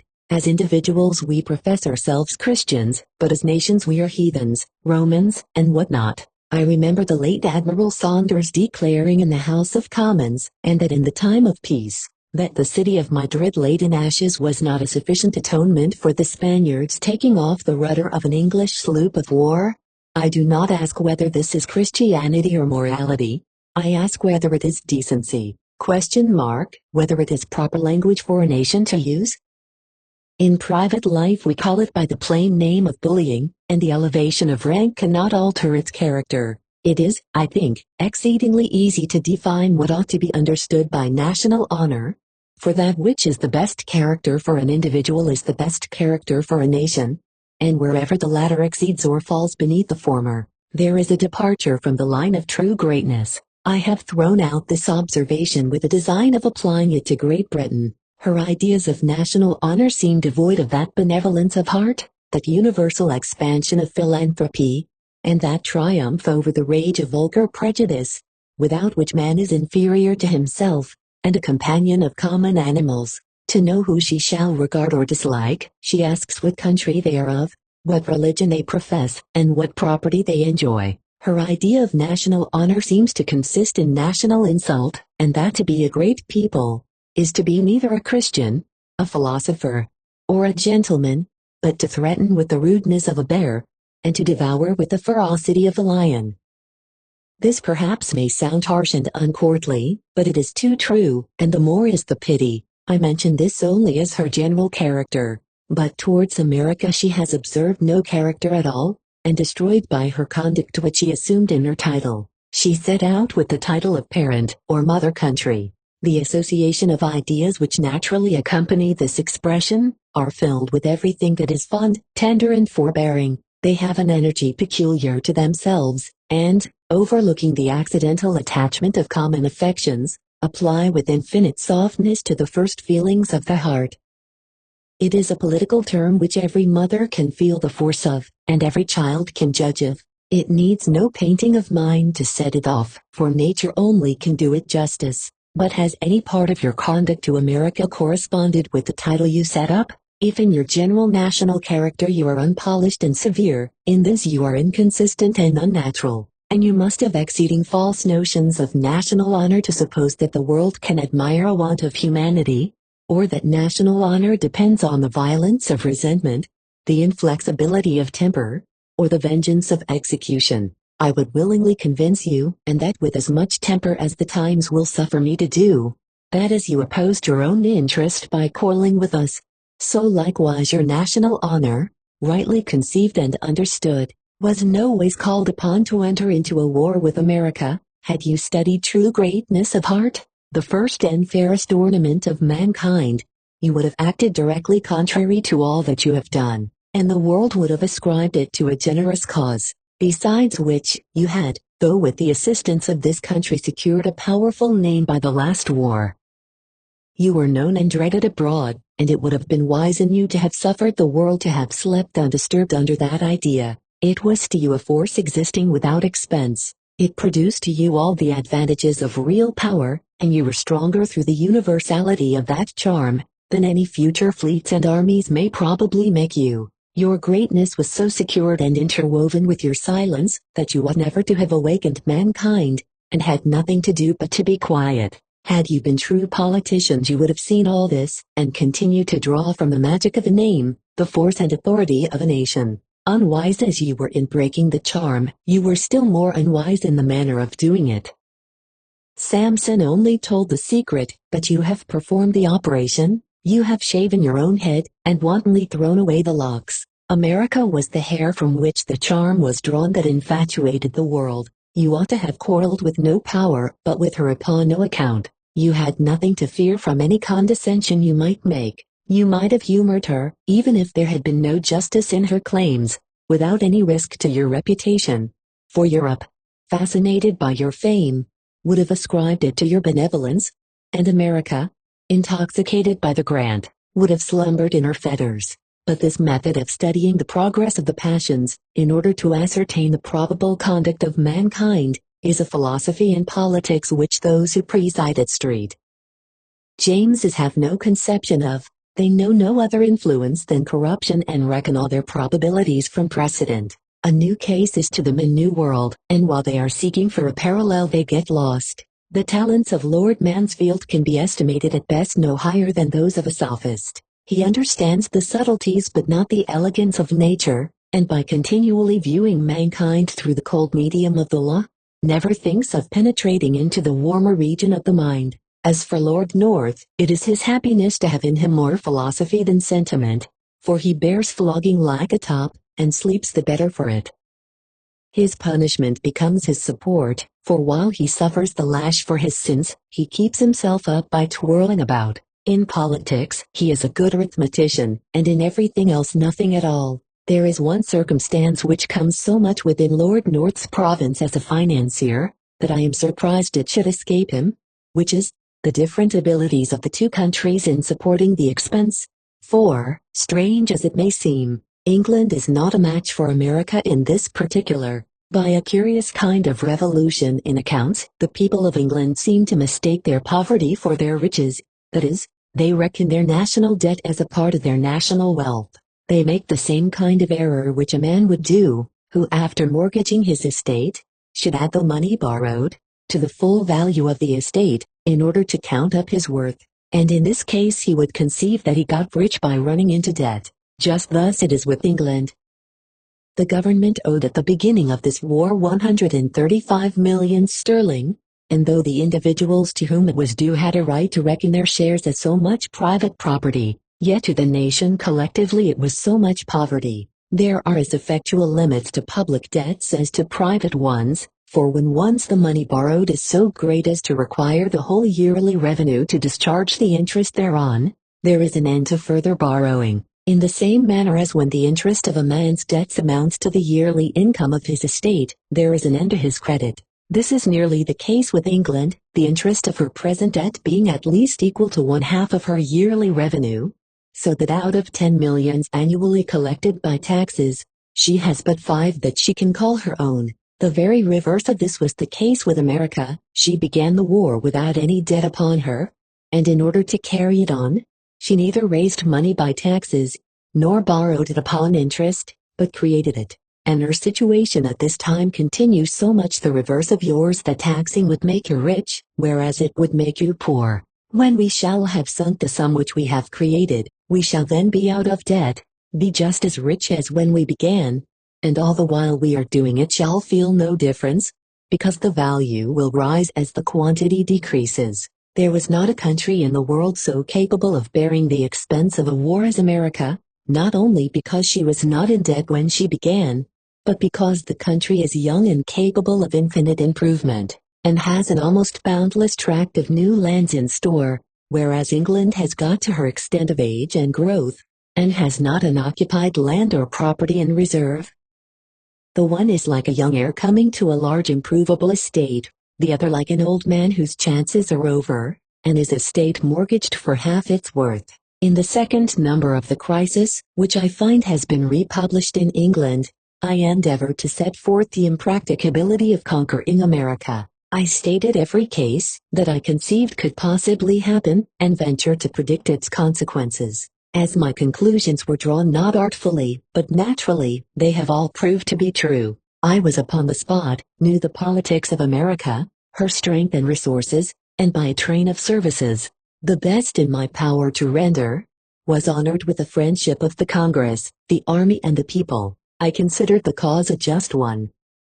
I know and feel it a just one, and under that confidence never made my own profit or loss an object. My endeavor was to have the matter well understood on both sides, and I conceived myself tendering a general service, by setting forth to the one the impossibility of being conquered, and to the other the impossibility of conquering. Most of the arguments made use of by the ministry for supporting the war, are the very arguments that ought to have been used against supporting it, and the plans, by which they thought to conquer, are the very plans in which they were sure to be defeated. They have taken everything up at the wrong end. Their ignorance is astonishing, and were you in my situation you would see it. They may, perhaps, have your confidence, but I am persuaded that they would make very indifferent members of Congress.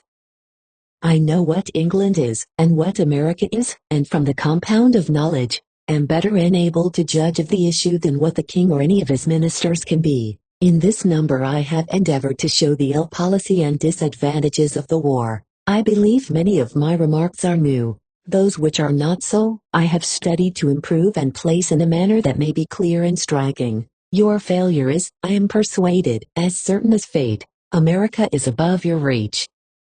She is at least your equal in the world, and her independence neither rests upon your consent, nor can it be prevented by your arms. In short, you spend your substance in vain, and impoverish yourselves without a hope. But suppose you had conquered America, what advantages, collectively or individually, as merchants, manufacturers, or conquerors, could you have looked for? This is an object you seem never to have attended to. Listening for the sound of victory, and led away by the frenzy of arms, you neglected to reckon either the cost or the consequences. You must all pay towards the expense, the poorest among you must bear his share, and it is both your right and your duty to weigh seriously the matter. Had America been conquered, she might have been parceled out in grants to the favorites at court, but no share of it would have fallen to you. Your taxes would not have been lessened, because she would have been in no condition to have paid any towards your relief. We are rich by contrivance of our own, which would have ceased as soon as you became masters. Our paper money will be of no use in England, and silver and gold we have none. In the last war you made many conquests, but were any of your taxes lessened thereby? On the contrary, were you not taxed to pay for the charge of making them, and has not the same been the case in every war? To the Parliament I wish to address myself in a more particular manner. They appear to have supposed themselves partners in the chase, and to have hunted with the lion from an expectation of a right in the booty, but in this it is most probable they would, as legislators, have been disappointed. The case is quite a new one, and many unforeseen difficulties would have arisen thereon. The Parliament claimed the legislative right over America, and the war originated from that pretence. But the army is supposed to belong to the crown, and if America had been conquered through their means, the claim of the legislature would have been suffocated in the conquest. Ceded, or conquered, countries are supposed to be out of the authority of Parliament. Taxation is exercised over them by prerogative and not by law. It was attempted to be done in the Granadas a few years ago, and the only reason why it was not done was because the crown had made a prior relinquishment of its claim. Therefore, Parliament have been all this while supporting measures for the establishment of their authority, in the issue of which, they would have been triumphed over by the prerogative. This might have opened a new and interesting opposition between the Parliament and the Crown. The Crown would have said that it conquered for itself, and that to conquer for Parliament was an unknown case. The Parliament might have replied, that America not being a foreign country, but a country in rebellion, could not be said to be conquered, but reduced, and thus continued their claim by disowning the term. The Crown might have rejoined, that however America might be considered at first, she became foreign at last by a declaration of independence, and a treaty with France, and that her case being, by that treaty, put within the law of nations, was out of the law of Parliament, who might have maintained, that as their claim over America had never been surrendered, so neither could it be taken away. The Crown might have insisted, that though the claim of Parliament could not be taken away, yet, being an inferior, it might be superseded, and that, whether the claim was withdrawn from the object, or the object taken from the claim, the same separation ensued, and that America being subdued after a treaty with France, was to all intents and purposes a regal conquest, and of course the sole property of the king. The Parliament, as the legal delegates of the people, might have contended against the term inferior and rested the case upon the antiquity of power, and this would have brought on a set of very interesting and rational questions. First, what is the original fountain of power and honor in any country? 2d. Whether the prerogative does not belong to the people? 3d. Whether there is any such thing as the English Constitution? 4th. Of what use is the crown to the people? 5th. Whether he who invented a crown was not an enemy to mankind? 6th. Whether it is not a shame for a man to spend $1 million a year, and do no good for it, and whether the money might not be better applied? 7th. Whether such a man is not better dead than alive? 8th. Whether a Congress, constituted like that of America, is not the most happy and consistent form of government in the world, with a number of others of the same import. In short, the contention about the dividend might have distracted the nation. for nothing is more common than to agree in the conquest and quarrel for the prize. Therefore it is, perhaps, a happy circumstance, that our successes have prevented the dispute. If the Parliament had been thrown out in their claim, which it is most probable they would, the nation likewise would have been thrown out in their expectation.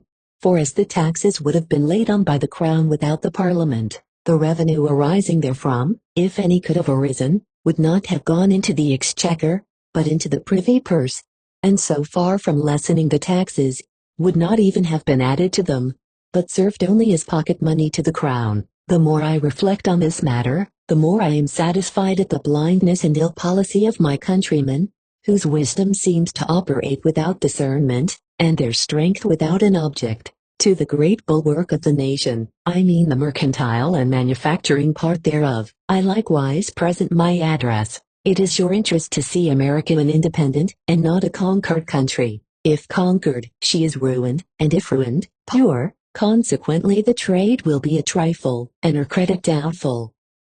If independent, she flourishes, and from her flourishing must her profits arise. It matters nothing to you who governs America, if your manufacturers find a consumption there. Some articles will consequently be obtained from other places, and it is right that they should, but the demand for others will increase, by the great influx of inhabitants which a state of independence and peace will occasion, and in the final event you may be enriched. The commerce of America is perfectly free, and ever will be so. She will consign away no part of it to any nation. She has not to her friends, and certainly will not to her enemies, though it is probable that your narrow-minded politicians, thinking to please you thereby, may some time or other unnecessarily make such a proposal.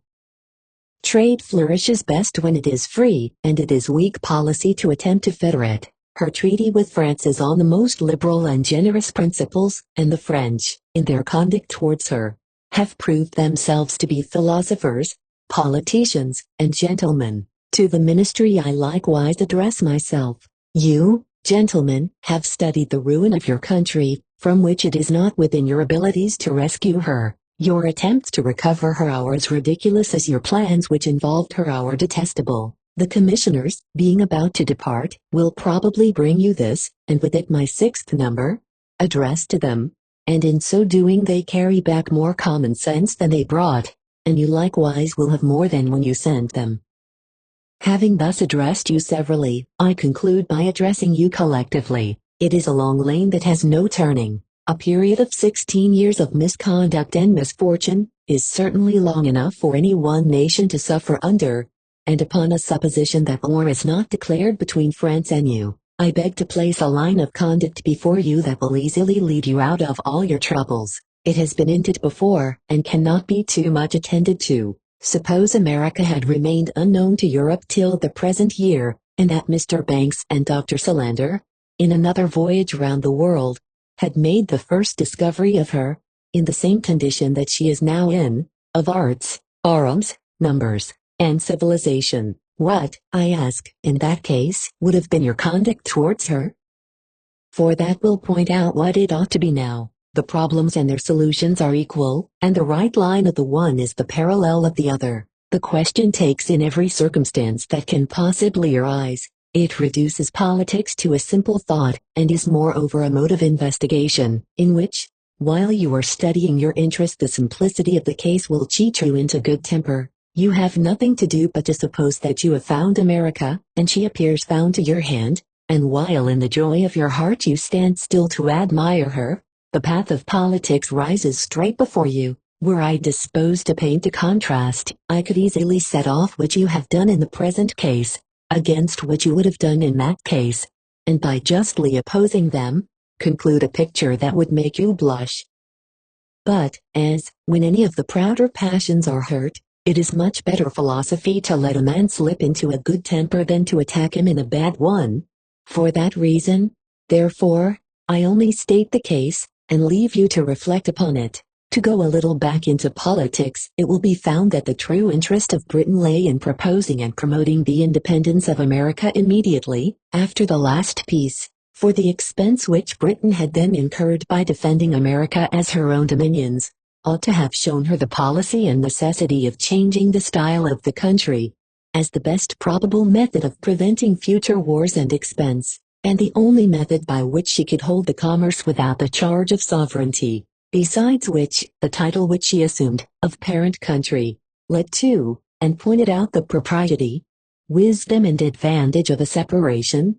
For, as in private life, children grow into men, and by setting up for themselves, extend and secure the interest of the whole family, so in the settlement of colonies large enough to admit of maturity, the same policy should be pursued, and the same consequences would follow. Nothing hurts the affections both of parents and children so much, as living too closely connected, and keeping up the distinction too long. Domineering will not do over those, who, by a progress in life, have become equal in rank to their parents, that is, when they have families of their own, and though they may conceive themselves the subjects of their advice, will not suppose them the objects of their government. I do not, by drawing this parallel, mean to admit the title of parent country, because, if it is due anywhere, it is due to Europe collectively, and the first settlers from England were driven here by persecution.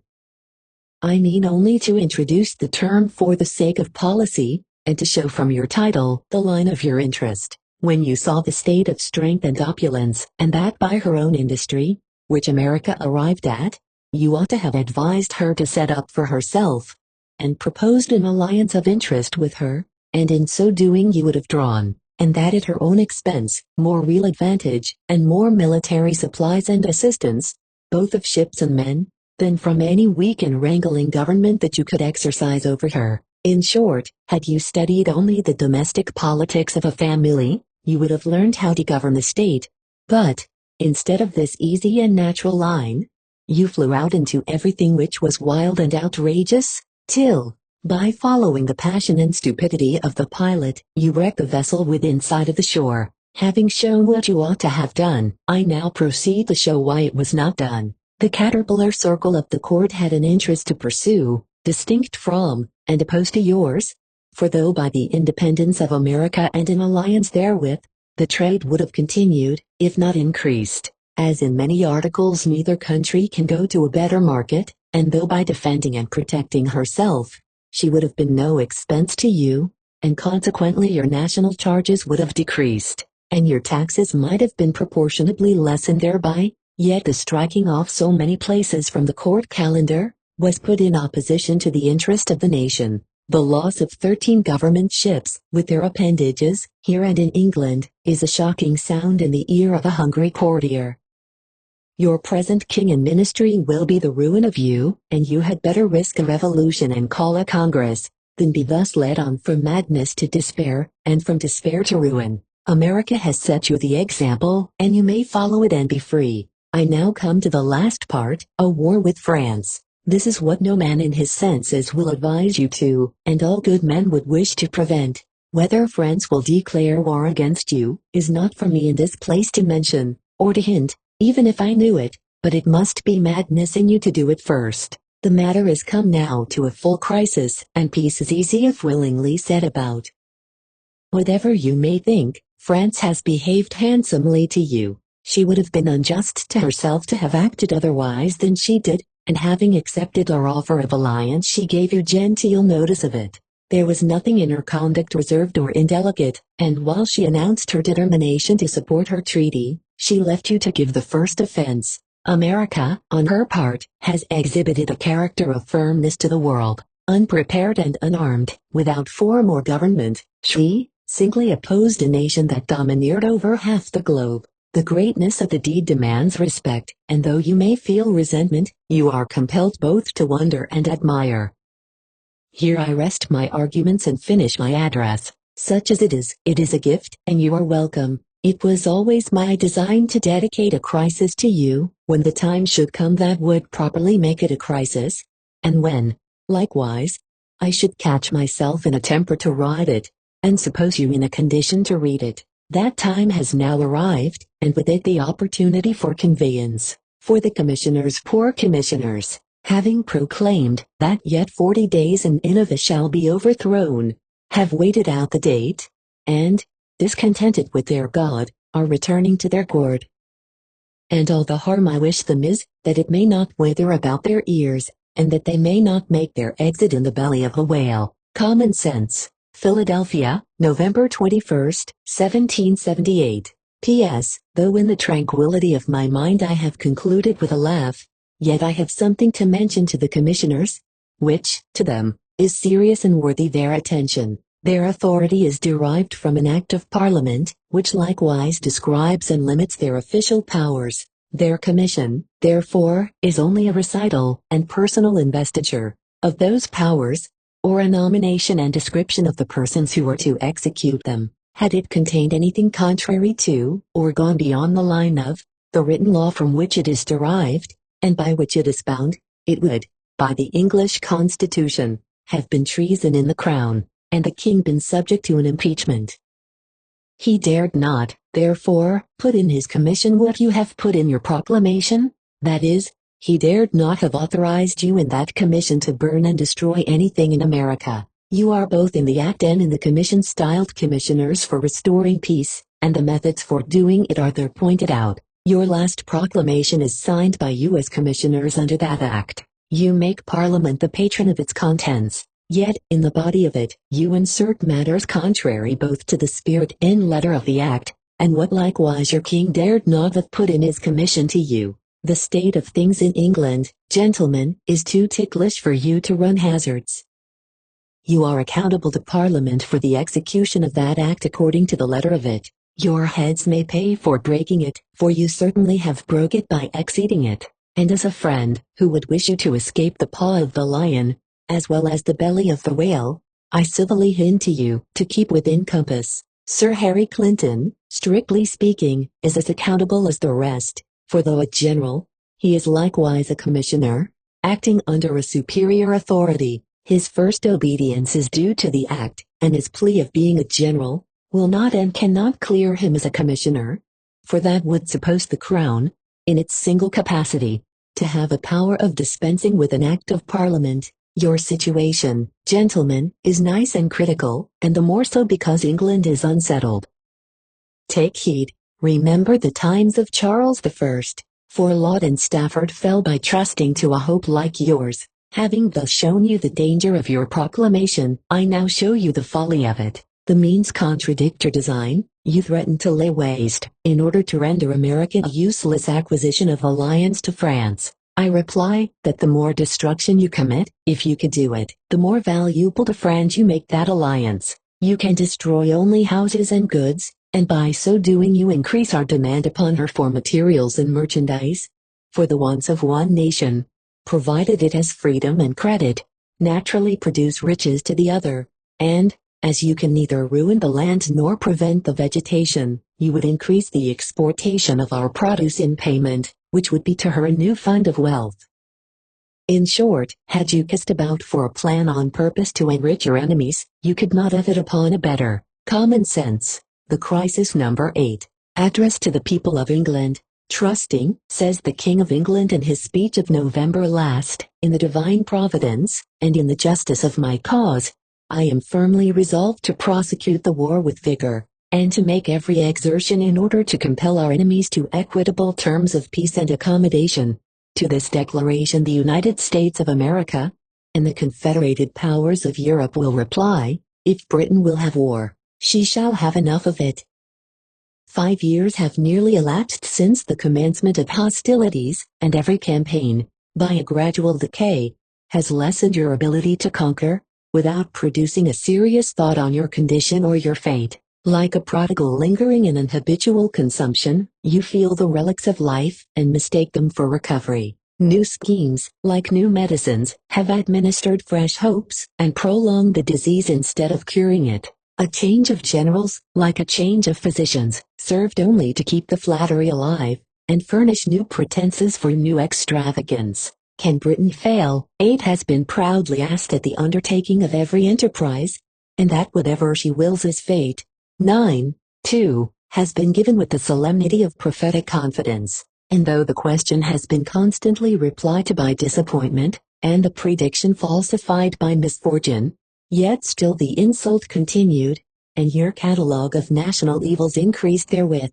Eager to persuade the world of her power, she considered destruction as the minister of greatness, and conceived that the glory of a nation like that of an American Indian lay in the number of its scalps and the miseries which it inflicts.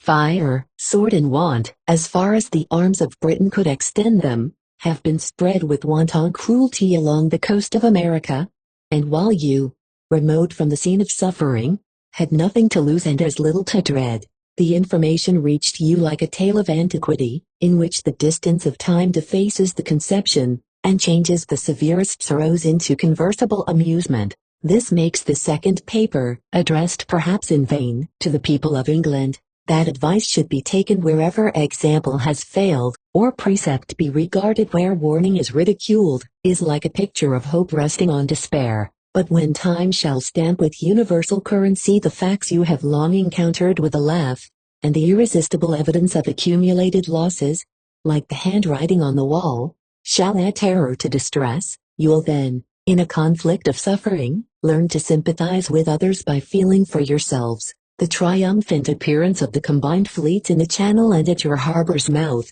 and the expedition of Captain Paul Jones, on the western and eastern coasts of England and Scotland, will, by placing you in the condition of an endangered country, read to you a stronger lecture on the calamities of invasion, and bring to your minds a truer picture of promiscuous distress, than the most finished rhetoric can describe or the keenest imagination conceive. Hitherto you have experienced the expenses but nothing of the miseries of war. Your disappointments have been accompanied with no immediate suffering, and your losses came to you only by intelligence. Like fire at a distance you heard not even the cry, you felt not the danger, you saw not the confusion. To you everything has been foreign but the taxes to support it. You knew not what it was to be alarmed at midnight, with an armed enemy in the streets. You were strangers to the distressing scene of a family in flight, and to the thousand restless cares and tender sorrows that incessantly arose. To see women and children wandering in the severity of winter, with the broken remains of a well-furnished house, and seeking shelter in every crib and hut, were matters that you had no conception of. You knew not what it was to stand by and see your goods chopped for fuel, and your beds ripped to pieces to make packages for plunder. The misery of others, like a tempestuous night, added to the pleasures of your own security. You even enjoyed the storm, by contemplating the difference of conditions, and that which carried sorrow into the breasts of thousands served but to heighten in you a species of tranquil pride. Yet these are but the fainter sufferings of war, when compared with carnage and slaughter, the miseries of a military hospital, or a town in flames. The people of America, by anticipating distress, had fortified their minds against every species you could inflict. They had resolved to abandon their homes, to resign them to destruction, and to seek new settlements rather than submit. Thus familiarized to misfortune, before it arrived, they bore their portion with the less regret. The justness of their cause was a continual source of consolation, and the hope of final victory, which never left them, served to lighten the load and sweeten the cup allotted them to drink. But when their troubles shall become yours, and invasion be transferred upon the invaders, you will have neither their extended wilderness to fly to, their cause to comfort you, nor their hope to rest upon. Distress with them was sharpened by no self-reflection. They had not brought it on themselves. On the contrary, they had by every proceeding endeavored to avoid it, and had descended even below the mark of congressional character. To prevent a war, the national honor or the advantages of independence were matters which, at the commencement of the dispute, they had never studied, and it was only at the last moment that the measure was resolved on. Thus circumstanced, they naturally and conscientiously felt a dependence upon Providence. They had a clear pretension to it, and had they failed therein, infidelity had gained a triumph. But your condition is the reverse of theirs. Everything you suffer you have sought, nay, had you created mischiefs on purpose to inherit them, you could not have secured your title by a firmer deed. The world awakens with no pity at your complaints. You felt none for others, you deserved none for yourselves. Nature does not interest herself in cases like yours, but, on the contrary, turns from them with dislike, and abandons them to punishment. You may now present memorials to what court you please, but so far as America is the object, none will listen. The policy of Europe, and the propensity there in every mind to curb insulting ambition, and bring cruelty to judgment, are unitedly against you. And where nature and interest reinforce with each other, the compact is too intimate to be dissolved. Make but the case of others your own, and your own theirs, and you will then have a clear idea of the whole. Had France acted towards her colonies as you have done, you would have branded her with every epithet of abhorrence. And had you, like her, stepped in to succor a struggling people, all Europe must have echoed with your own applauses. But entangled in the passion of dispute you see it not as you ought, and form opinions thereon which suit with no interest but your own. You wonder that America does not rise in union with you to impose on herself a portion of your taxes, and reduce herself to unconditional submission.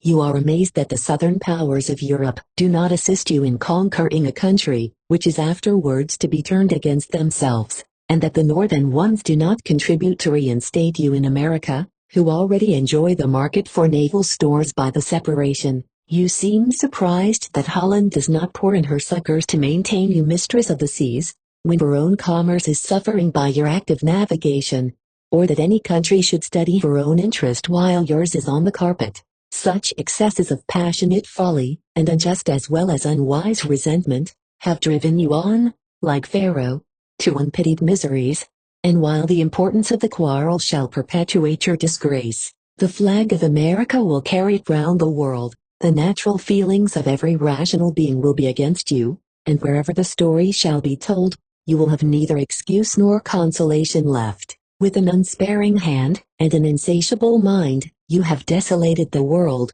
to gain dominion and to lose it, and while, in a frenzy of avarice and ambition, the East and the West are doomed to tributary bondage, you rapidly earn destruction as the wages of a nation. At the thoughts of a war at home, every man amongst you ought to tremble. The prospect is far more dreadful there than in America. Here the party that was against the measures of the continent, were in general composed of a kind of neutrals, who added strength to neither army. There does not exist a being so devoid of sense and sentiment as to covet unconditional submission, and therefore no man in America could be with you in principle. Several might from a cowardice of mind, prefer it to the hardships and dangers of opposing it, but the same disposition that gave them such a choice, unfitted them to act either for or against us. But England is rent into parties, with equal shares of resolution. The principle which produced the war divides the nation.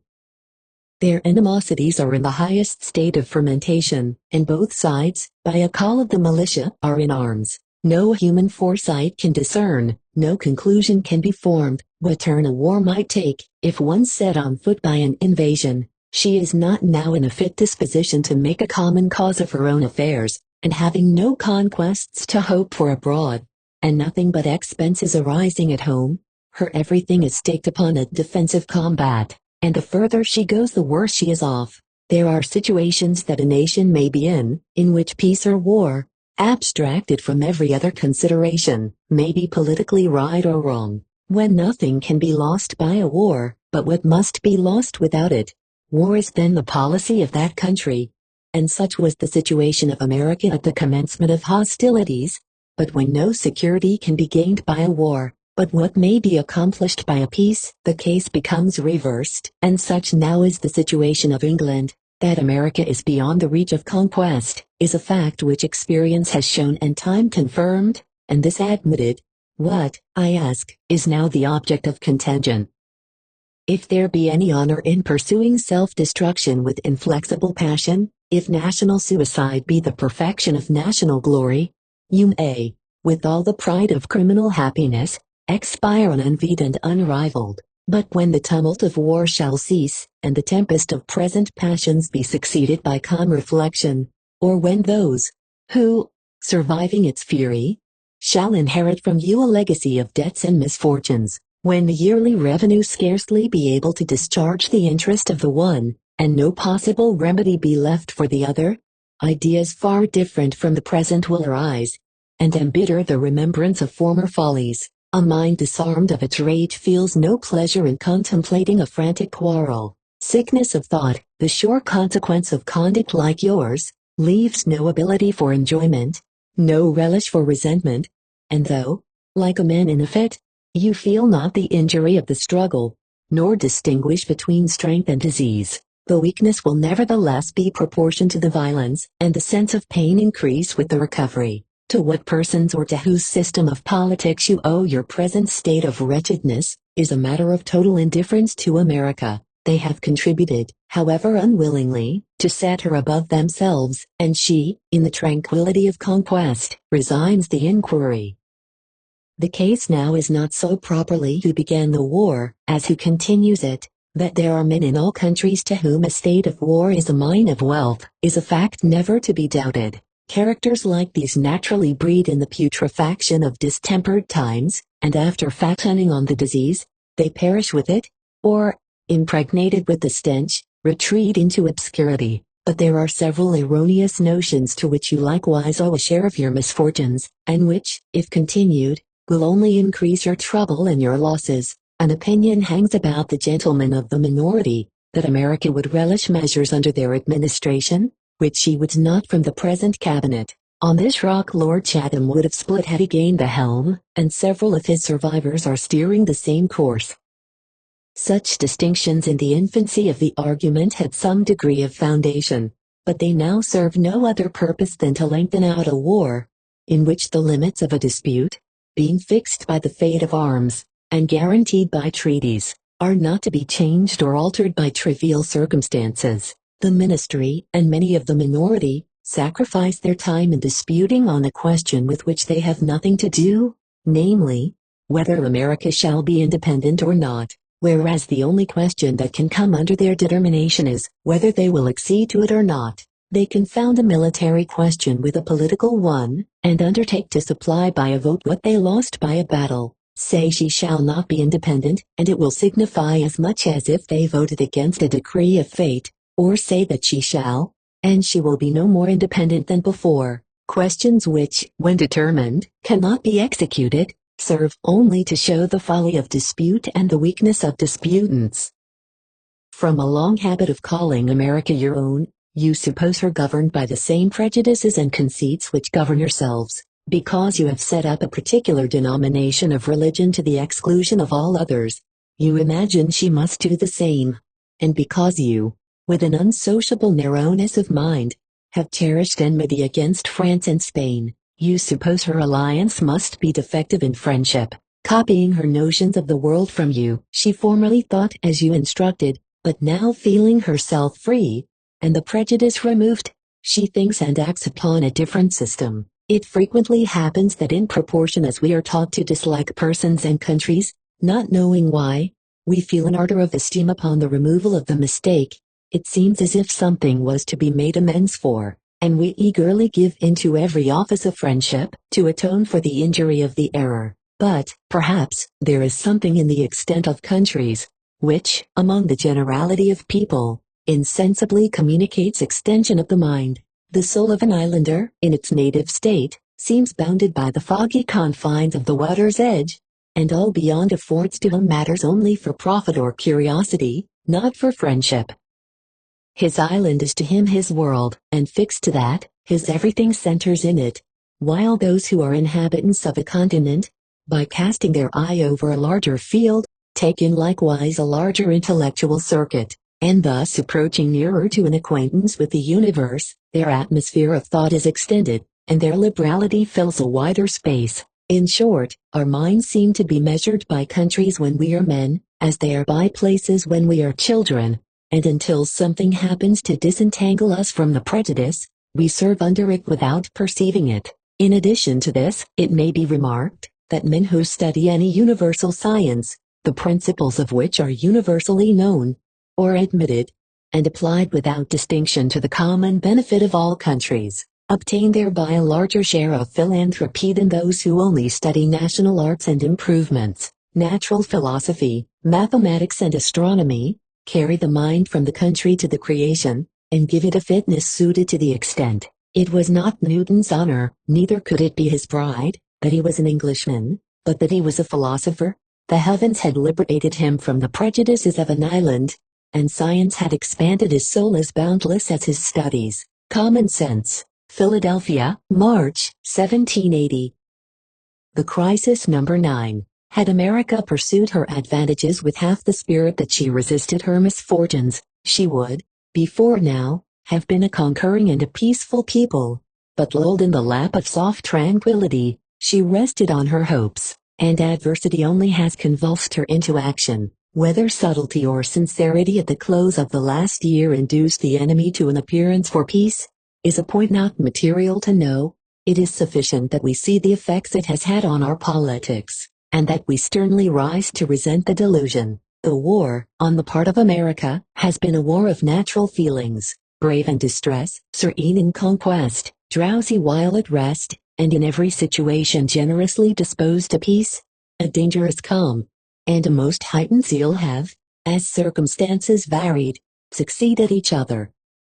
Every passion but that of despair has been called to a tour of duty, and so mistaken has been the enemy of our abilities and disposition, that when she supposed us conquered, we rose the conquerors. The extensiveness of the United States, and the variety of their resources, the universality of their cause, the quick operation of their feelings, and the similarity of their sentiments, have, in every trying situation, produced a something, which, favored by Providence and pursued with ardor, has accomplished in an instant the business of a campaign. We have never deliberately sought victory, but snatched it, and bravely undone in an hour the blotted operations of a season. The reported fate of Charleston, like the misfortunes of 1776, has at last called forth a spirit, and kindled up a flame, which perhaps no other event could have produced. If the enemy has circulated a falsehood, they have unwisely aggravated us into life, and if they have told us the truth,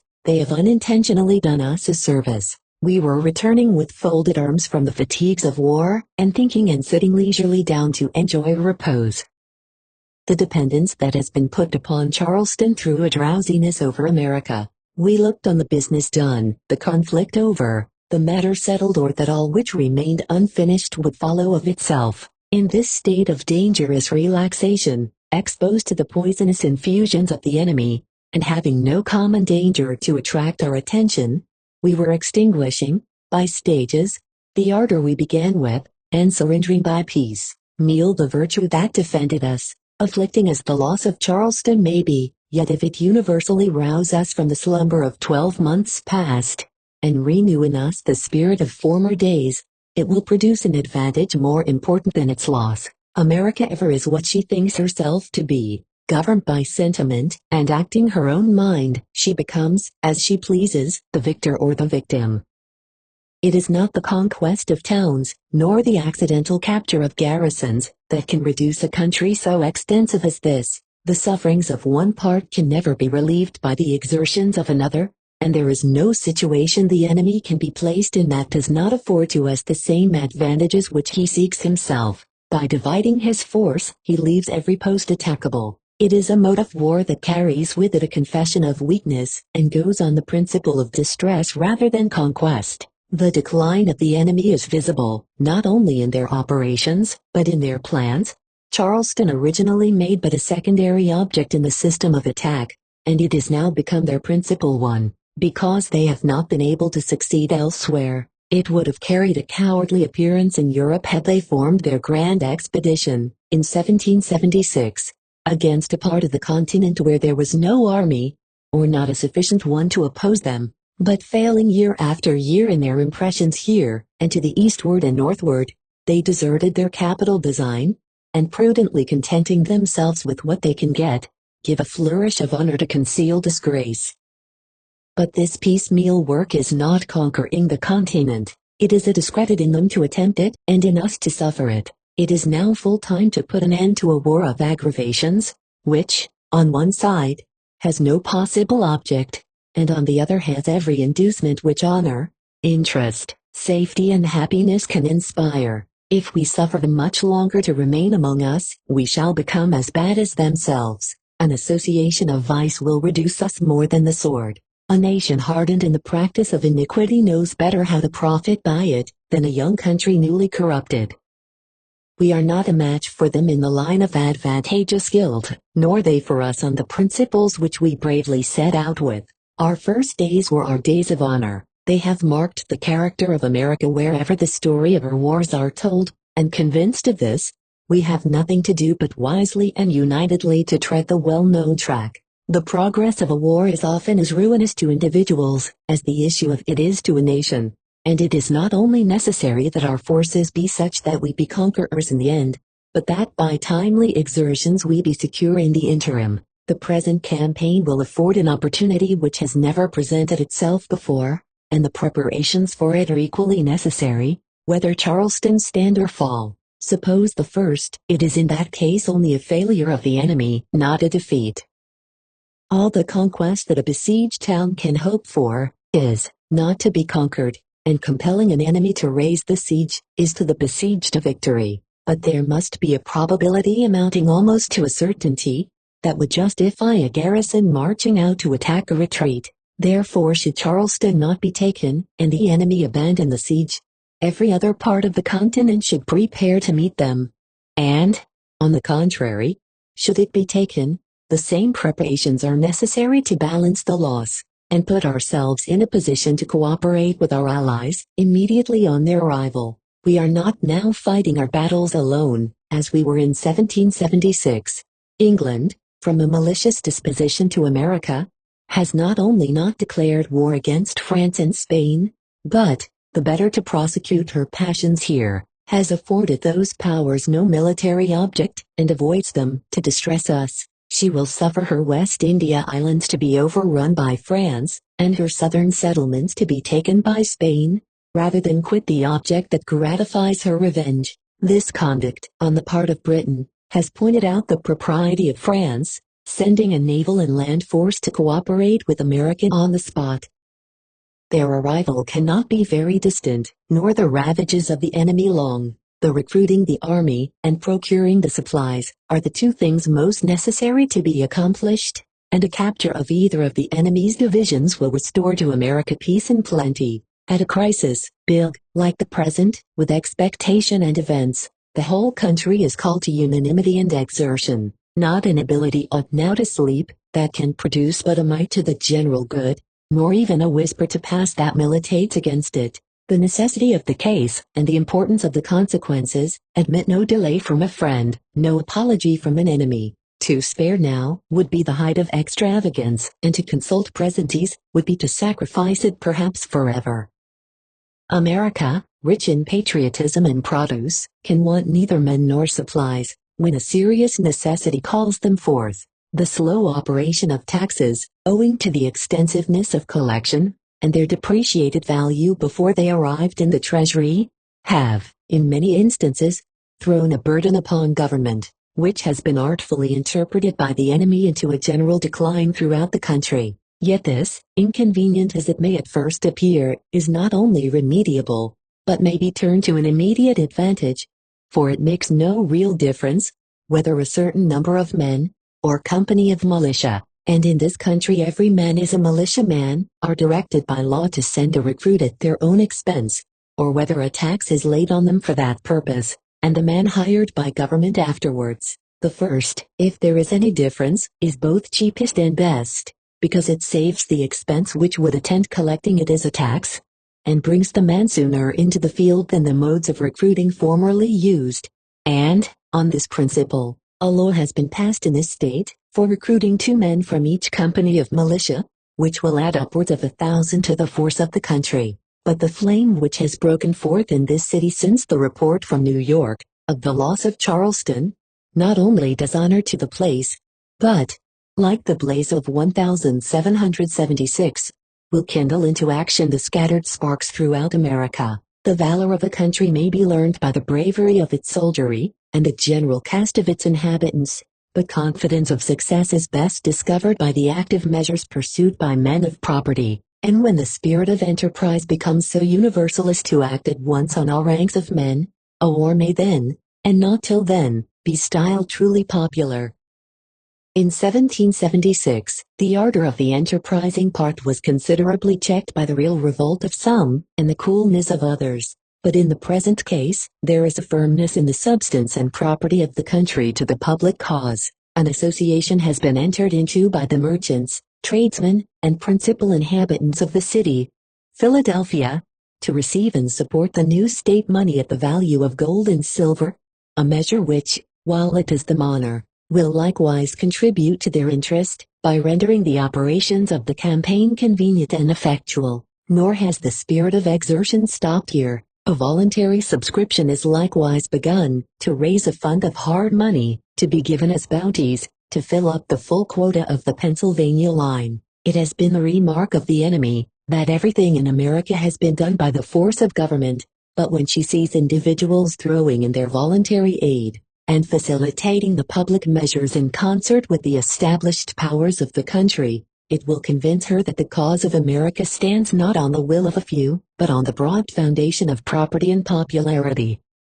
Thus aided and thus supported, disaffection will decline, and the withered head of tyranny expire in America. The ravages of the enemy will be short and limited, and like all their former ones, will produce a victory over themselves. Common Sense. Philadelphia, June 9, 1780. P.S. At the time of writing this number of the crisis, the loss of Charleston, though believed by some, was more confidently disbelieved by others. But there ought to be no longer a doubt upon the matter. Charleston is gone, and I believe for the want of a sufficient supply of provisions. The man that does not now feel for the honor of the best and noblest cause that ever a country engaged in, and exert himself accordingly, is no longer worthy of a peaceable residence among a people determined to be free. Common Sense. The Crisis Extraordinary. On the subject of taxation, it is impossible to sit down and think seriously on the affairs of America, but the original principles upon which she resisted, and the glow and ardor which they inspired, will occur like the undefaced remembrance of a lovely scene. To trace over in imagination the purity of the cause, the voluntary sacrifices that were made to support it, and all the various turnings of the war in its defense, is at once both paying and receiving respect. The principles deserve to be remembered, and to remember them rightly is repossessing them. In this indulgence of generous recollection, we become gainers by what we seem to give, and the more we bestow the richer we become. So extensively right was the ground on which America proceeded, that it not only took in every just and liberal sentiment which could impress the heart, but made it the direct interest of every class and order of men to defend the country. The war, on the part of Britain, was originally a war of covetousness. The sordid and not the splendid passions gave it being. The fertile fields and prosperous infancy of America appeared to her as mines for tributary wealth. She viewed the hive, and disregarding the industry that had enriched it, thirsted for the honey. But in the present stage of her affairs, the violence of temper is added to the rage of avarice, and therefore, that which at the first setting out proceeded from purity of principle and public interest, is now heightened by all the obligations of necessity, for it requires but little knowledge of human nature to discern what would be the consequence, were America again reduced to the subjection of Britain. Uncontrolled power, in the hands of an incensed, imperious, and rapacious conqueror, is an engine of dreadful execution, and woe be to that country over which it can be exercised. The names of Whig and Tory would then be sunk in the general term of rebel, and the oppression, whatever it might be, would, with very few instances of exception, light equally on all. Britain did not go to war with America for the sake of dominion, because she was then in possession. Neither was it for the extension of trade and commerce, because she had monopolized the whole, and the country had yielded to it. Neither was it to extinguish what she might call rebellion, because before she began no resistance existed. It could then be from no other motive than avarice, or a design of establishing, in the first instance, the same taxes in America as are paid in England, which, as I shall presently show, are above 11 times heavier than the taxes we now pay for the present year, 1780, or, in the second instance, to confiscate the whole property of America, in case of resistance and conquest of the latter, of which she had then no doubt. I shall now proceed to show what the taxes in England are, and what the yearly expense of the present war is to her, what the taxes of this country amount to, and what the annual expense of defending it effectually will be to us, and shall endeavor concisely to point out the cause of our difficulties, and the advantages on one side, and the consequences on the other, in case we do, or do not, put ourselves in an effectual state of defense. I mean to be open, candid, and sincere. I see a universal wish to expel the enemy from the country, a murmuring because the war is not carried on with more vigor, and my intention is to show, as shortly as possible, both the reason and the remedy. The number of souls in England, exclusive of Scotland and Ireland, is 7 millions, 10, and the number of souls in America is 3 millions. The amount of taxes in England, exclusive of Scotland and Ireland, was, before the present war commenced, £11,642,653 which, on an average, is no less a sum than £1 13 shillings and 3 pence sterling per head per annum. Men, women, and children, besides county taxes, taxes for the support of the poor, and a tenth of all the produce of the earth for the support of the bishops and clergy. Nearly 5 millions of this sum went annually to pay the interest of the national debt, contracted by former wars, and the remaining sum of £6,642,600 was applied to defray the yearly expense of government, the peace establishment of the army and navy, placemen, pensioners, etc. Consequently, the whole of the enormous taxes being thus appropriated, she had nothing to spare out of them towards defraying the expenses of the present war, or any other.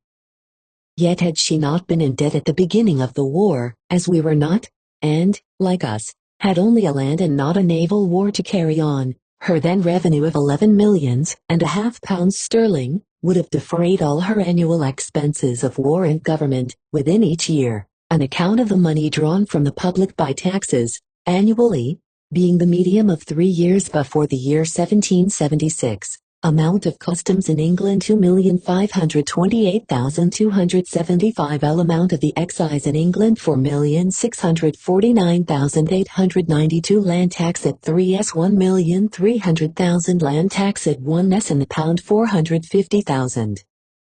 Salt duties 218,739. Duties on stamps, cards, dice, advertisements, bonds, leases, indentures, newspapers, almanacs, etc.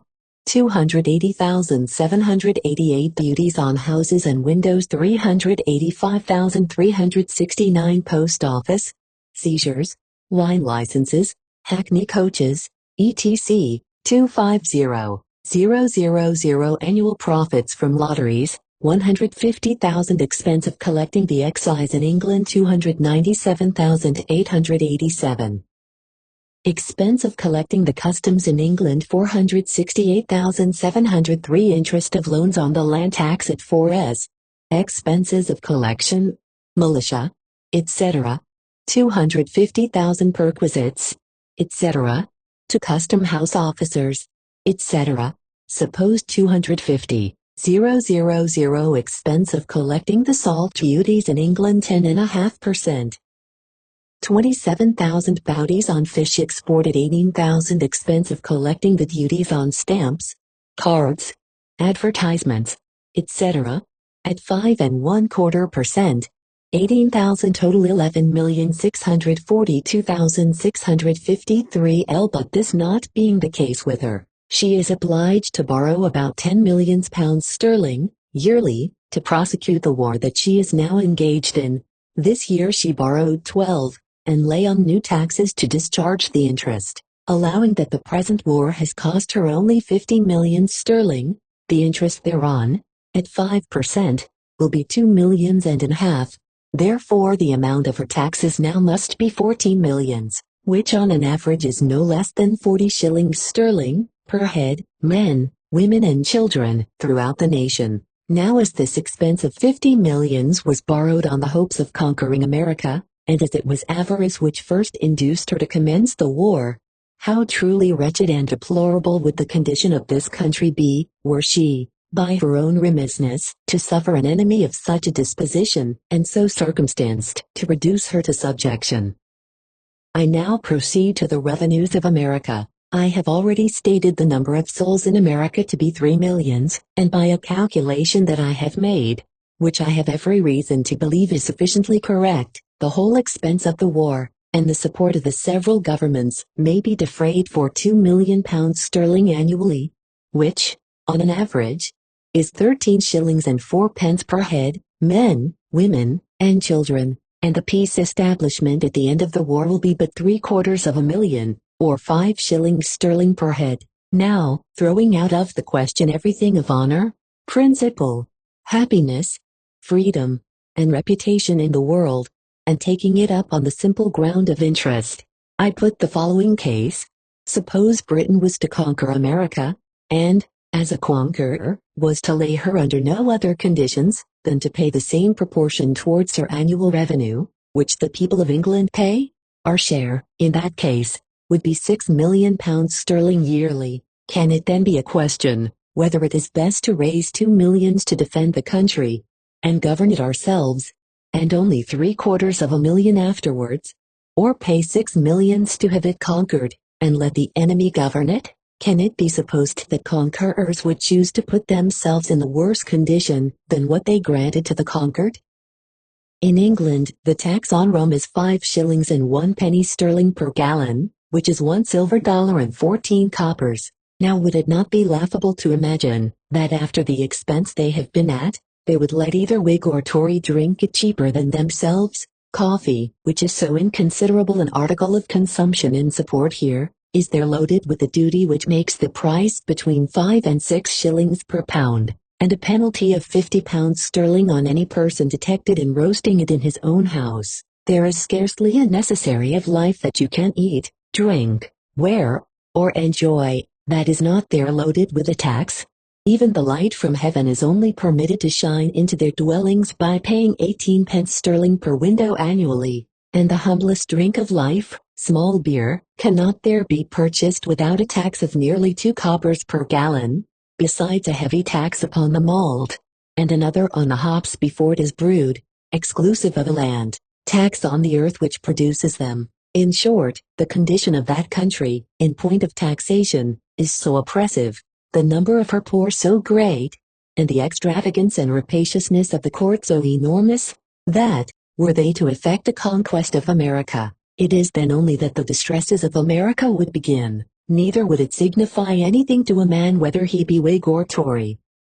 The people of England, and the ministry of that country, know us by no such distinctions. What they want is clear, solid revenue, and the modes which they would take to procure it would operate alike on all. Their manner of reasoning would be short, because they would naturally infer that if we were able to carry on a war of 5 or 6 years against them, we were able to pay the same taxes which they do. I have already stated that the expense of conducting the present war, and the government of the several states, may be done for 2 millions sterling, and the establishment in the time of peace, for 750,000. 12. As to navy matters, they flourish so well, and are so well attended to by individuals, that I think it consistent on every principle of real use and economy, to turn the navy into hard money, keeping only 3 or 4 packets, and apply it to the service of the army. We shall not have a ship the less, the use of them, and the benefit from them, will be greatly increased, and their expense saved.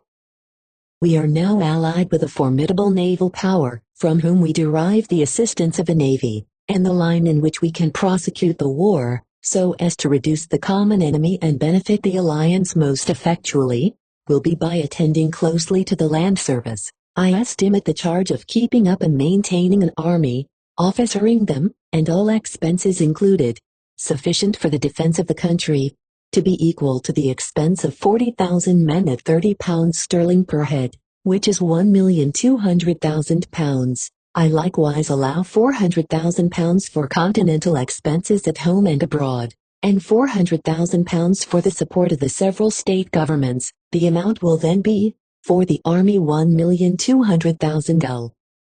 Continental expenses at home and abroad 400,000. Government of the several states 400,000. Total 2 million L. I take the proportion of this state, Pennsylvania, to be an eighth part of the 13 United States. The quota then for us to raise will be £250,000 sterling, 200,000 of which will be our share for the support and pay of the army, and continental expenses at home and abroad, and £50,000 for the support of the state government. In order to gain an idea of the proportion in which the raising such a sum will fall, I make the following calculation. Pennsylvania contains 375,000 inhabitants, men, women and children, which is likewise an eighth of the number of inhabitants of the whole United States. Therefore, £250,000 to be raised among 375,000 persons is, on an average, 13 shillings and 4 pence per head, per annum, or something more than 1 shilling sterling per month. And our proportion of £750,000 for the government of the country, in time of peace, will be £93,750 sterling, 50,000 of which will be for the government expenses of the state, and £43,750 for continental expenses at home and abroad. The peace establishment then will, on an average, be 5 shillings sterling per head, whereas, was England now to stop, and the war cease, her peace establishment would continue the same as it is now, viz. 40 shillings per head. Therefore was our taxes necessary for carrying on the war, as much per head as hers now is, and the difference to be only whether we should, at the end of the war, pay at the rate of 5 shillings per head, or 40 shillings per head. The case needs no thinking of, but as we can securely defend and keep the country for 1/3 less than what our burden would be if it was conquered, and support the governments afterwards for 1/8 of what Britain would levy on us, and could I find a miser whose heart never felt the emotion of a spark of principle, even that man, uninfluenced by every love but the love of money, and capable of no attachment but to his interest, would and must, from the frugality which governs him, contribute to the defense of the country, or he ceases to be a miser and becomes an idiot. But when we take in with it everything that can ornament mankind, when the line of our interest becomes the line of our happiness, when all that can cheer and animate the heart, when the sense of honor, fame, character, at home and abroad, are interwoven not only with the security but the increase of property, there exists not a man in America, unless he be an hired emissary, who does not see that his good is connected with keeping up a sufficient defense. I do not imagine that an instance can be produced in the world, of a country putting herself to such an amazing charge to conquer and enslave another, as Britain has done. The sum is too great for her to think of with any tolerable degree of temper, and when we consider the burden she sustains, as well as the disposition she has shown, it would be the height of folly in us to suppose that she would not reimburse herself by the most rapid means, had she America once more within her power. With such an oppression of expense, what would an empty conquest be to her? What relief under such circumstances could she derive from a victory without a prize? It was money, it was revenue she first went to war for, and nothing but that would satisfy her. It is not the nature of avarice to be satisfied with anything else. Every passion that acts upon mankind has a peculiar mode of operation. Many of them are temporary and fluctuating, they admit of cessation and variety. But avarice is a fixed, uniform passion. It neither abates of its vigor nor changes its object, and the reason why it does not, is founded in the nature of things.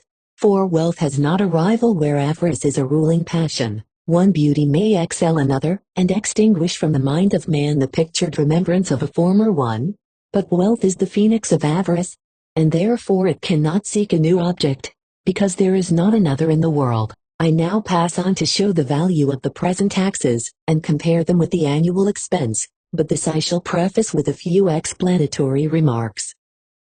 There are two distinct things which make the payment of taxes difficult. The one is the large and real value of the sum to be paid, and the other is the scarcity of the thing in which the payment is to be made. And although these appear to be one and the same, they are in several instances right only different, but the difficulty springs from different causes. Suppose a tax to be laid equal to 1/2 of what a man's yearly income is.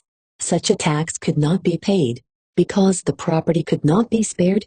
And on the other hand, suppose a very trifling tax was laid, to be collected in pearls. Such a tax likewise could not be paid, because they could not be had. Now any person may see that these are distinct cases, and the latter of them is a representation of our own, that the difficulty cannot proceed from the former, that is, from the real value or weight of the tax, is evident at the first view to any person who will consider it. The amount of the quota of taxes for this state for the year, 1,780, and so in proportion for every other state, is $20 millions.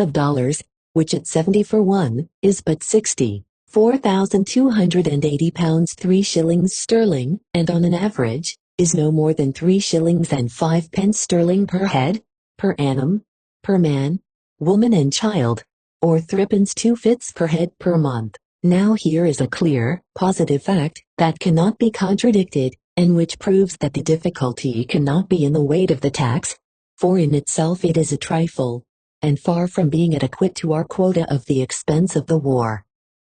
The quit rents of 1 penny sterling per acre on only 1/2 of the state come to upwards of £50,000, which is almost as much as all the taxes of the present year, and as those quit rents made no part of the taxes then paid, and are now discontinued, the quantity of money drawn for public service this year, exclusive of the militia fines, which I shall take notice of in the process of this work, is less than what was paid and payable in any year preceding the Revolution, and since the last war. What I mean is, that the quit rents and taxes taken together came to a larger sum then, than the present taxes without the quit rents do now. My intention by these arguments and calculations is to place the difficulty to the right cause, and show that it does not proceed from the weight or worth of the tax, but from the scarcity of the medium in which it is paid. And to illustrate this point still further, I shall now show that if the tax of $20 millions was 4 times the real value it now is, or nearly so, which would be about £250,000 sterling, and would be our full quota, this sum would have been raised with more ease, and have been less felt, than the present sum of only £64,280. The convenience or inconvenience of paying a tax in money arises from the quantity of money that can be spared out of trade. When the emission stopped, the continent was left in possession of $200 millions, perhaps as equally dispersed as it was possible for trade to do it, and as no more was to be issued, the rise or fall of prices could neither increase nor diminish the quantity. It therefore remained the same through all the fluctuations of trade and exchange.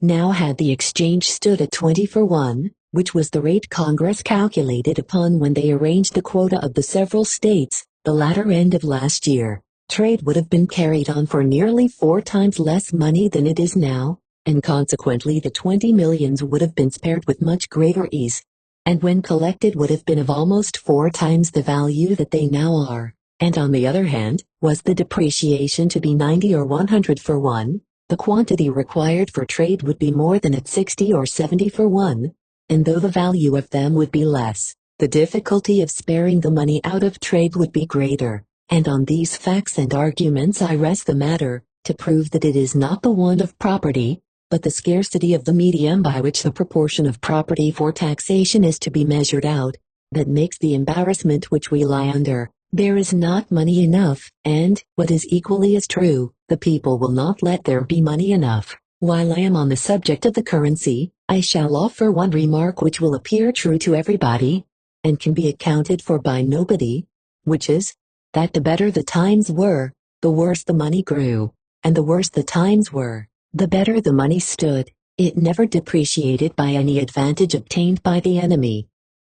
The troubles of 1776 and the loss of Philadelphia in 1777 made no sensible impression on it, and everyone knows that the surrender of Charleston did not produce the least alteration in the rate of exchange, which, for long before, and for more than 3 months after, stood at 60 for 1. It seems as if the certainty of its being our own made us careless of its value, and that the most distant thoughts of losing it made us hug it the closer, like something we were loath to part with, or that we depreciate it for our pastime, which, when called to seriousness by the enemy, we leave off to renew again at our leisure. In short, our good luck seems to break us, and our bet makes us whole. Passing on from this digression, I shall now endeavor to bring into one view the several parts which I have already stated, and form thereon some propositions, and conclude. I have placed before the reader the average tax per head, paid by the people of England, which is 40 shillings sterling,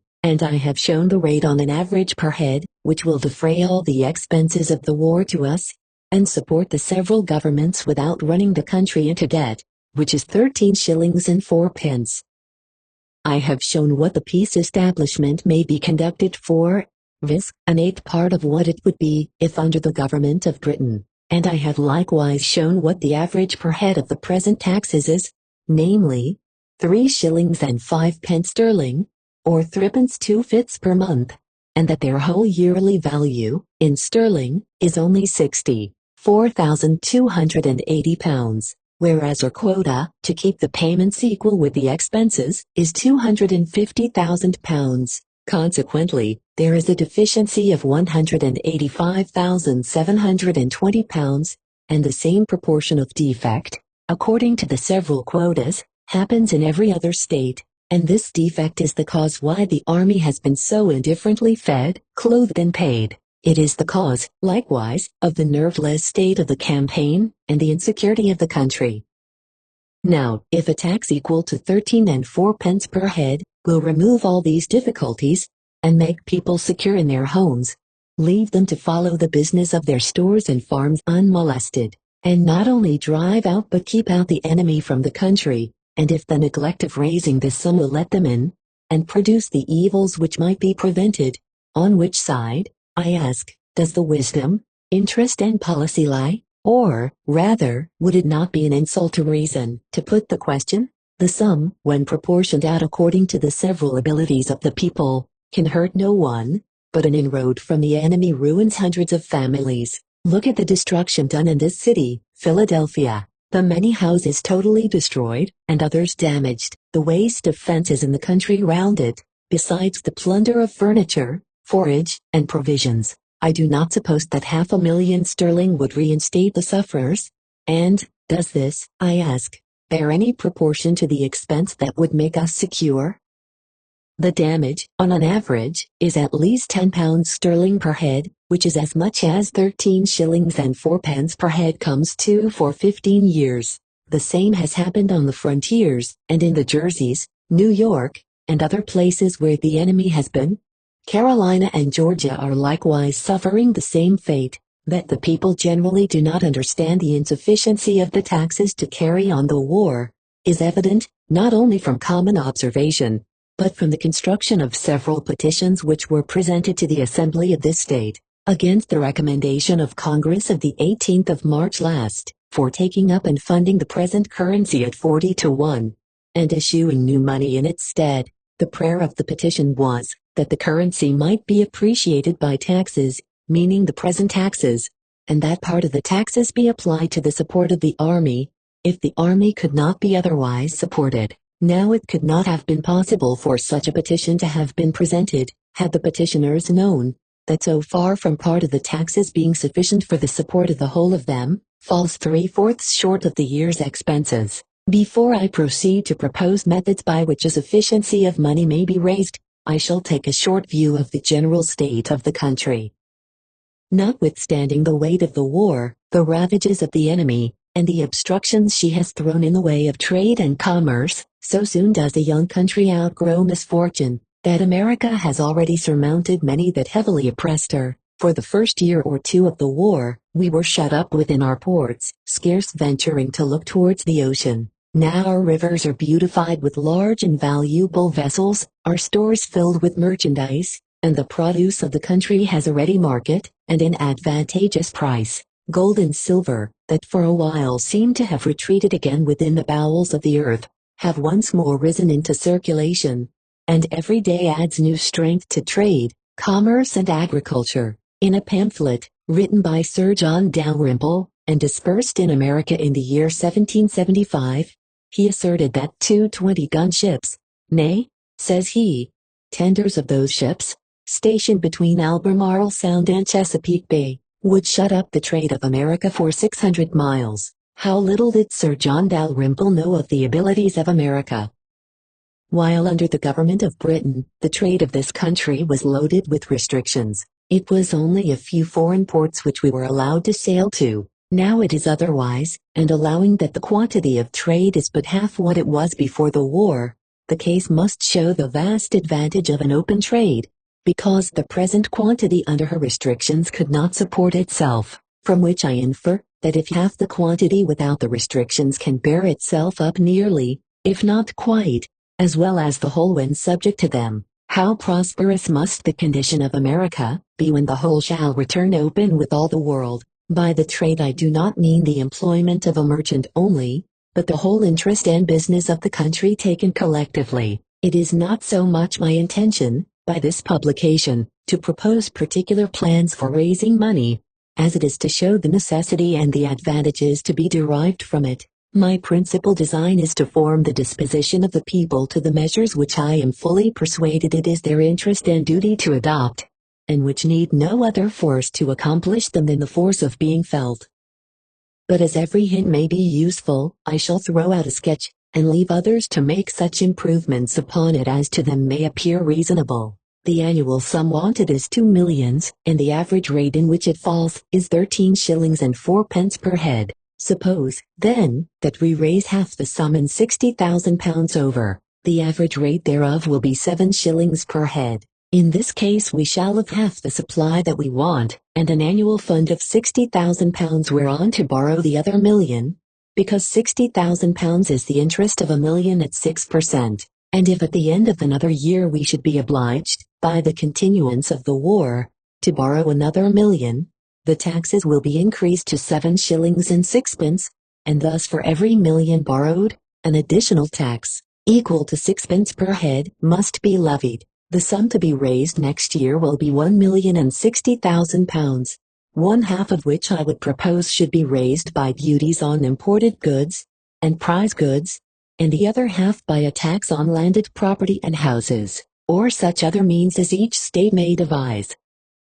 But as the duties on imports and prize goods must be the same in all the states, therefore the rate per cent, or what other form the duty shall be laid, must be ascertained and regulated by Congress, and engrafted in that form into the law of each state, and the moneys arising therefrom carried into the treasury of each state, the duties to be paid in gold or silver. There are many reasons why a duty on imports is the most convenient duty or tax that can be collected, one of which is, because the whole is payable in a few places in a country, and it likewise operates with the greatest ease and equality, because as every one pays in proportion to what he consumes, so people in general consume in proportion to what they can afford, and therefore the tax is regulated by the abilities which every man supposes himself to have, or in other words, every man becomes his own assessor, and pays by a little at a time, when it suits him to buy. Besides, it is a tax which people may pay or let alone by not consuming the articles,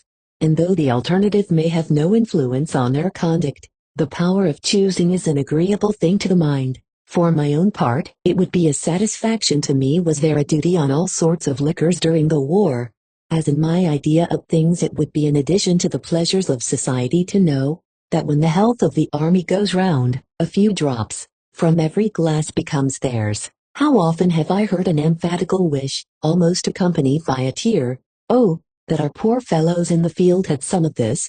Why then need we suffer under a fruitless sympathy, when there is a way to enjoy both the wish and the entertainment at once?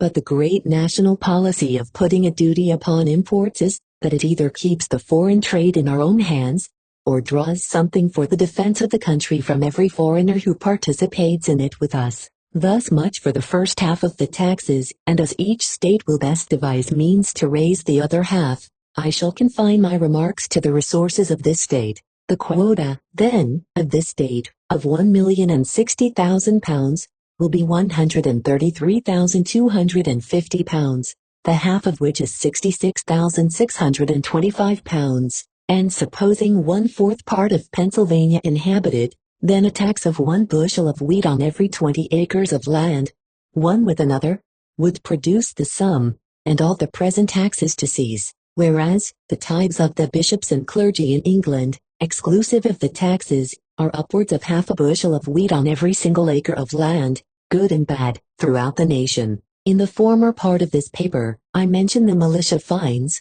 but reserved speaking of the matter, which I shall now do. The ground I shall put it upon is, that 2 millions sterling a year will support a sufficient army, and all the expenses of war and government, without having recourse to the inconvenient method of continually calling men from their employments, which, of all others, is the most expensive and the least substantial. I consider the revenues created by taxes as the first and principal thing, and fines only as secondary and accidental things. It was not the intention of a militia law to apply the fines to anything else but the support of the militia, neither do they produce any revenue to the state. Yet these fines amount to more than all the taxes, for taking the muster roll to be 60,000 men, the fine on 40,000 who may not attend, will be 60,000 pounds sterling, and those who muster will give up a portion of time equal to half that sum. And if the 8 classes should be called within the year and 1/3 turn out, the fine on the remaining 40,000 would amount to $72 millions, besides the 15 shillings on every 100 pounds of property, and the charge of 7.5% for collecting, in certain instances which, on the whole, would be upwards of 250,000 pounds sterling. Now if those very fines disabled the country from raising a sufficient revenue, without producing an equivalent advantage, would it not be for the ease and interest of all parties to increase the revenue, in the manner I have proposed, or any better, if a better can be devised, and cease the operation of the fines? I would still keep the militia as an organized body of men, and should there be a real necessity to call them forth, pay them out of the proper revenues of the state, and increase the taxes 1/3 or 4% on those who do not attend. My limits will not allow me to go further into this matter, which I shall therefore close with this remark, that fines are, of all modes of revenue, the most unsuited to the minds of a free country. When a man pays a tax, he knows that the public necessity requires it, and therefore feels a pride in discharging his duty, but a fine seems an atonement for neglect of duty, and of consequences paid with discredit, and frequently levied with severity. I have now only one subject more to speak of, with which I shall conclude, which is, the resolve of Congress of the 18th of March last, for taking up and funding the present currency at 40 for 1, and issuing new money in its stead. Every one knows that I am not the flatterer of Congress, but in this instance they are right, and if that measure is supported, the currency will acquire a value, which, without it, it will not. But this is not all, it will give relief to the finances until such time as they can be properly arranged, and save the country from being immediately double taxed under the present mode. In short, support that measure, and it will support you. I have now waded through a tedious course of difficult business, and over an untrodden path. The subject, on every point in which it could be viewed, was entangled with perplexities, and enveloped in obscurity. Yet such are the resources of America, that she wants nothing but system to secure success. Common Sense. Philadelphia, October 4, 1780. P.S. While this paper was preparing for the press, the treachery of General Arnold became known, and engrossed the attention and conversation of the public, and that, not so much on account of the traitor as the magnitude of the treason, and the providence evident in the discovery. The matter, as far as it is at present known, is thus briefly related. General Arnold about 6 weeks before had obtained the command of the important post of West Point, situated on the North River, about 60 miles above New York, and an 100 below Albany, there being no other defensible pass between it and the last mentioned place.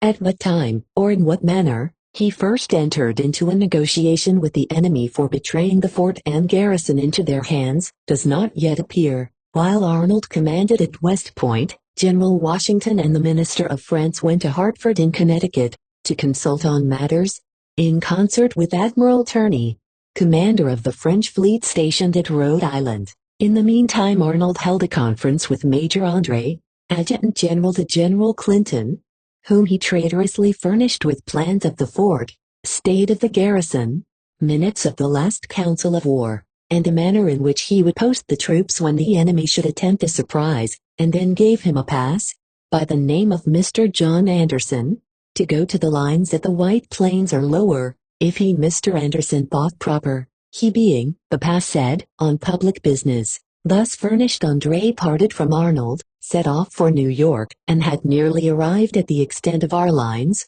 when he was stopped by a party of militia, to whom he produced his pass, but they, not being satisfied with his account, insisted on taking him before the commanding officer, Lieutenant Carl Jameson. Finding himself in this situation, and hoping to escape by a bribe, he offered them his purse, watch and the promise of any quantity of goods they would accept, which these honest men nobly and virtuously scorned, and confident with their duty took him to the proper officer. On examination there was found on him the above-mentioned papers and several others, all in the handwriting of General Arnold, and finding himself thus detected, he confessed his proper name and character. He was accordingly made a close prisoner, and the papers sent off by express to West Point, at which place General Washington had arrived soon after the arrival of the packet. On this disclosure, he went in quest of Arnold, whom he had not seen that day, but all that could be learned was that Arnold had received a letter some short time before which had much confused him, since which he had disappeared. Colonel Hamilton, one of General Washington's aides, with some others were sent after him, but he, having the start, eluded the pursuit, took boat under pretence of a flag, and got on board the Vulture sloop of war lying in the North River, on which it may be truly said that one Vulture was receiving another. From on board this vessel he addressed a letter to General Washington, which, in whatever light it may be viewed, confirms him a finished villain. The true character of Arnold is that of a desperado. His whole life has been a life of jobs, and where either plunder or profit was the object, no danger deterred, no principle restrained him. In his person he was smart and active, somewhat diminutive, weak in his capacities and trifling in his conversation, and though gallant in the field, was defective in the talents necessary for command. The early convulsion of the times afforded him an introduction into life, to the elegance of which he was before a stranger, and the eagerness of the public to reward and encourage enterprise, procured him at once both applause and promotion. His march to Quebec gave him fame, and the plunder of Montreal put the first stamp to his public character. His behavior at Danbury and Saratoga once more covered over his crimes, which again broke forth in the plunder of Philadelphia, under pretence of supplying the army. From this time, the true spring of his conduct being known, he became both disregarded and disesteemed, and this last instance of his treachery has proved the public judgment right. When we take a review of the history of former times, it will turn out to the honor of America that, notwithstanding the trying variety of her situation, this is the only instance of defection in a general officer, and even in this case, the unshaken honesty of those who detected him heightens the national character, to which his apostasy serves as a foil. From the nature of his crime, and his disposition to monopolize, it is reasonable to conclude he had few or no direct accomplices. His sole object was to make a moneyed bargain, and to be consistent with himself. He would as readily betray the side he has deserted to, as that he deserted from. But there is one reflection results from this black business that deserves notice, which is that it shows the declining power of the enemy. An attempt to bribe is a sacrifice of military fame, and a confession of inability to conquer. As a proud people they ought to be above it, and as soldiers to despise it, and however they may feel on the occasion, the world at large will despise them for it, and consider America superior to their arms. Common sense. The crisis. No. Exon the King of England's speech. Of all the innocent passions which actuate the human mind, there is none more universally prevalent than curiosity. It reaches all mankind, and in matters which concern us, or concern us not, it alike provokes in us a desire to know them. Although the situation of America, superior to every effort to enslave her, and daily rising to importance and opulence, has placed her above the region of anxiety, it has still left her within the circle of curiosity, and her fancy to see the speech of a man who had proudly threatened to bring her to his feet, was visibly marked with that tranquil confidence which cared nothing about its contents. It was inquired after with a smile, read with a laugh, and dismissed with disdain, but, as justice is due, even to an enemy, it is right to say, that the speech is as well managed as the embarrassed condition of their affairs could well admit of, and though hardly a line of it is true, except the mournful story of Cornwallis, it may serve to amuse the deluded commons and people of England, for whom it was calculated. The war, says the speech, is still unhappily prolonged by that restless ambition which first excited our enemies to commence it. and which still continues to disappoint my earnest wishes and diligent exertions to restore the public tranquility, how easy it is to abuse truth and language, when men, by habitual wickedness, have learned to set justice at defiance, that the very man who began the war, who with the most sullen insolence refused to answer, and even to hear the humblest of all petitions, who has encouraged his officers and his army in the most savage cruelties, and the most scandalous plunderings, who has stirred up the Indians on one side, and the Negroes on the other, and invoked every aid of hell in his behalf, should now, with an affected air of pity, turn the tables from himself, and charge to another the wickedness that is his own, can only be equaled by the baseness of the heart that spoke it. To be nobly wrong is more manly than to be meanly right, is an expression I once used on a former occasion, and it is equally applicable now. We feel something like respect for consistency even in error. We lament the virtue that is debauched into a vice, but the vice that affects a virtue becomes the more detestable.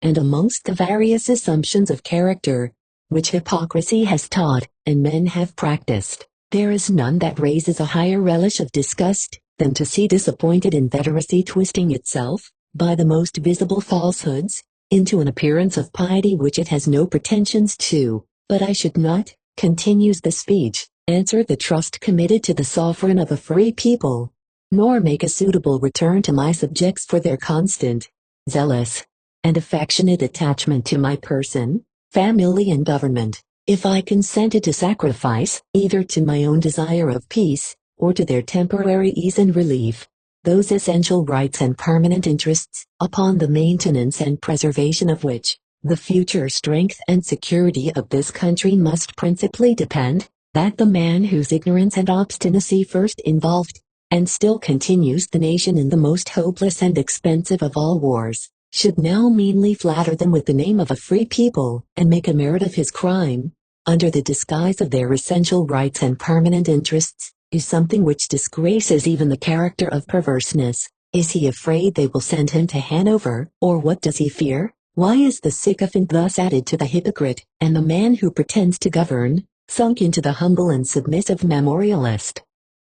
What those essential rights and permanent interests are, on which the future strength and security of England must principally depend, are not so much as alluded to. They are words which impress nothing but the ear, and are calculated only for the sound. But if they have any reference to America, then do they amount to the disgraceful confession, that England, who once assumed to be her protectress, has now become her dependent. The British King and Ministry are constantly holding up the vast importance which America is of to England, in order to allure the nation to carry on the war. Now, whatever ground there is for this idea, it ought to have operated as a reason for not beginning it, and, therefore, they support their present measures to their own disgrace, because the arguments which they now use are a direct reflection on their former policy. The favorable appearance of affairs, continues the speech, in the East Indies, and the safe arrival of the numerous commercial fleets of my kingdom,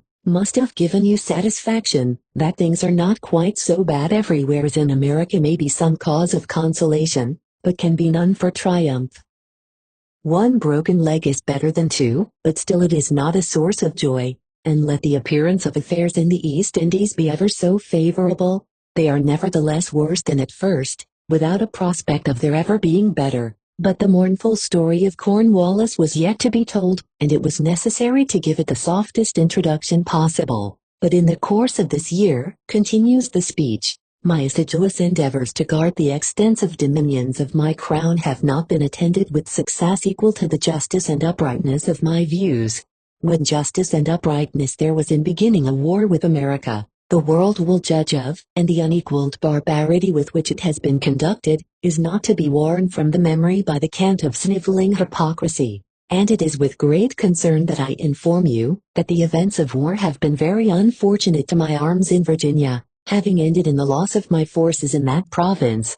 And our great concern is that they are not all served in the same manner. No endeavors have been wanted on my part, says the speech, to extinguish that spirit of rebellion which our enemies have found means to foment and maintain in the colonies, and to restore to my deluded subjects in America, that happy and prosperous condition, which they formerly derived from a due obedience to the laws. The expression of deluded subjects has become so hackneyed and contemptible, and the more so when we see them making prisoners of whole armies at a time, that the pride of not being laughed at would induce a man of common sense to leave it off. But the most offensive falsehood in the paragraph is the attributing the prosperity of America to a wrong cause. It was the unremitted industry of the settlers and their descendants, the hard labor and toil of persevering fortitude, that were the true causes of the prosperity of America. The former tyranny of England served to people it, and the virtue of the adventurers to improve it. Ask the man, who, with his axe, has cleared away in the wilderness, and now possesses an estate, what made him rich? And he will tell you the labor of his hands, the sweat of his brow, and the blessing of heaven. Let Britain but leave America to herself and she asks no more. She has risen into greatness without the knowledge and against the will of England, and has a right to the unmolested enjoyment of her own created wealth.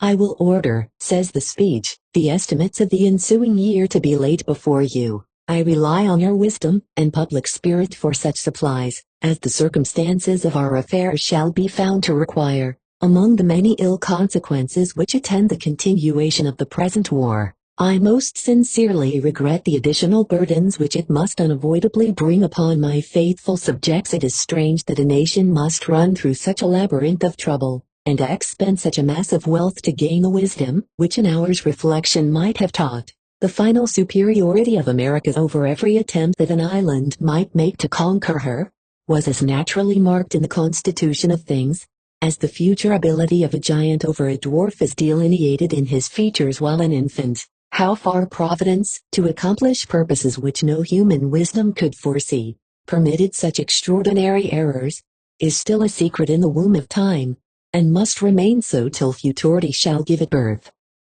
In the prosecution of this great and important contest, says the speech, in which we are engaged, I retain a firm confidence in the protection of divine providence, and a perfect conviction in the justice of my cause, and I have no doubt, but, that by the concurrence and support of my Parliament, by the valor of my fleets and armies, and by a vigorous, animated, and united exertion of the faculties and resources of my people, I shall be enabled to restore the blessings of a safe and honorable peace to all my dominions. The King of England is one of the readiest believers in the world. In the beginning of the contest, he passed an act to put America out of the protection of the Crown of England, and though Providence, for 7 years together, has put him out of her protection, still the man has no doubt, like Pharaoh on the edge of the Red Sea, he sees not the plunge he is making, and precipitately drives across the flood that is closing over his head. I think it is a reasonable supposition that this part of the speech was composed before the arrival of the news of the capture of Cornwallis, for it certainly has no relation to their condition at the time it was spoken. But, be this as it may, it is nothing to us. Our line is fixed, our lot is cast, and America, the child of fate, is arriving at maturity. We have nothing to do but by a spirited and quick exertion, to stand prepared for war or peace, too great to yield, and too noble to insult, superior to misfortune, and generous in success. Let us untaintedly preserve the character which we have gained, and show to future ages an example of unequaled magnanimity. There is something in the cause and consequence of America that has drawn on her the attention of all mankind. The world has seen her brave. Her love of liberty, her ardor in supporting it, the justice of her claims, and the constancy of her fortitude have won her the esteem of Europe, and attached to her interest the first power in that country. Her situation now is such, that to whatever point, past, present or to come, she casts her eyes, no matter rises to convince her that she is right. In her conduct towards her enemy, no reproachful sentiment lurks in secret. No sense of injustice is left upon the mind. Untainted with ambition, and a stranger to revenge, her progress has been marked by Providence, and she, in every stage of the conflict, has blessed her with success. But let not America wrap herself up in delusive hope and suppose the business done. The least remissness in preparation, the least relaxation in execution, will only serve to prolong the war, and increase expenses. If our enemies can draw consolation from misfortune, and exert themselves upon despair, how much more ought we, who are to win a continent by the conquest, and have already in earnest of success, having, in the preceding part, made my remarks on the several matters which the speech contains, I shall now make my remarks on what it does not contain. There is not a syllable in its respecting alliances. Either the injustice of Britain is too glaring, or her condition too desperate, or both, for any neighboring power to come to her support. In the beginning of the contest, when she had only America to contend with, she hired assistance from Hesse, and other smaller states of Germany, and for nearly 3 years did America, young, raw, undisciplined and unprovided, stand against the power of Britain, aided by 20,000 foreign troops, and made a complete conquest of one entire army. The remembrance of those things ought to inspire us with confidence and greatness of mind, and carry us through every remaining difficulty with content and cheerfulness.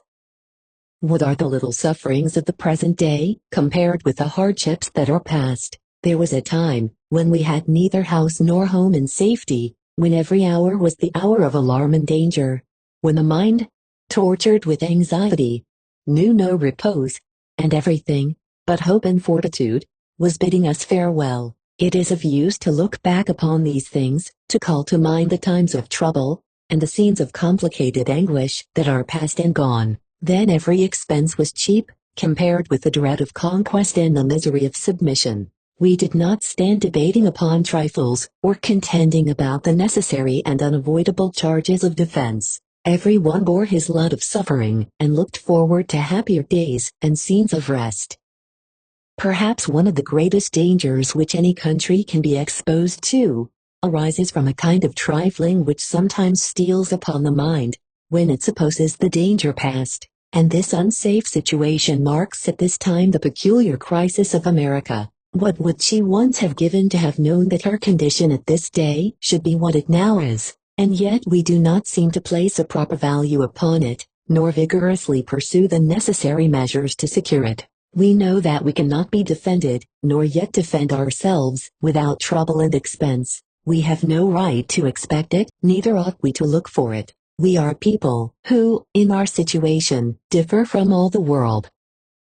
We form one common floor of public good, and, whatever is our charge, it is paid for our own interest and upon our own account. Misfortune and experience have now taught us system and method, and the arrangements for carrying on the war are reduced to rule and order. The quotas of the several states are ascertained, and I intend in a future publication to show what they are, and the necessity as well as the advantages of vigorously providing for them. In the meantime, I shall conclude this paper with an instance of British clemency, from Smollett's History of England, Volume 11, printed in London. It will serve to show how dismal the situation of a conquered people is, and that the only security is an effectual defense. We all know that the Stuart family, and the House of Hanover, opposed each other for the crown of England. The Stuart family stood first in the line of succession, but the other was the most successful. In July, 1745, Charles, the son of the exiled king, landed in Scotland, collected a small force, at no time exceeding 5,000 or 6,000 men, and made some attempts to re-establish his claim. The late Duke of Cumberland, uncle to the present King of England, was sent against him, and on the 16th of April following, Charles was totally defeated at Culloden, in Scotland. Success and power are the only situations in which clemency can be shown, and those who are cruel, because they are victorious, can with the same facility act any other degenerate character. Immediately after the decisive action at Culloden, the Duke of Cumberland took possession of Inverness, where 36 deserters, convicted by a court-martial, were ordered to be executed. Then he detached several parties to ravage the country. One of these apprehended the Lady Mackintosh, who was sent prisoner to Inverness, plundered her house, and drove away her cattle, though her husband was actually in the service of the government. The castle of Lord Lovat was destroyed. The French prisoners were sent to Carlisle and Penrith, Kilmarnock, Balmerino, Cromarty, and his son, the Lord Macleod, were conveyed by sea to London, and those of an inferior rank were confined in different prisons. The Marquis of Tullibardine, together with a brother of the Earl of Dunmore, and Murray, the Pretender's secretary, were seized and transported to the Tower of London, to which the Earl of Traquair had been committed on suspicion, and the eldest son of Lord Lovat was imprisoned in the castle of Edinburgh. In a word, all the jails in Great Britain, from the capital, northwards, were filled with those unfortunate captives, and great numbers of them were crowded together in the holds of ships, where they perished in the most deplorable manner, for want of air and exercise. Some rebel chiefs escaped in 2 French frigates that arrived on the coast of Lochaber about the end of April, and engaged 3 vessels belonging to His Britannic Majesty, which they obliged to retire. Others embarked on board a ship on the coast of Buchan, and were conveyed to Norway, from whence they travelled to Sweden. In the month of May, the Duke of Cumberland advanced with the army into the Highlands, as far as Fort Augustus, where he encamped, and sent off detachments on all hands, to hunt down the fugitives, and lay waste the country with fire and sword. The castles of Glengarry and Lochiel were plundered and burnt. Every house, hut, or habitation, met with the same fate, without distinction, and all the cattle and provision were carried off. The men were either shot upon the mountains, like wild beasts, or put to death in cold blood, without form of trial. The women, after having seen their husbands and fathers murdered, were subjected to brutal violation, and then turned out naked, with their children, to starve on the barren heaths. One whole family was enclosed in a barn, and consumed to ashes. Those ministers of vengeance were so alert in the execution of their office, that in a few days there was neither house, cottage, man, nor beast, to be seen within the compass of 50 miles. All was ruin, silence, and desolation. I have here presented the reader with one of the most shocking instances of cruelty ever practiced, and I leave it, to rest on his mind, that he may be fully impressed with the sense of the destruction he has escaped, in case Britain had conquered America, and likewise, that he may see and feel the necessity, as well for his own personal safety, as for the honor, the interest, and happiness of the whole community, to omit or delay no one preparation necessary to secure the ground which we so happily stand upon. To the people of America, on the expenses, arrangements and disbursements for carrying on the war, and finishing it with honor and advantage, when any necessity or occasion has pointed out the convenience of addressing the public, I have never made it a consideration whether the subject was popular or unpopular, but whether it was right or wrong, for that which is right will become popular, and that which is wrong, though by mistake it may obtain the cry or fashion of the day, will soon lose the power of delusion, and sink into disesteem. A remarkable instance of this happened in the case of Silas Deane, and I mention this circumstance with the greater ease, because the poison of his hypocrisy spread over the whole country, and every man, almost without exception, thought me wrong in opposing him. The best friends I then had, except Mr. Henry Lawrence, stood at a distance, and this tribute, which is due to his constancy, I pay to him with respect, and that the readier, because he is not here to hear it.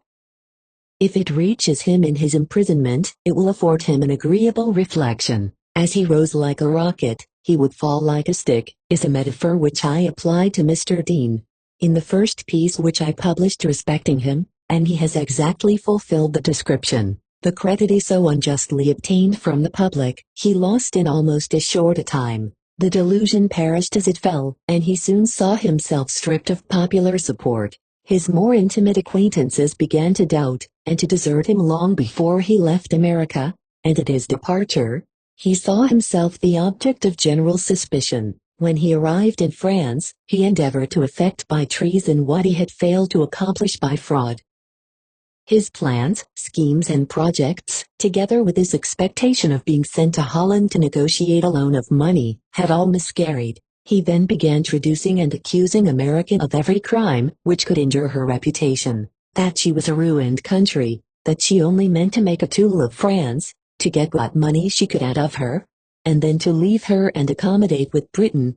Of all which and much more, Colonel Lawrence and myself, when in France, informed Dr. Franklin, who had not before heard of it, and to complete the character of traitor, he has, by letters to his country since, some of which, in his own handwriting, are now in the possession of Congress, used every expression and argument in his power, to injure the reputation of France, and to advise America to renounce her alliance and surrender up her independence. 13 Thus in France he abuses America, and in his letters to America he abuses France, and is endeavoring to create disunion between two countries, by the same arts of double-dealing by which he caused dissensions among the commissioners in Paris, and distractions in America. But his life has been fraud, and his character has been that of a plotting, cringing mercenary, capable of any disguise that suited his purpose. His final detection has very happily cleared up those mistakes, and removed that uneasiness, which his unprincipled conduct occasioned.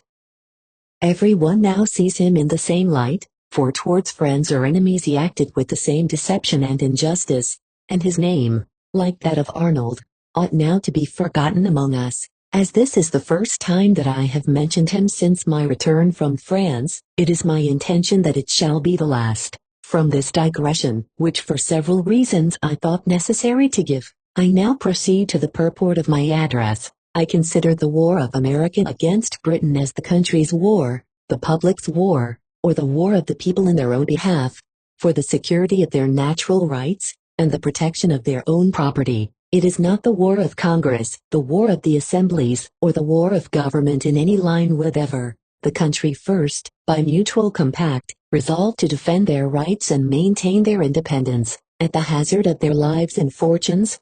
They elected their representatives, by whom they appointed their members of Congress, and said, "Act you for us, and we will support you."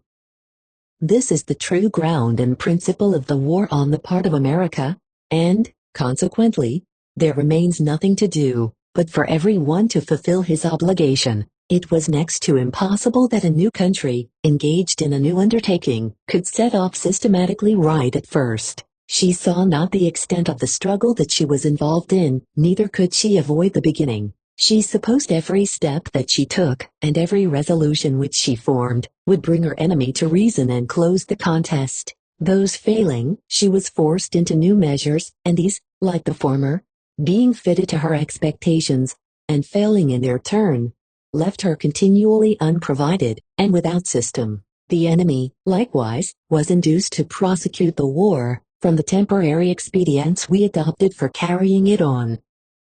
We were continually expecting to see their credit exhausted, and they were looking to see our currency fail, and thus, between their watching us, and we them, the hopes of both have been deceived, and the childishness of the expectation has served to increase the expense. Yet who, through this wilderness of error, has been to blame? Where is the man who can say the fault, in part, has not been his? They were the natural, unavoidable errors of the day. They were the errors of a whole country, which nothing but experience could detect and time remove. Neither could the circumstances of America admit of system, till either the paper currency was fixed or laid aside.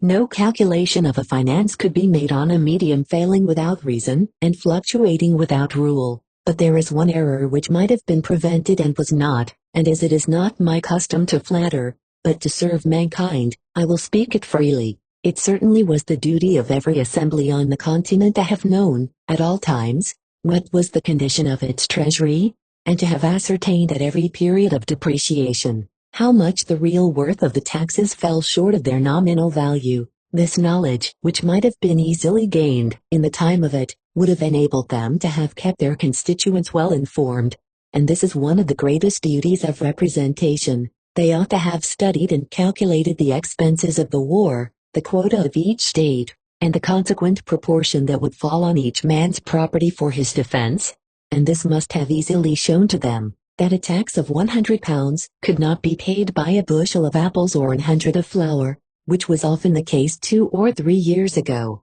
But instead of this, which would have been plain and upright dealing, the little line of temporary popularity, the feather of an hour's duration, was too much pursued, and in this involved condition of things, every state, for the want of a little thinking, or a little information, supposed that it supported the whole expenses of the war, when in fact it fell, by the time the tax was levied and collected, above 3/4 short of its own quota. Impressed with a sense of the danger to which the country was exposed by this lax method of doing business, and the prevailing errors of the day, I published, last October was a 12-month, the crisis extraordinary, on the revenues of America, and the yearly expense of carrying on the war. My estimation of the latter, together with the civil list of Congress and the civil list of the several states, was £2,000,000 sterling, which is very nearly $9 millions. Since that time, Congress have gone into a calculation, and have estimated the expenses of the War Department and the civil list of Congress, exclusive of the civil list of the several governments, at $8 millions. And as the remaining million will be fully sufficient for the civil list of the several states, the two calculations are exceedingly near each other. The sum of $8 millions have called upon the states to furnish, and their quotas are as follows, which I shall preface with the resolution itself, by the United States in Congress assembled, October 30th, 1781. Resolved, that the respective states be called upon to furnish the Treasury of the United States with their quotas of $8 millions for the War Department and civil list for the ensuing year, to be paid quarterly, in equal proportions, the first payment to be made on the first day of April next. Resolved, that a committee, consisting of a member from each state, be appointed to apportion to the several states the quota of the above sum. November 2d. The committee appointed to ascertain the proportions of the several states of the moneys to be raised for the expenses of the ensuing year, report the following resolutions, that the sum of $8 millions, as required to be raised by the resolutions of the 30th of October last, be paid by the states in the following proportion: New Hampshire, $373,598, Massachusetts, .1, $307,596, Rhode Island, $216,684, Connecticut, .747, $196, New York, $373,598, New Jersey, $485,679, Pennsylvania, .1, $120,794, Delaware, $112,085, Maryland, $933,996, Virginia, .1, $307,594, North Carolina, $622,677, South Carolina, $373,598, Georgia, $24,905, $8 million. Resolved, that it be recommended to the several states to lay taxes for raising their quotas of money for the United States, separate from those laid for their own particular use. On these resolutions I shall offer several remarks. First, on the sum itself, and the ability of the country to on the several quotas, and the nature of a union. And 3d, on the manner of collection and expenditure. First, on the sum itself, and the ability of the country, as I know my own calculation is as low as possible, and as the sum called for by Congress, according to their calculation, agrees very nearly therewith, I am sensible it cannot possibly be lower, neither can it be done for that, unless there is ready money to go to market with, and even in that case, it is only by the utmost management and economy that it can be made to do. By the accounts which were laid before the British Parliament last spring, it appeared that the charge of only subsisting, that is, feeding their army in America, cost annually £4 million sterling, which is very nearly $18 millions. Now if, for $8 millions, we can feed, clothe, arm, provide for, and pay an army sufficient for our defense, the very comparison shows that the money must be well laid out. It may be of some use, either in debate or conversation, to attend to the progress of the expenses of an army, because it will enable us to see on what part any deficiency will fall. The first thing is to feed them and prepare for the sick. Second, to clothe them. Third, to arm and furnish them. Fourth, to provide means for removing them from place to place. And, fifth, to pay them. The first and second are absolutely necessary to them as men, the third and fourth are equally as necessary to them as an army, and the fifth is their just due. Now if the sum which shall be raised should fall short, either by the several acts of the states for raising it, or by the manner of collecting it, the deficiency will fall on the fifth head, the soldiers' pay, which would be defrauding them, and eternally disgracing ourselves. It would be a blot on the councils, the country, and the revolution of America, and a man would hereafter be ashamed to own that he had any hand in it. But if the deficiency should be still shorter, it would next fall on the fourth head, the means of removing the army from place to place, and, in this case, the army must either stand still where it can be of no use, or seize on horses, carts, wagons, or any means of transportation which it can lay hold of, and in this instance the country suffers. In short, every attempt to do a thing for less than it can be done for, is sure to become at last both a loss and a dishonor. But the country cannot bear it, say some. This has been the most expensive doctrine that ever was held out, and cost America millions of money for nothing. Can the country bear to be overrun, ravaged, and ruined by an enemy? This will immediately follow where defense is wanting, and defense will ever be wanting, where sufficient revenues are not provided. But this is only one part of the folly. The second is, that when the danger comes, invited in part by our not preparing against it, we have been obliged, in a number of instances, to expend double the sums to do that which at first might have been done for half the money. But this is not all. A third mischief has been, that grain of all sorts, flour, beef fodder, horses, carts, wagons, or whatever was absolutely or immediately wanted, have been taken without pay. Now, I ask, why was all this done, but from that extremely weak and expensive doctrine, that the country could not bear it? That is, that she could not bear, in the first instance, that which would have saved her twice as much at last? Or, in proverbial language, that she could not bear to pay a penny to save a pound, the consequence of which has been, that she has paid a pound for a penny. Why are there so many unpaid certificates in almost every man's hands, but from the parsimony of not providing sufficient revenues?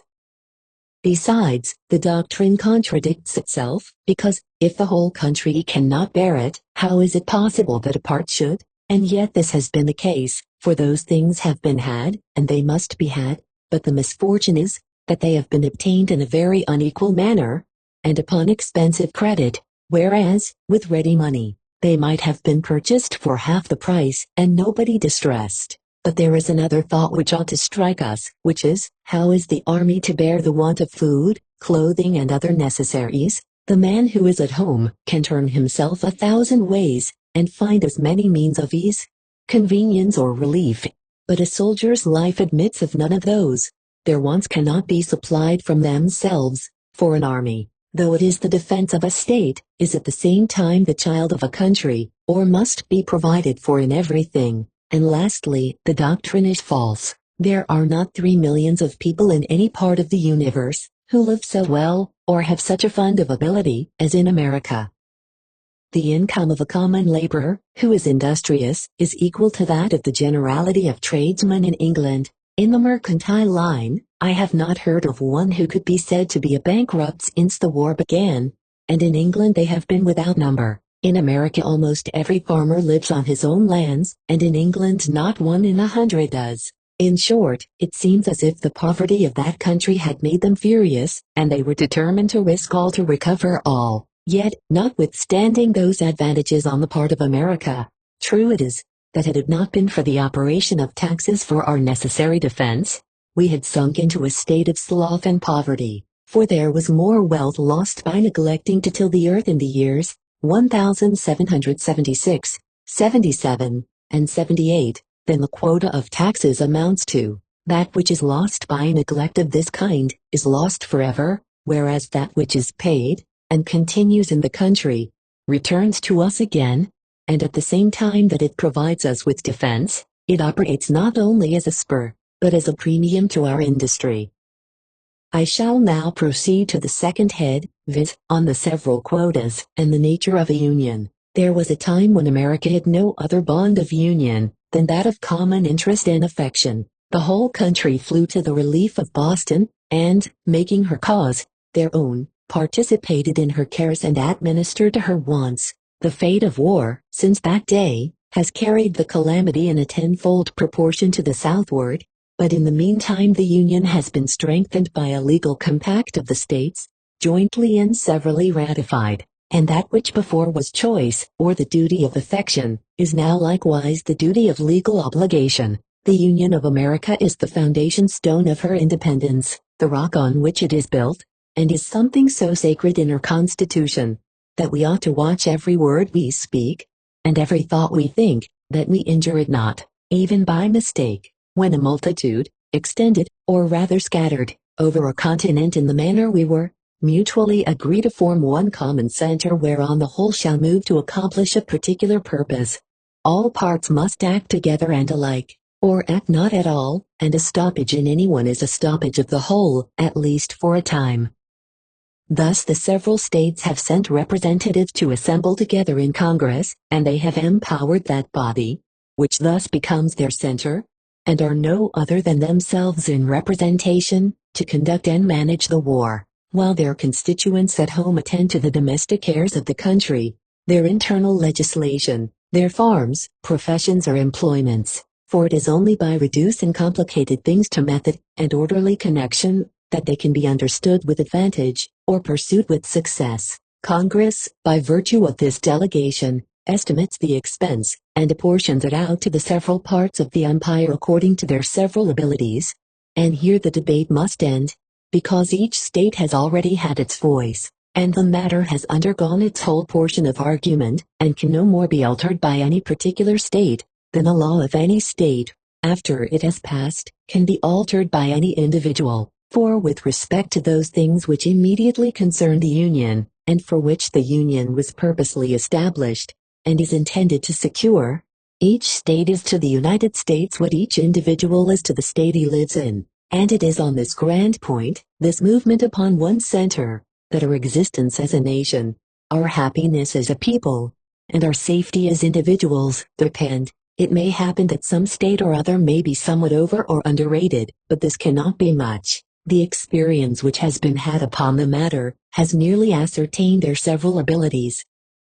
But even in this case, it can only admit of an appeal to the United States, but cannot authorize any state to make the alteration itself, any more than our internal government can admit an individual to do so in the case of an act of assembly, for if one state can do it, then may another do the same, and the instant this is done the whole is undone. Neither is it supposable that any single state can be a judge of all the comparative reasons which may influence the collective body in arranging the quotas of the continent. The circumstances of the several states are frequently varying, occasioned by the accidents of war and commerce, and it will often fall upon some to help others, rather beyond what their exact proportion at another time might be. But even this assistance is as naturally and politically included in the idea of a union as that of any particular assigned proportion, because we know not whose turn it may be next to want assistance, for which reason that state is the wisest which sets the best example,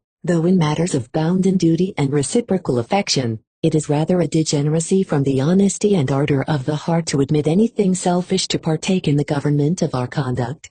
Yet in cases where our duty, our affections, and our interest all coincide, it may be of some use to observe their union. The United States will become heir to an extensive quantity of vacant land, and their several titles to shares and quotas thereof will naturally be adjusted according to their relative quotas during the war, exclusive of that inability which may unfortunately arise to any state by the enemy's holding possession of a part.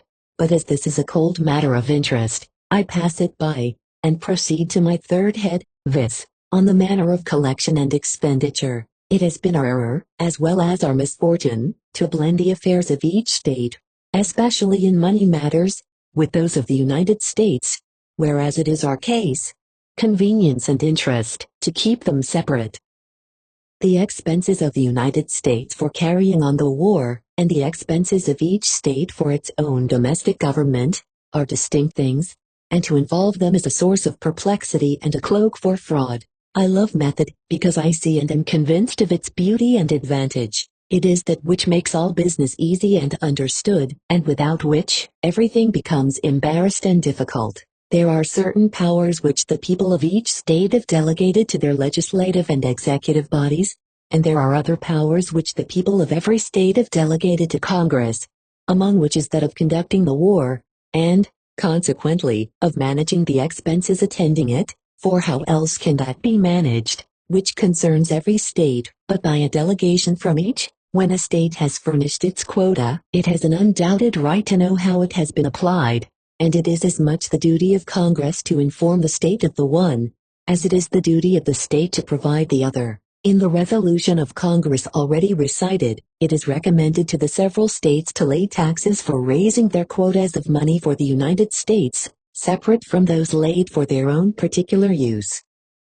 This is a most necessary point to be observed, and the distinction should follow all the way through. They should be levied, paid and collected, separately, and kept separate in every instance. Neither have the civil officers of any state, nor the government of that state, the least right to touch that money which the people pay for the support of their army and the war, any more than Congress has to touch that which each state raises for its own use. This distinction will naturally be followed by another. It will occasion every state to examine nicely into the expenses of its civil list, and to regulate, reduce, and bring it into better order than it has hitherto been, because the money for that purpose must be raised apart, and accounted for to the public separately. But while the moneys of both were blended, the necessary nicety was not observed, and the poor soldier, who ought to have been the first, was the last who was thought of.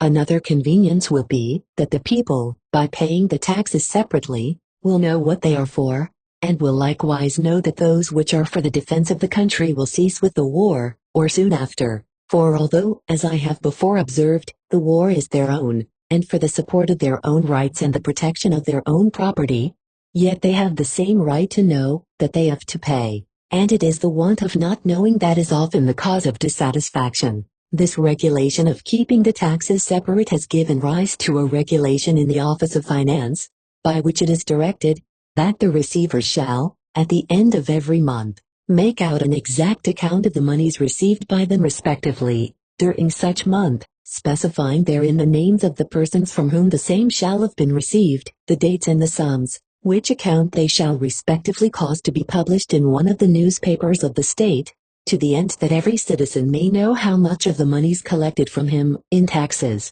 is transmitted to the Treasury of the United States for the support of the war, and also, that it may be known what monies have been at the order of the Superintendent of Finance, it being proper and necessary, that, in a free country, the people should be as fully informed of the administration of their affairs, as the nature of things will admit. It is an agreeable thing to see a spirit of order and economy taking place, after such a series of errors and difficulties.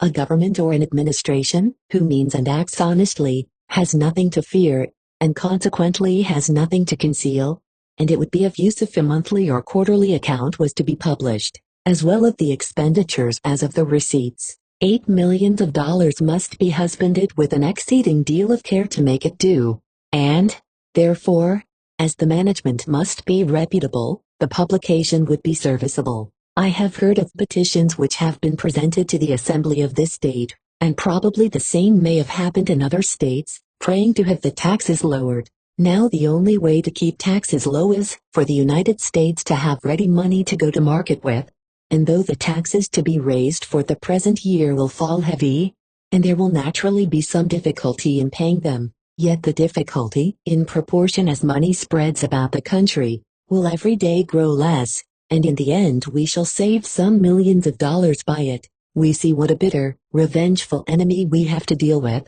and any expense is cheap compared to their merciless paw. We have seen the unfortunate Carolinians hunted like partridges on the mountains, and it is only by providing means for our defense, that we shall be kept from the same condition.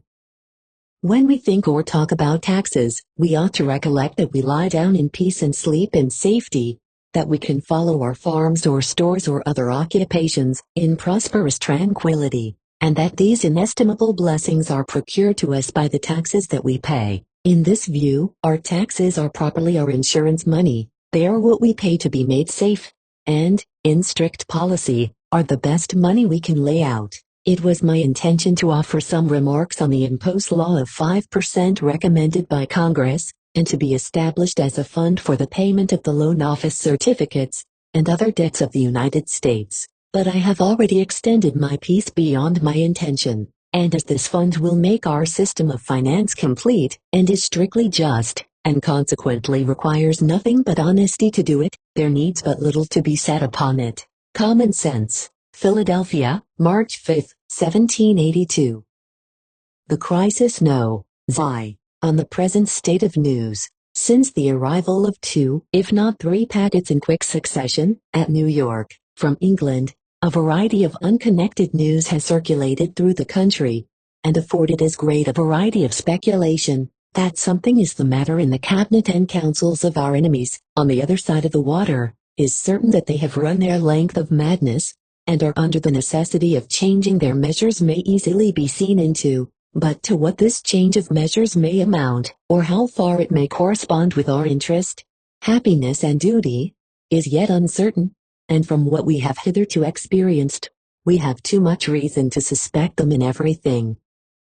I do not address this publication so much to the people of America, as to the British ministry, whoever they may be, for if it is their intention to promote any kind of negotiation, it is proper they should know beforehand that the United States have as much honor as bravery, and that they are no more to be seduced from their alliance than their allegiance, that their line of politics is formed and not dependent, like that of their enemy, on chance and accident, on our part, in order to know, at any time, what the British government will do. We have only to find out what they ought not to do, and this last will be their conduct, forever changing and forever wrong, too distant from America to improve in circumstances, and too unwise to foresee them, scheming without principle, and executing without probability. Their whole line of management has hitherto been blunder and baseness. Every campaign has added to their loss, and every year to their disgrace, till unable to go on, and ashamed to go back, their politics have come to a halt, and all their fine prospects to a halter. Could our affections forgive, or humanity forget the wounds of an injured country, we might, under the influence of a momentary oblivion, stand still and laugh, but they are engraven where no amusement can conceal them, and of a kind for which there is no recompense. Can ye restore to us the beloved dead? Can ye say to the grave, give up the murdered? Can ye obliterate from our memories those who are no more? Think not then to tamper with our feelings by an insidious contrivance, nor suffocate our humanity by seducing us to dishonor. In March 1780, I published part of the crisis, number 8, in the newspapers, but did not conclude it in the following papers, and the remainder has lain by me till the present day. There appeared about that time some disposition in the British cabinet to cease the further prosecution of the war, and as I had formed my opinion that whenever such a design should take place, it would be accompanied by a dishonorable proposition to America, respecting France, I had suppressed the remainder of that number, not to expose the baseness of any such proposition, but the arrival of the next news from England declared her determination to go on with the war, and consequently as the political object I had then in view was not become a subject, it was unnecessary in me to bring it forward, which is the reason it was never published. The matter which I allude to in the unpublished part, I shall now make a quotation of, and apply it as the more enlarged state of things, at this day, shall make convenient or necessary. It was as follows: by the speeches which have appeared from the British Parliament, it is easy to perceive to what impolitic and imprudent excesses their passions and prejudices have, in every instance, carried them during the present war. Provoked at the upright and honorable treaty between America and France, they imagined that nothing more was necessary to be done to prevent its final ratification, than to promise, through the agency of their commissioners, Carlisle, Eden, and Johnstone, a repeal of their once offensive acts of Parliament. The vanity of the conceit was as unpardonable as the experiment was impolitic, and so convinced am I of their wrong ideas of America, that I shall not wonder if, in their last stage of political frenzy, they propose to her to break her alliance with France, and enter into one with them. Such a proposition, should it ever be made, and it has been already more than once hinted at in Parliament, would discover such a disposition to perfidiousness, and such disregard of honor and morals, as would add the finishing vice to national corruption. I do not mention this to put America on the watch, but to put England on her guard, that she do not, in the looseness of her heart, envelop and disgrace every fragment of reputation. Thus far the quotation, by the complexion of some part of the news which has transpired through the New York papers, It seems probable that this insidious era in the British politics is beginning to make its appearance. I wish it may not, for that which is a disgrace to human nature throws something of a shade over all the human character, and each individual feels his share of the wound that is given to the whole. The policy of Britain has ever been to divide America in some way or other. In the beginning of the dispute, she practiced every art to prevent or destroy the union of the states, well knowing that could she once get them to stand singly, she could conquer them unconditionally. Failing in this project in America, she renewed it in Europe, and, after the alliance had taken place, she made secret offers to France to induce her to give up America, and what is still more extraordinary, she at the same time made propositions to Dr. Franklin, then in Paris, the very court to which she was secretly applying, to draw off America from France. But this is not all. On the 14th of September, 1778, the British court, through their secretary, Lord Weymouth, made application to the Marquis d'Almodovar, the Spanish ambassador at London, to ask the mediation, for these were the words, of the court of Spain, for the purpose of negotiating a peace with France, leaving America, as I shall hereafter show, out of the question. Spain readily offered her mediation, and likewise the city of Madrid as the place of conference, but withal, proposed that the United States of America should be invited to the treaty, and considered as independent during the time that business was negotiating. But this was not the view of England. She wanted to draw France from the war, that she might uninterruptedly pour out all her force and fury upon America, and being disappointed in this plan, as well through the open and generous conduct of Spain, as the determination of France, she refused the mediation which she had solicited. I shall now give some extracts from the justifying memorial of the Spanish court, in which she has set the conduct and character of Britain, with respect to America, in a clear and striking point of light. The memorial, speaking of the refusal of the British court to meet in conference with commissioners from the United States, who were to be considered as independent during the time of the conference, says, "It is a thing very extraordinary and even ridiculous, that the Court of London, who treats the colonies as independent, not only in acting, but of right, during the war, should have a repugnance to treat them as such only in acting during a truce, or suspension of hostilities. The Convention of Saratoga, the reputing General Burgoyne as a lawful prisoner, in order to suspend his trial, the exchange and liberation of other prisoners made from the colonies, the having named commissioners to go and supplicate the Americans, at their own doors, request peace of them, and treat with them in the Congress, and, finally, by 1,000 other acts of this sort, authorized by the Court of London, which have been, and are true signs of the acknowledgment of their independence." In aggravation of all the foregoing, at the same time the British cabinet answered the King of Spain in the terms already mentioned.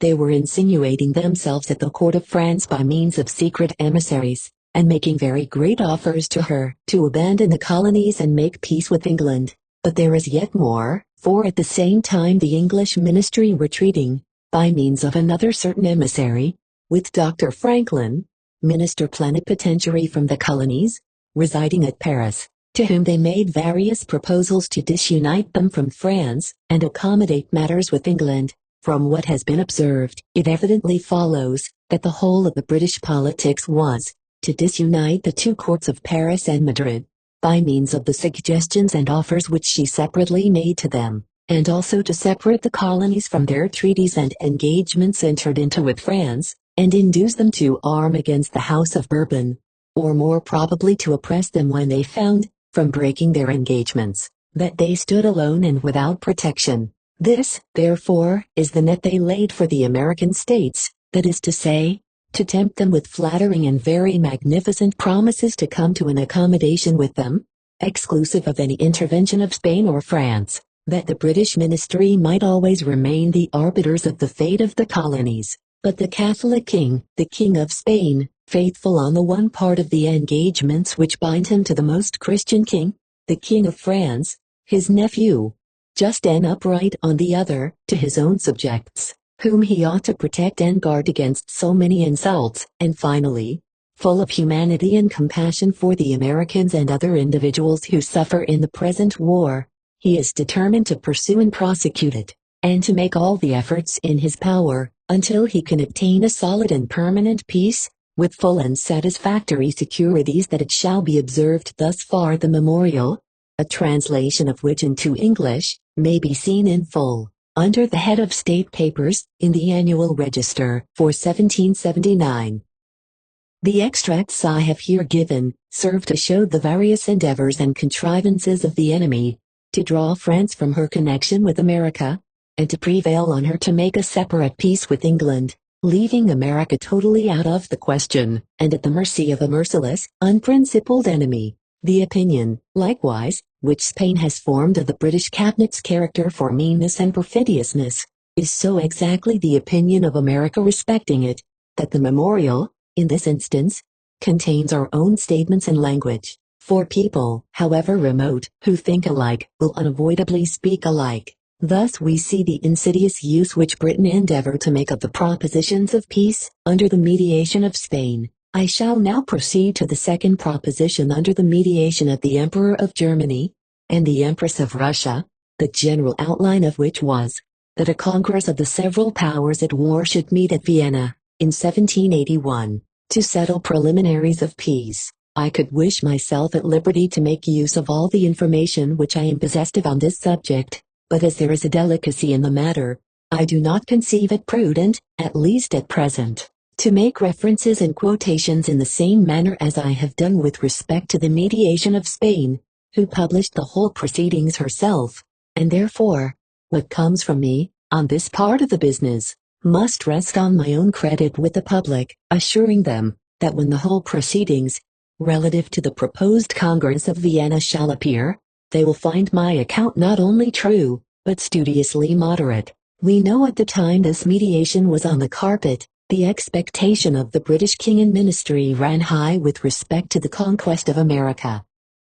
The English packet which was taken with the mail on board, and carried into L'Orient, in France, contained letters from Lord G. Germain to Sir Henry Clinton, which expressed in the fullest terms the ministerial idea of a total conquest. Copies of those letters were sent to Congress and published in the newspapers of last year. Colonel John Lawrence brought over the originals, some of which, signed in the handwriting of the then Secretary, Germain, are now in my possession. Filled with these high ideas, nothing could be more insolent towards America than the language of the British court on the proposed mediation. A peace with France and Spain she anxiously solicited, but America, as before, was to be left to her mercy.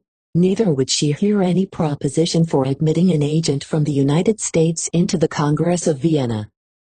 On the other hand, France, with an open, noble and manly determination, and a fidelity of a good ally, would hear no proposition for a separate peace, nor even meet in Congress at Vienna, without an agent from America, and likewise that the independent character of the United States, represented by the agent, should be fully and unequivocally defined and settled before any conference should be entered on. The reasoning of the Court of France on the several propositions of the two imperial courts, which relate to us, is rather in the style of an American than an ally, and she advocated the cause of America as if she had been America herself. Thus the second mediation, like the first, proved ineffectual. But since that time, a reverse of fortune has overtaken the British arms, and all their high expectations are dashed to the ground. The noble exertions to the southward under General Nathaniel Greene, the successful operations of the Allied arms in the Chesapeake, the loss of most of their islands in the West Indies, and Minorca in the Mediterranean, the persevering spirit of Spain against Gibraltar, the expected capture of Jamaica, the failure of making a separate peace with Holland, and the expense of 100 millions sterling, by which all these fine losses were obtained, have read them a loud lesson of disgraceful misfortune and necessity, has called on them to change their ground. In the situation of confusion and despair, their present counsels have no fixed character. It is now the hurricane months of British politics. Every day seems to have a storm of its own, and they are scudding under the bare poles of hope. Beaten, but not humble, condemned, but not penitent, they act like men trembling at fate and catching at a straw. From this convulsion, in the entrails of their politics, it is more than probable that the mountain groaning in labor will bring forth a mouse, as to its size, and a monster in its make. They will try on America the same insidious arts they tried on France and Spain. We sometimes experience sensations to which language is not equal. The conception is too bulky to be borne alive, and in the torture of thinking we stand dumb. Our feelings, imprisoned by their magnitude, find no way out, and, in the struggle of expression, every finger tries to be a tongue. The machinery of the body seems too little for the mind, and we look about for helps to show our thoughts by. Such must be the sensation of America, whenever Britain, teeming with corruption, shall propose to her to sacrifice her faith. But, exclusive of the wickedness, there is a personal offense contained in every such attempt. It is calling us villains, for no man asks the other to act the villain, unless he believes him inclined to be one. No man attempts to seduce the truly honest woman. It is the supposed looseness of her mind that starts the thoughts of seduction, and he who offers it calls her a prostitute. Our pride is always hurt by the same propositions which offend our principles, for when we are shocked at the crime, we are wounded by the suspicion of our compliance. Could I convey a thought that might serve to regulate the public mind, I would not make the interest of the alliance the basis of defending it. All the world are moved by interest, and it affords them nothing to boast of, but I would go a step higher and defend it on the ground of honor and principle. That our public affairs have flourished under the alliance, that it was wisely made, and has been nobly executed, that by its assistance we are enabled to preserve our country from conquest, and expel those who sought our destruction, that it is our true interest to maintain it unimpaired, and that while we do so no enemy can conquer us, are matters which experience has taught us, and the common good of ourselves, abstracted from principles of faith and honor, would lead us to maintain the connection. But over and above the mere letter of the alliance, we have been nobly and generously treated, and have had the same respect and attention paid to us, as if we had been an old established country. To oblige and be obliged is fair work among mankind, and we want an opportunity of showing to the world that we are a people sensible of kindness, and worthy of confidence. Character is to us, in our present circumstances, of more importance than interest. We are a young nation, just stepping upon the stage of public life, and the eye of the world is upon us to see how we act. We have an enemy who is watching to destroy our reputation, and who will go any length to gain some evidence against us, that may serve to render our conduct suspected, and our character odious, because, could she accomplish this, wicked as it is, the world would withdraw from us, as from a people not to be trusted, and our task would then become difficult. There is nothing which sets the character of a nation in a higher or lower light with others, than the faithfully fulfilling, or perfidiously breaking, of treaties. They are things not to be tampered with, and should Britain, which seems very probable, propose to seduce America into such an act of baseness, it would merit from her some mark of unusual detestation. It is one of those extraordinary instances in which we ought not to be contented with the bare negative of Congress, because it is an affront on the multitude as well as on the government. It goes on the supposition that the public are not honest men, and that they may be managed by contrivance, though they cannot be conquered by arms. But, let the world and Britain know, that we are neither to be bought nor sold, that our mind is great and fixed, our prospects clear, and that we will support our character as firmly as our independence. But I will go still further. General Conway, who made the motion, in the British Parliament, for discontinuing offensive war in America, is a gentleman of an amiable character. We have no personal quarrel with him, but he feels not as we feel, he is not in our situation, and that alone, without any other explanation, is enough. The British Parliament suppose they have many friends in America, and that, when all chance of conquest is over, they will be able to draw her from her alliance with France. Now, if I have any conception of the human heart, they will fail in this more than in anything that they have yet tried. This part of the business is not a question of policy only, but of honor and honesty, and the proposition will have in it something so visibly low and base, that their partisans, if they have any, will be ashamed of it. Men are often hurt by a mean action who are not startled at a wicked one, and this will be such a confession of inability, such a declaration of servile thinking, that the scandal of it will ruin all their hopes. In short, we have nothing to do but to go on with vigor and determination. The enemy is yet in our country. They hold New York, Charleston, and Savannah, and the very being in those places is an offense, and a part of offensive war, and until they can be driven from them, or captured in them, it would be folly in us to listen to an idle tale. I take it for granted that the British ministry are sinking under the impossibility of carrying on the war. Let them then come to a fair and open peace with France, Spain, Holland and America, in the manner they ought to do, but until then, we can have nothing to say to them. Common Sense, Philadelphia, May 22, 1782.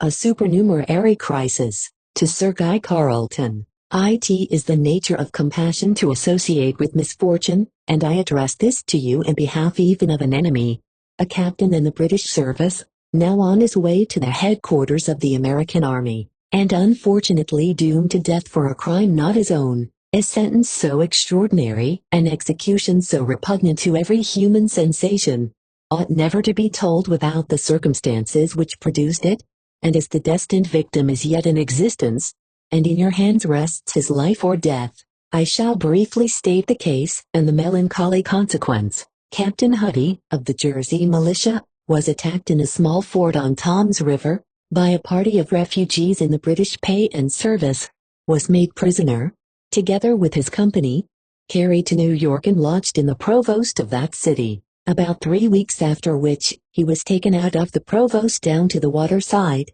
put into a boat, and brought again upon the Jersey shore, and there, contrary to the practice of all nations but savages, was hung up on a tree, and left hanging till found by our people who took him down and buried him.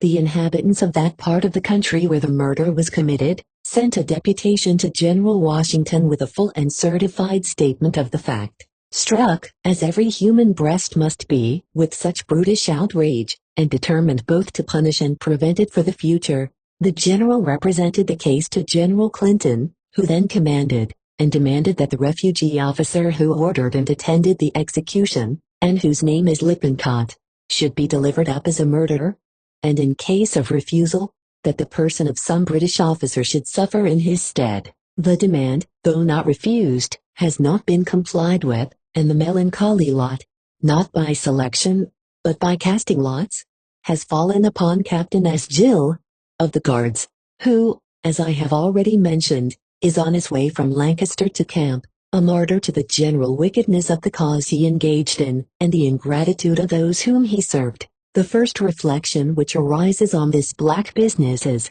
what sort of men must Englishmen be, and what sort of order and discipline do they preserve in their army, when in the immediate place of their headquarters, and under the eye and nose of their commander-in-chief, a prisoner can be taken at pleasure from his confinement, and his death made a matter of sport. The history of the most savage Indians does not produce instances exactly of this kind. They, at least, have a formality in their punishments. With them it is the horridness of revenge, but with your army it is a still greater crime, the horridness of diversion. The British generals who have succeeded each other, from the time of General Gage to yourself, have all affected to speak in language that they have no right to, in their proclamations, their addresses, their letters to General Washington, and their supplications to Congress, for they deserve no other name.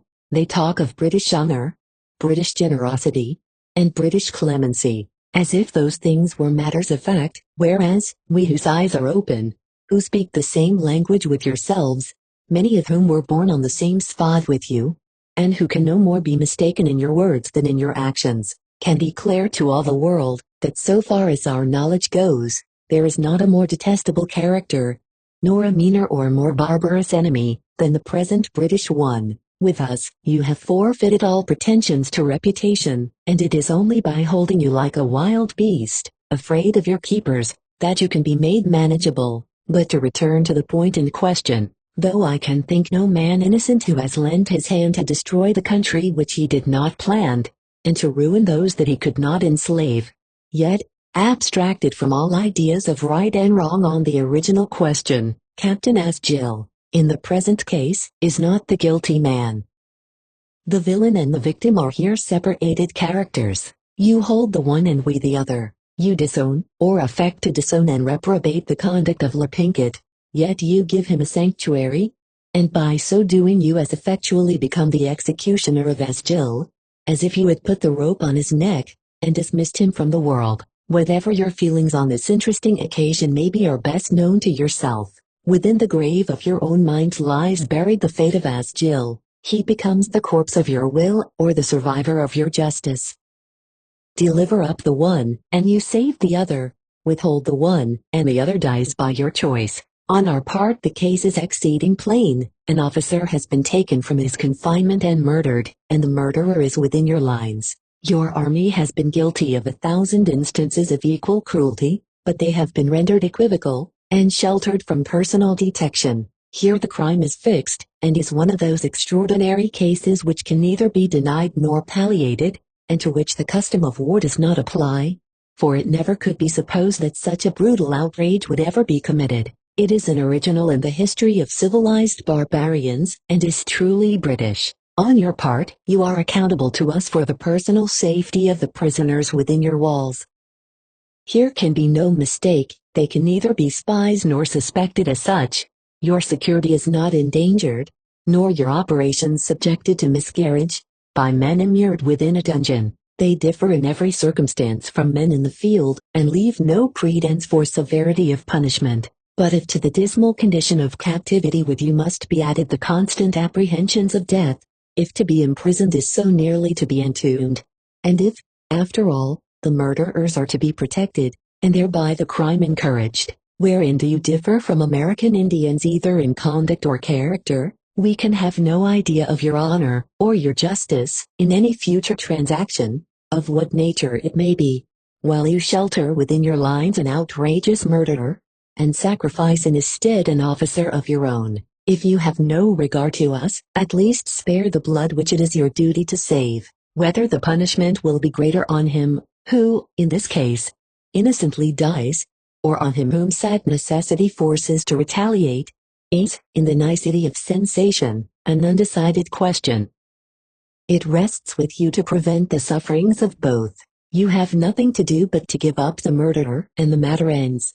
But to protect him, be he who he may, is to patronize his crime, and to trifle it off by frivolous and unmeaning inquiries, is to promote it.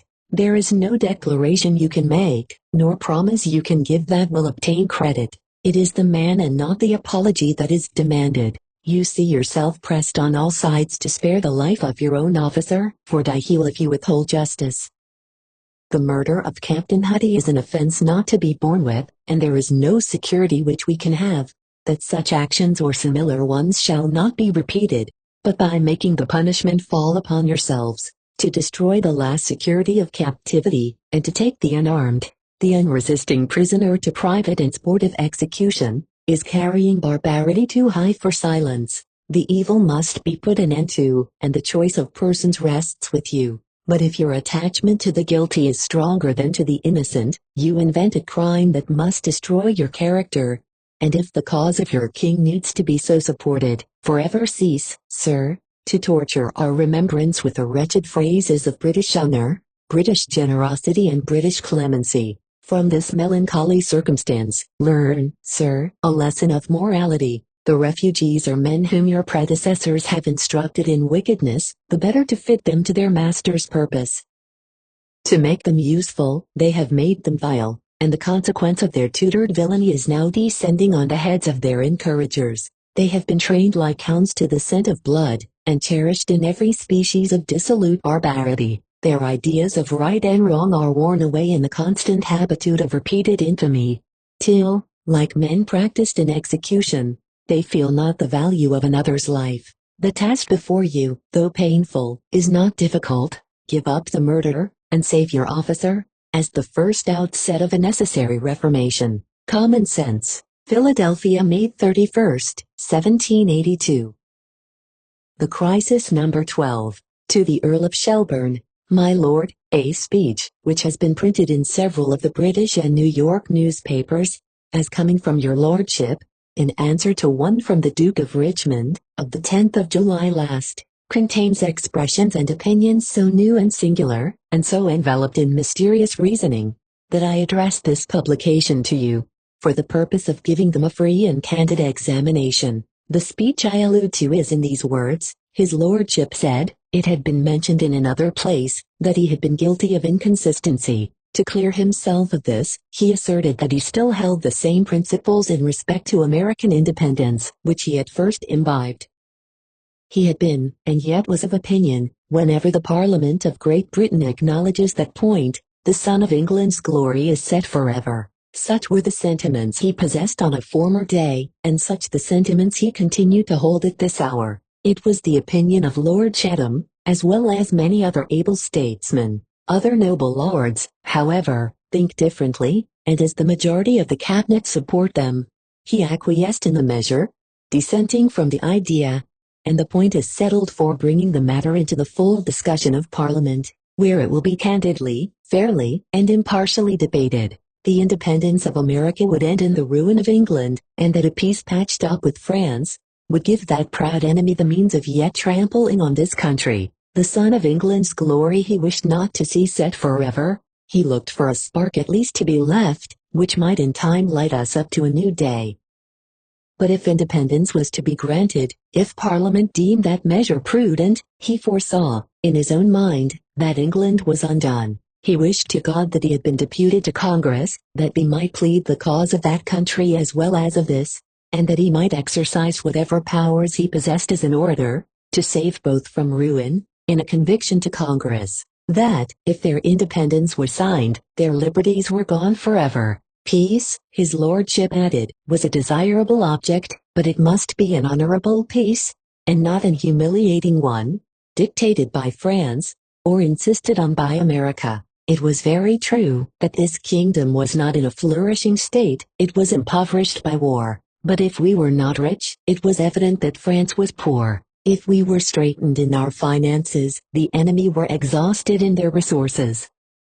This was a great empire, it abounded with brave men, who were able and willing to fight in a common cause. The language of humiliation should not, therefore, be the language of Great Britain. His lordship said that he was not afraid nor ashamed of those expressions going to America. There were numbers, great numbers there, who were of the same way of thinking, in respect to that country being dependent on this, and who, with his lordship, perceived ruin and independence linked together.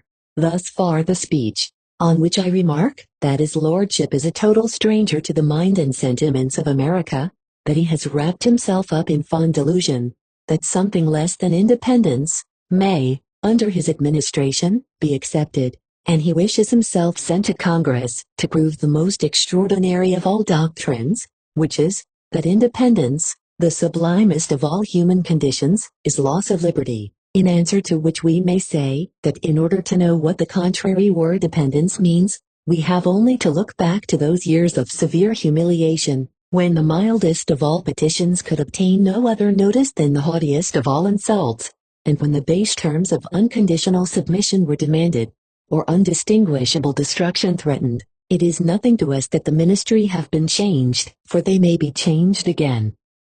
The guilt of a government is the crime of a whole country, and a nation that can, though but for a moment, think and act as England has done, can never afterwards be believed or trusted. There are cases in which it is as impossible to restore character to life, as it is to recover the dead. It is a phoenix that can expire but once, and from whose ashes there is no resurrection. Some offenses are of such a slight composition, that they reach no further than the temper, and are created or cured by a thought. But the sin of England has struck the heart of America, and nature has not left in our power to say we can forgive. Your lordship wishes for an opportunity to plead before Congress the cause of England and America, and to save, as you say, both from ruin.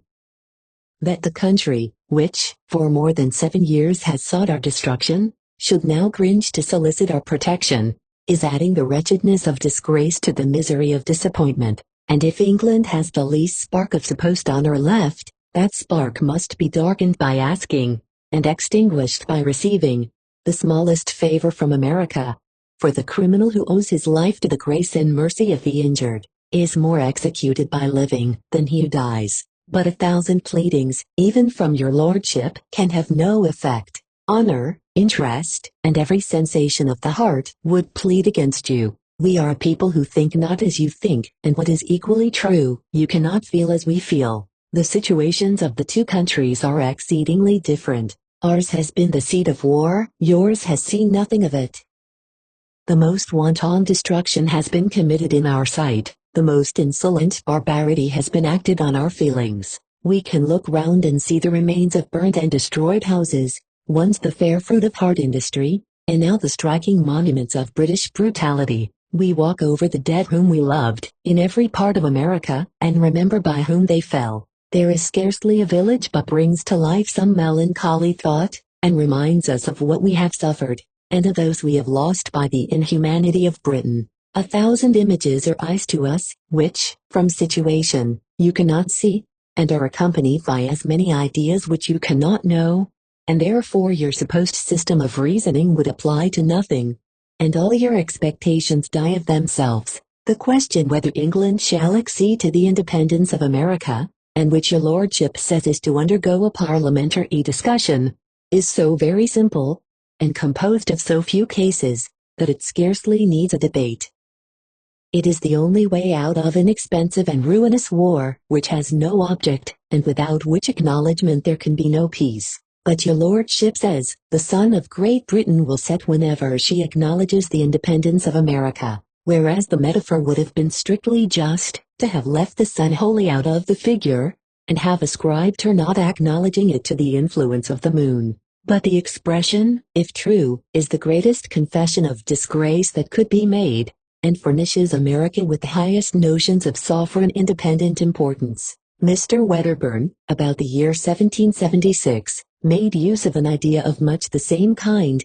Relinquish America, says he, what is it but to desire a giant to shrink spontaneously into a dwarf? Alice, are those people who call themselves Englishmen, of so little internal consequence, that when America is gone, or shuts her eyes upon them, their sun is set, they can shine no more, but grope about in obscurity, and contract into insignificant animals? Was America, then, the giant of the empire, and England only her dwarf in waiting? Is the case so strangely altered, that those who once thought we could not live without them, are now brought to declare that they cannot exist without us? Will they tell to the world, and that from their first minister of state, that America is their all in all, that it is by her importance only that they can live, and breathe, and have a being? Will they, who long since threatened to bring us to their feet, bow themselves to ours, and own that without us they are not a nation? Are they become so unqualified to debate on independence, that they have lost all idea of it themselves, and are calling to the rocks and mountains of America to cover their insignificance? Or, if America is lost, is it manly to sob over it like a child for its rattle, and invite the laughter of the world by declarations of disgrace? Surely, a more consistent line of conduct would be to bear it without complaint, and to show that England, without America, can preserve her independence, and a suitable rank with other European powers. You were not contented while you had her, and to weep for her now is childish. But Lord Shelburne thinks something may yet be done. What that something is, or how it is to be accomplished, is a matter in obscurity. By arms there is no hope. The experience of nearly 8 years, with the expense of £100 million sterling, and the loss of 2 armies, must positively decide that point. Besides, the British have lost their interest in America with the disaffected. Every part of it has been tried. There is no new scene left for delusion, and the thousands who have been ruined by adhering to them, and have now to quit the settlements which they had acquired, and be conveyed like transports to cultivate the deserts of Augustine and Nova Scotia, has put an end to all further expectations of aid. If you cast your eyes on the people of England, what have they to console themselves with for the millions expended? Or, what encouragement is there left to continue throwing good money after bad? America can carry on the war for 10 years longer, and all the charges of government included, for less than you can defray the charges of war and government for 1 year. And I, who know both countries, know well that the people of America can afford to pay their share of the expense much better than the people of England can. Besides, it is their own estates and property, their own rights, liberties and government, that they are defending, and were they not to do it, they would deserve to lose all, and none would pity them. The fault would be their own, and their punishment just. The British Army in America care not how long the war lasts. They enjoy an easy and indolent life. They fatten on the folly of one country and the spoils of another, and, between their plunder and their prey, may go home rich. But the case is very different with the laboring farmer, the working tradesman, and the necessitous poor in England, the sweat of whose brow goes day after day to feed, in prodigality and sloth, the army that is robbing both them and us, removed from the eye of that country that supports them, and distant from the government that employs them. They cut and carve for themselves, and there is none to call them to account. But England will be ruined, says Lord Shelburne, if America is independent. Then I say, is England already ruined, for America is already independent? And if Lord Shelburne will not allow this, he immediately denies the fact which he infers. Besides, to make England the mere creature of America, is paying too great a compliment to us, and too little to himself. But the declaration is a rhapsody of inconsistency, for to say, as Lord Shelburne has numberless times said, that the war against America is ruinous, and yet to continue the prosecution of that ruinous war for the purpose of avoiding ruin, is a language which cannot be understood. Neither is it possible to see how the independence of America is to accomplish the ruin of England after the war is over, and yet not effected before. America cannot be more independent of her, nor a greater enemy to her, hereafter than she now is, nor can England derive less advantages from her than at present. Why then is ruin to follow in the best state of the case, and not in the worst? And if not in the worst, why is it to follow at all? That a nation is to be ruined by peace and commerce, and 14 or 15 millions a year less expenses than before, is a new doctrine in politics. We have heard much clamor of national savings and economy, but surely the true economy would be, to save the whole charge of a silly, foolish, and headstrong war, because, compared with this, all other retrenchments are baubles and trifles. But is it possible that Lord Shelburne can be serious in supposing that the least advantage can be obtained by arms, or that any advantage can be equal to the expense or the danger of attempting it? Will not the capture of one army after another satisfy him? Must all become prisoners? Must England ever be the sport of hope and the victim of delusion? Sometimes our currency was to fail, another time our army was to disband, then whole provinces were to revolt. Such a general said this and that, another wrote so and so, Lord Chatham was of this opinion, and Lord somebody else of another. Today 20,000 Russians and 20 Russian ships of the line were to come, tomorrow the Empress was abused without mercy or decency, then the Emperor of Germany was to be bribed with 1 million of money, and the King of Prussia was to do wonderful things. At one time it was, lo here, and then it was, lo there. Sometimes this power, and sometimes that power, was to engage in the war, just as if the whole world was mad and foolish like Britain, and thus, from year to year, has every straw been catched at, and every will with a wisp led them a new dance. This year a still newer folly is to take place. Lord Shelburne wishes to be sent to Congress, and he thinks that something may be done. Are not the repeated declarations of Congress, and which all America supports, that they will not even hear any proposals whatever, until the unconditional and unequivocal independence of America is recognized, are not, I say, these declarations answer enough? But for England to receive anything from America now, after so many insults, injuries and outrages, acted towards us, would show such a spirit of meanness in her, that we could not but despise her for accepting it. And so far from Lord Shelburne's coming here to solicit it, it would be the greatest disgrace we could do them to offer it. England would appear a wretch indeed, at this time of day, to ask or owe anything to the bounty of America. Has not the name of Englishman blots enough upon it, without inventing more? Even Lucifer would scorn to reign in heaven by permission, and yet an Englishman can creep for only an entrance into America. Or, has a land of liberty so many charms, that to be a doorkeeper in it is better than to be an English minister of state? But what can this expected something be? Or, if obtained, what can it amount to, but new disgraces, contentions and quarrels? The people of America have for years accustomed themselves to think and speak so freely, and contemptuously of English authority, and the inveteracy is so deeply rooted, that a person invested with any authority from that country, and attempting to exercise it here, would have the life of a toad under a harrow. They would look on him as an interloper to whom their compassion permitted a residence. He would be no more than the Mungo of a farce, and if he disliked that, he must set off. It would be a station of degradation, debased by our pity, and despised by our pride, and would place England in a more contemptible situation than any she has yet been in during the war. We have too high an opinion of ourselves, even to think of yielding again the least obedience to outlandish authority. And for 1,000 reasons, England would be the last country in the world to yield it to. She has been treacherous, and we know it. Her character is gone, and we have seen the funeral. Surely she loves to fish in troubled waters, and drink the cup of contention, or she would not now think of mingling her affairs with those of America. It would be like a foolish doter taking to his arms the bride that despises him, or who has placed on his head the ensigns of her disgust. It is kissing the hand that boxes his ears, and proposing to renew the exchange. The thought is as servile as the war is wicked, and shows the last scene of the drama to be as inconsistent as the first. As America is gone, the only act of manhood is to let her go. Your lordship had no hand in the separation, and you will gain no honor by temporizing politics.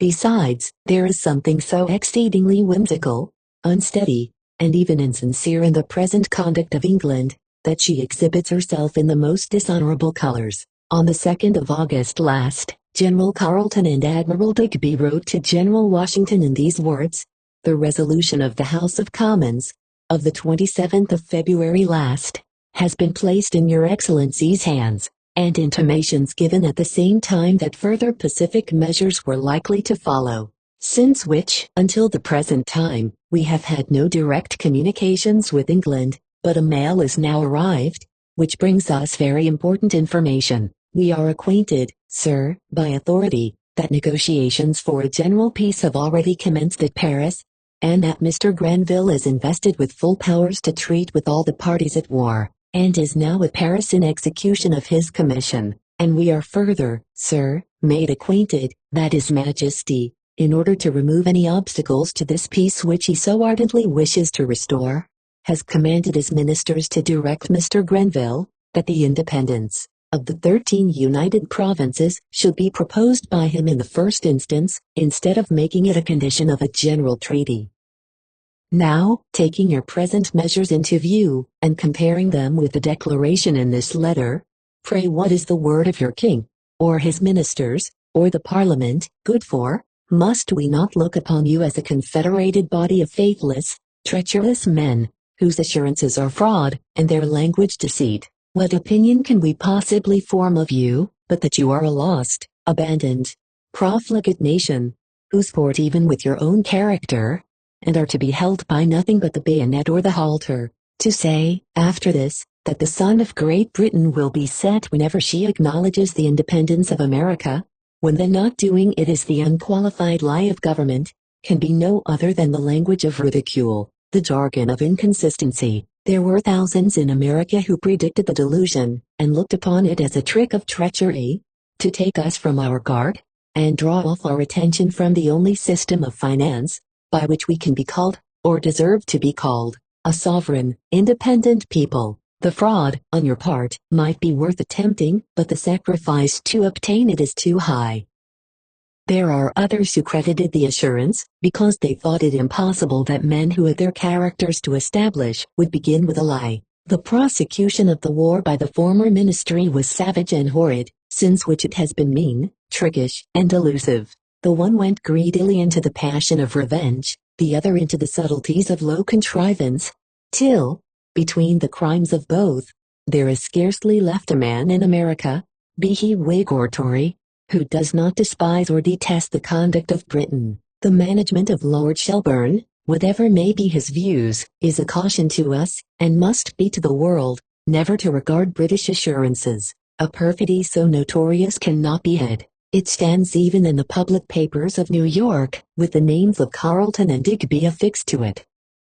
It is a proclamation that the King of England is not to be believed, that the spirit of the lying is the governing principle of the ministry. It is holding up the character of the House of Commons to public infamy, and warning all men not to credit them. Such are the consequences which Lord Shelburne's management has brought upon his country. After the authorized declarations contained in Carleton and Digby's letter, you ought, from every motive of honor, policy and prudence, to have fulfilled them, whatever might have been the event. It was the least atonement that you could possibly make to America, and the greatest kindness you could do to yourselves, for you will save millions by a general peace, and you will lose as many by continuing the war. Common Sense, Philadelphia, October 29, 1782. P.S. The manuscript copy of this letter is sent your lordship, by the way of our headquarters, to New York, enclosing a late pamphlet of mine, addressed to the Abbé Raynal,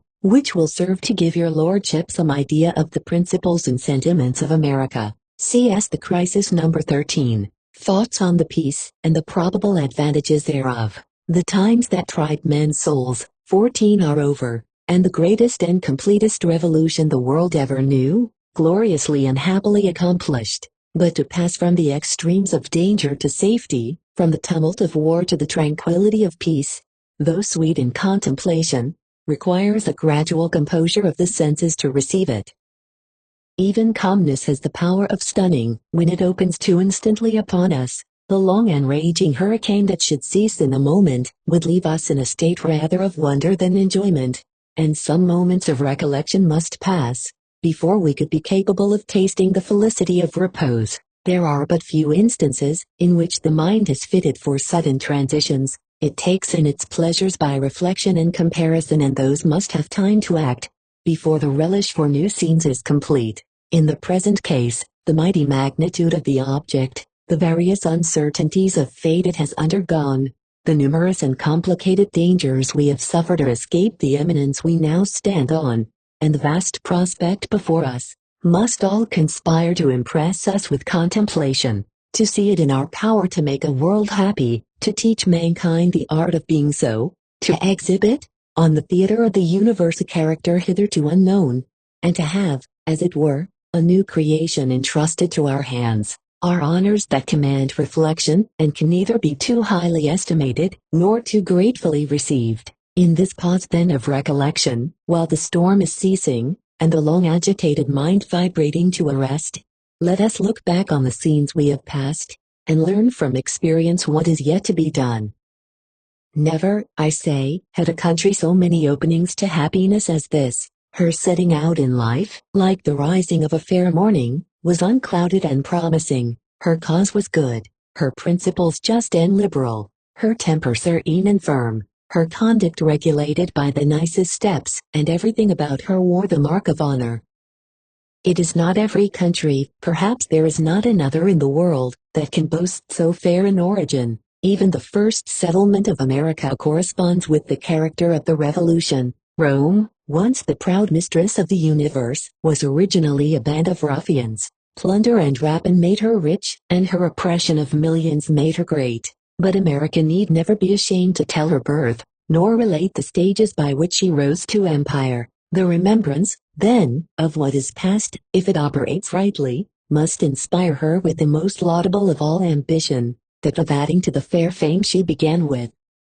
The world has seen her great in adversity, struggling, without a thought of yielding, beneath accumulated difficulties, bravely, nay proudly, encountering distress, and rising in resolution as the storm increased. All this is justly due to her, for her fortitude has merited the character. Let, then, the world see that she can bear prosperity, and that her honest virtue in time of peace is equal to the bravest virtue in time of war. She is now descending to the scenes of quiet and domestic life, not beneath the cypress shade of disappointment, but to enjoy in her own land, and under her own vine, the sweet of her labors, and the reward of her toil. In this situation, may she never forget that a fair national reputation is of as much importance as independence.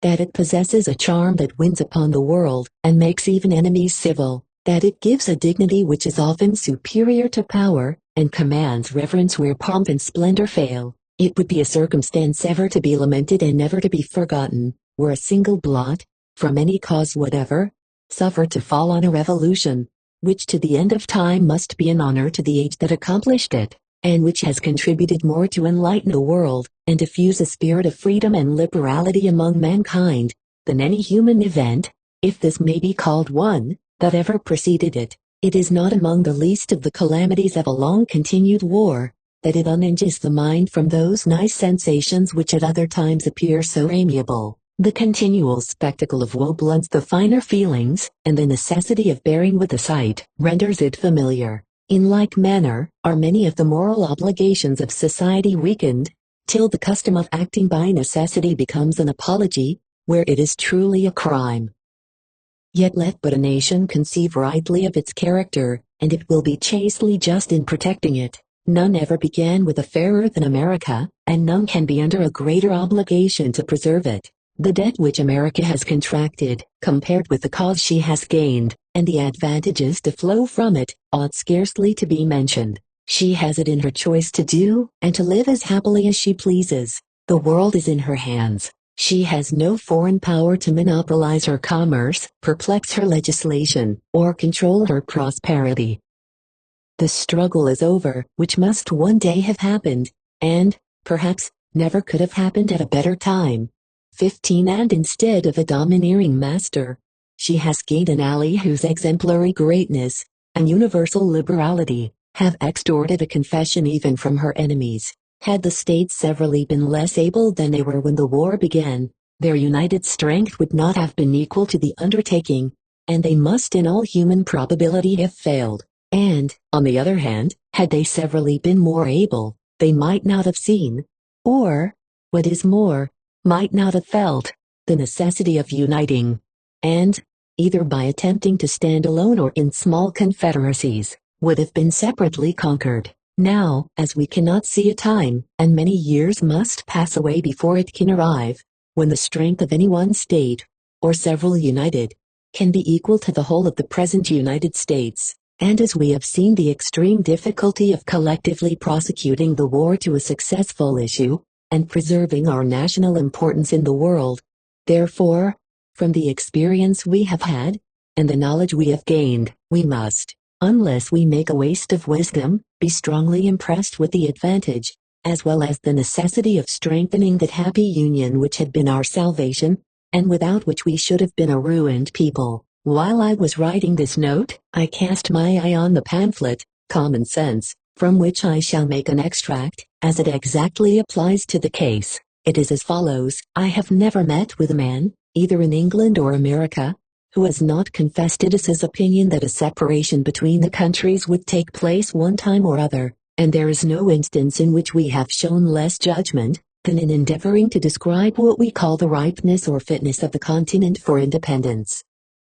As all men allow the measure, and differ only in their opinion of the time, let us, in order to remove mistakes, take a general survey of things, and endeavor, if possible, to find out the very time. But we need not to go far, the inquiry ceases at once, for the time has found us. The general concurrence, the glorious union of all things prove the fact. It is not in numbers, but in a union, that our great strength lies. The continent is just arrived at that pitch of strength, in which no single colony is able to support itself, and the whole, when united, can accomplish the matter, and either more or less than this, might be fatal in its effects with the blessings of peace, independence, and an universal commerce. The states, individually and collectively, will have leisure and opportunity to regulate and establish their domestic concerns, and to put it beyond the power of calumny to throw the least reflection on their honor.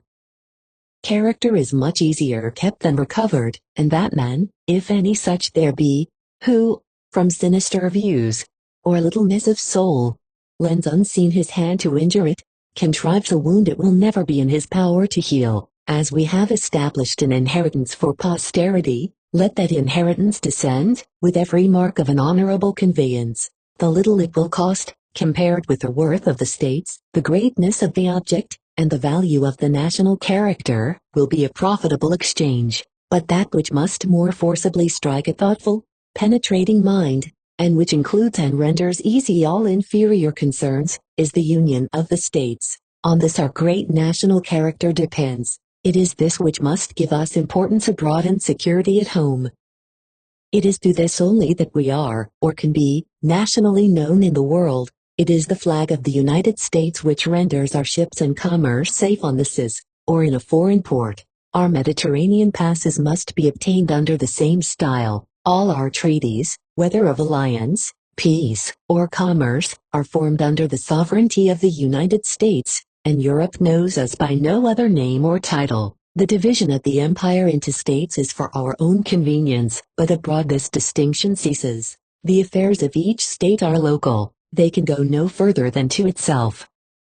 And were the whole worth of even the richest of them expended in revenue, it would not be sufficient to support sovereignty against a foreign attack. In short, we have no other national sovereignty than is United States. It would even be fatal for us if we had, too expensive to be maintained, and impossible to be supported. Individuals, or individual states, may call themselves what they please, but the world, and especially the world of enemies, is not to be held in awe by the whistling of a name. Sovereignty must have power to protect all the parts that compose and constitute it, and as United States we are equal to the importance of the title, but otherwise we are not. Our union, well and wisely regulated and cemented, is the cheapest way of being great, the easiest way of being powerful, and the happiest invention in government which the circumstances of America can admit of. Because it collects from each state that which, by being inadequate, can be of no use to it, and forms an aggregate that serves for all. The states of Holland are an unfortunate instance of the effects of individual sovereignty. Their disjointed condition exposes them to numerous intrigues, losses, calamities, and enemies, and the almost impossibility of bringing their measures to a decision, and that decision into execution, is to them, and would be to us, a source of endless misfortune. It is with confederated states as with individuals in society, something must be yielded up to make the whole secure. In this view of things we gain by what we give, and draw an annual interest greater than the capital. I ever feel myself hurt when I hear the Union, that great palladium of our liberty and safety, the least irreverently spoken of. It is the most sacred thing in the Constitution of America, and that which every man should be most proud and tender of. Our citizenship in the United States is our national character. Our citizenship in any particular state is only our local distinction. By the latter we are known at home, by the former to the world. Our great title is Americans, our inferior one varies with the place. So far as my endeavors could go, they have all been directed to conciliate the affections, unite the interests, and draw and keep the mind of the country together. And the better to assist in this foundation work of the Revolution, I have avoided all places of profit or office, either in the state I live in, or in the United States, kept myself at a distance from all parties and party connections, and even disregarded all private and inferior concerns. And when we take into view the great work which we have gone through, and feel, as we ought to feel, the just importance of it, we shall then see, that the little wranglings and indecent contentions of personal parley, are as dishonorable to our characters, as they are injurious to our repose. It was the cause of America that made me an author, the force with which it struck my mind, and the dangerous condition the country appeared to me in, by courting an impossible and an unnatural reconciliation with those who were determined to reduce her, instead of striking out into the only line that could cement and save her, a declaration of independence, made it impossible for me, feeling as I did, to be silent. And if, in the course of more than 7 years, I have rendered her any service, I have likewise added something to the reputation of literature, by freely and disinterestedly employing it in the great cause of mankind, and showing that there may be genius without prostitution. Independence always appeared to me practicable and probable, provided the sentiment of the country could be formed and held to the object, and there is no instance in the world, where a people so extended, and wedded to former habits of thinking, and under such a variety of circumstances, were so instantly and effectually pervaded, by a turn in politics, as in the case of independence, and who supported their opinion, undiminished, through such a succession of good and ill fortune, till they crowned it with success. But as the scenes of war are closed, and every man preparing for home and happier times, I therefore take my leave of the subject. I have most sincerely followed it from beginning to end, and through all its turns and windings, and whatever country I may hereafter be in, I shall always feel an honest pride at the part I have taken and acted. and a gratitude to nature and Providence for putting it in my power to be of some use to mankind. Common Sense, Philadelphia, April 19, 1783. A supernumerary crisis. To the people of America, in Rethington's New York Gazette, of December 6, is a publication, under the appearance of a letter from London, dated September 30th, and is on a subject which demands the attention of the United States. The public will remember that a treaty of commerce between the United States and England was set on foot last spring, and that until the said treaty could be completed, a bill was brought into the British Parliament by the then Chancellor of the Exchequer, Mr. Pitt, to admit and legalize, as the case then required, the commerce of the United States into the British ports and dominions, but neither the one nor the other has been completed. The commercial treaty is either broken off, or remains as it began, and the bill in Parliament has been thrown aside, and in lieu thereof, a selfish system of English politics has started up, calculated to fetter the commerce of America, by engrossing to England the carrying trade of the American produce to the West India Islands. Among the advocates for this last measure is Lord Sheffield, a member of the British Parliament, who has published a pamphlet entitled Observations on the Commerce of the American States. The pamphlet has two objects. The one is to allure the Americans to purchase British manufactures, and the other to spirit up the British Parliament, to prohibit the citizens of the United States from trading to the West India Islands. Viewed in this light, the pamphlet, though in some parts dexterously written, is an absurdity. It offends, in the very act of endeavoring to ingratiate, and his lordship, as a politician, ought not to have suffered the two objects to have appeared together. The latter alluded to, contains extracts from the pamphlet, with high encomiums on Lord Sheffield, for laboriously endeavoring, as the letter styles it, to show the mighty advantages of retaining the carrying trade. Since the publication of this pamphlet in England, the commerce of the United States to the West Indies, in American vessels, has been prohibited, and all intercourse, except in British bottoms, the property of and navigated by British subjects, cut off. That a country has a right to be as foolish as it pleases, has been proved by the practice of England for many years past. In her island situation, sequestered from the world, she forgets that her whispers are heard by other nations, and in her plans of politics and commerce she seems not to know that other votes are necessary besides her own. America would be equally as foolish as Britain, were she to suffer so great a degradation on her flag, and such a stroke on the freedom of her commerce, to pass without a balance. We admit the right of any nation to prohibit the commerce of another into its own dominions, where there are no treaties to the contrary, but as this right belongs to one side as well as the other, there is always a way left to bring avarice and insolence to reason. But the ground of security which Lord Sheffield has chosen to erect his policy upon, is of a nature which ought, and I think must, awaken in every American a just and strong sense of national dignity. Lord Sheffield appears to be sensible, that in advising the British nation, and Parliament to engross to themselves so great a part of the carrying trade of America, he is attempting a measure which cannot succeed, if the politics of the United States be properly directed to counteract the assumption. But, says he, in his pamphlet, it will be a long time before the American states can be brought to act as a nation, neither are they to be feared as such by us.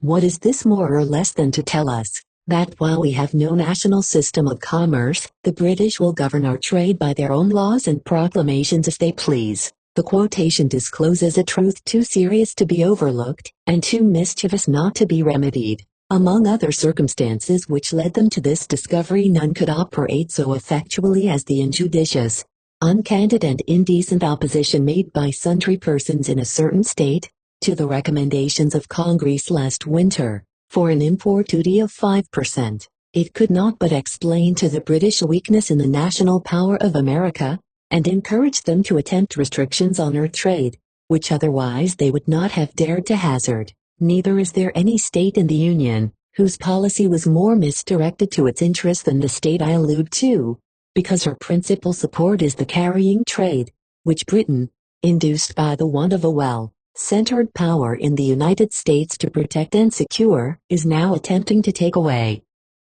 It fortunately happened, and to no state in the Union more than the state in question, that the terms of peace were agreed on before the opposition appeared. Otherwise, there cannot be a doubt that if the same idea of the diminished authority of America had occurred to them at that time as has occurred to them since, but they would have made the same grasp at the fisheries, as they have done at the carrying trade. It is surprising that an authority which can be supported with so much ease, and so little expense, and capable of such extensive advantages to the country, should be cavilled at by those whose duty it is to watch over it, and whose existence as a people depends upon it. But this, perhaps, will ever be the case, till some misfortune awakens us into reason, and the instance now before us is but a gentle beginning of what America must expect, unless she guards her Union with nicer care and stricter honor. United, she is formidable, and that with the least possible charge a nation can be so.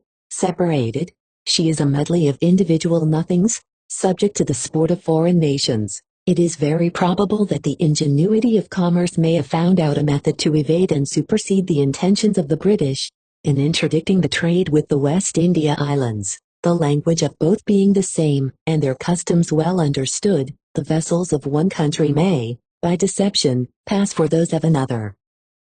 But this would be a practice too debasing for a sovereign people to stoop to, and too profligate not to be discountenanced. An illicit trade, under any shape it can be placed, cannot be carried on without a violation of truth. America is now sovereign and independent, and ought to conduct her affairs in a regular style of character. She has the same right to say that no British vessel shall enter ports, or that no British manufacture shall be imported, but in American bottoms, the property of, and navigated by American subjects, as Britain has to say the same thing respecting the West Indies, or she may lay a duty of 10, 15, or 20 shillings per ton, exclusive of other duties, on every British vessel coming from any port of the West Indies, where she is not admitted to trade. The said tonnage to continue as long on her side as the prohibition continues on the other, but it is only by acting in union that the usurpations of foreign nations on the freedom of trade can be counteracted, and security extended to the commerce of America. And when we view a flag, which to the eye is beautiful, and to contemplate its rise and origin inspires a sensation of sublime delight, our national honor must unite with our interest to prevent injury to the one, or insult to the other. Common Sense. New York, December 9, 1783. The end. I'm Julie, the woman who runs Global Gray, the website where the seed book was published. These are my own formatted editions, and I hope you enjoyed reading this particular one. If you have this book because you bought it as part of a collection, thank you so much for your support. If you downloaded it for free, please consider, if you haven't already, making a small donation to help keep the site running. If you bought this from Amazon or anywhere else, you have been ripped off by someone taking free ebooks from my site and selling them as their own. You should definitely get a refund. Thanks for reading this, and I hope you visit the site again. New books are added regularly, so you'll always find something of interest. Notes: 1. The present winter is worth an age, if rightly employed. But, if lost or neglected, the whole continent will partake of the evil, and there is no punishment that man does not deserve, be he who, or what, or where he will, that may be the means of sacrificing a season so precious and useful. 2. I have ever been careful of charging offenses upon whole societies of men, but as the paper referred to is put forth by an unknown set of men, who claim to themselves the right of representing the whole. And while the whole society of Quakers admit its validity by a silent acknowledgement, it is impossible that any distinction can be made by the public, and the more so, because the New York paper of the 30th of December, printed by permission of our enemies, says that the Quakers begin to speak openly of their attachment to the British Constitution. We are certain that we have many friends among them, and wish to know them. 3. As some people made out the truth of such wanton destruction, I think it necessary to inform them that one of the people called Quakers, who lives at Trenton, gave me this information at the house of Mr. Michael Hutchinson, one of the same profession, who lives near Trenton Ferry on the Pennsylvania side, Mr. Hutchinson being present. 4. In this state of political suspense, the pamphlet Common Sense made its appearance, and the success it met with does not become me to mention. Dr. Franklin, Mr. Samuel and John Adams were severally spoken of as the supposed author. I had not, at that time, the pleasure either of personally knowing or being known to the two last gentlemen. The favor of Dr. Franklin's friendship I possessed in England, and my introduction to this part of the world was through his patronage. I happened, when a schoolboy, to pick up a pleasing natural history of Virginia, and my inclination from that day of seeing the western side of the Atlantic never left me. In October, 1775, Dr. Franklin proposed giving me such materials as were in his hands, towards completing a history of the present transactions, and seemed desirous of having the first volume out of the next spring. I had then formed the outlines of Common Sense, and finished nearly the first part, and as I suppose the doctor's design in getting out a history was to open the new year with a new system, I expected to surprise him with a production on that subject, much earlier than he thought of, and without informing him what I was doing, got it ready for the press as fast as I conveniently could, and sent him the first pamphlet that was printed off.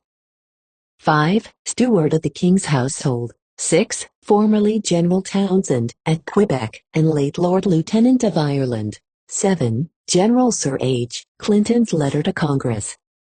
8. Whitehead's New Year's Ode for 1776. 9. To Ode of the installation of Lord North, for Chancellor of the University of Oxford. 10. This is taking the highest number that the people of England have been, or can be rated at. 11. The following is taken from Dr. Price's State of the Taxes of England. 12. I have made the calculations in sterling, because it is a rate generally known in all the states, and because, likewise, it admits of an easy comparison between our expenses to support the war, and those of the enemy, for silver $1.50 is £1 and 3 pence over. 13. Mr. William Marshall, of this city, Philadelphia, formerly a pilot, who had been taken at sea and carried to England, and got from thence to France, brought over letters from Mr. Dean to America, one of which was directed to Robert Morris, Esquire. Mr. Morris sent it unopened to Congress, and advised Mr. Marshall to deliver the others there, which he did. The letters were of the same purport with those which have been already published under the signature of S. Dean, to which they had frequent reference. 14. These are the times that try men's souls, the crisis know. I published December, 1776. 15. That the revolution began at the exact period of time best fitted to the purpose is sufficiently proved by the event, but the great hinge on which the whole machine turned is the union of the states, and this union was naturally produced by the inability of any one state to support itself against any foreign enemy, without the assistance of the rest.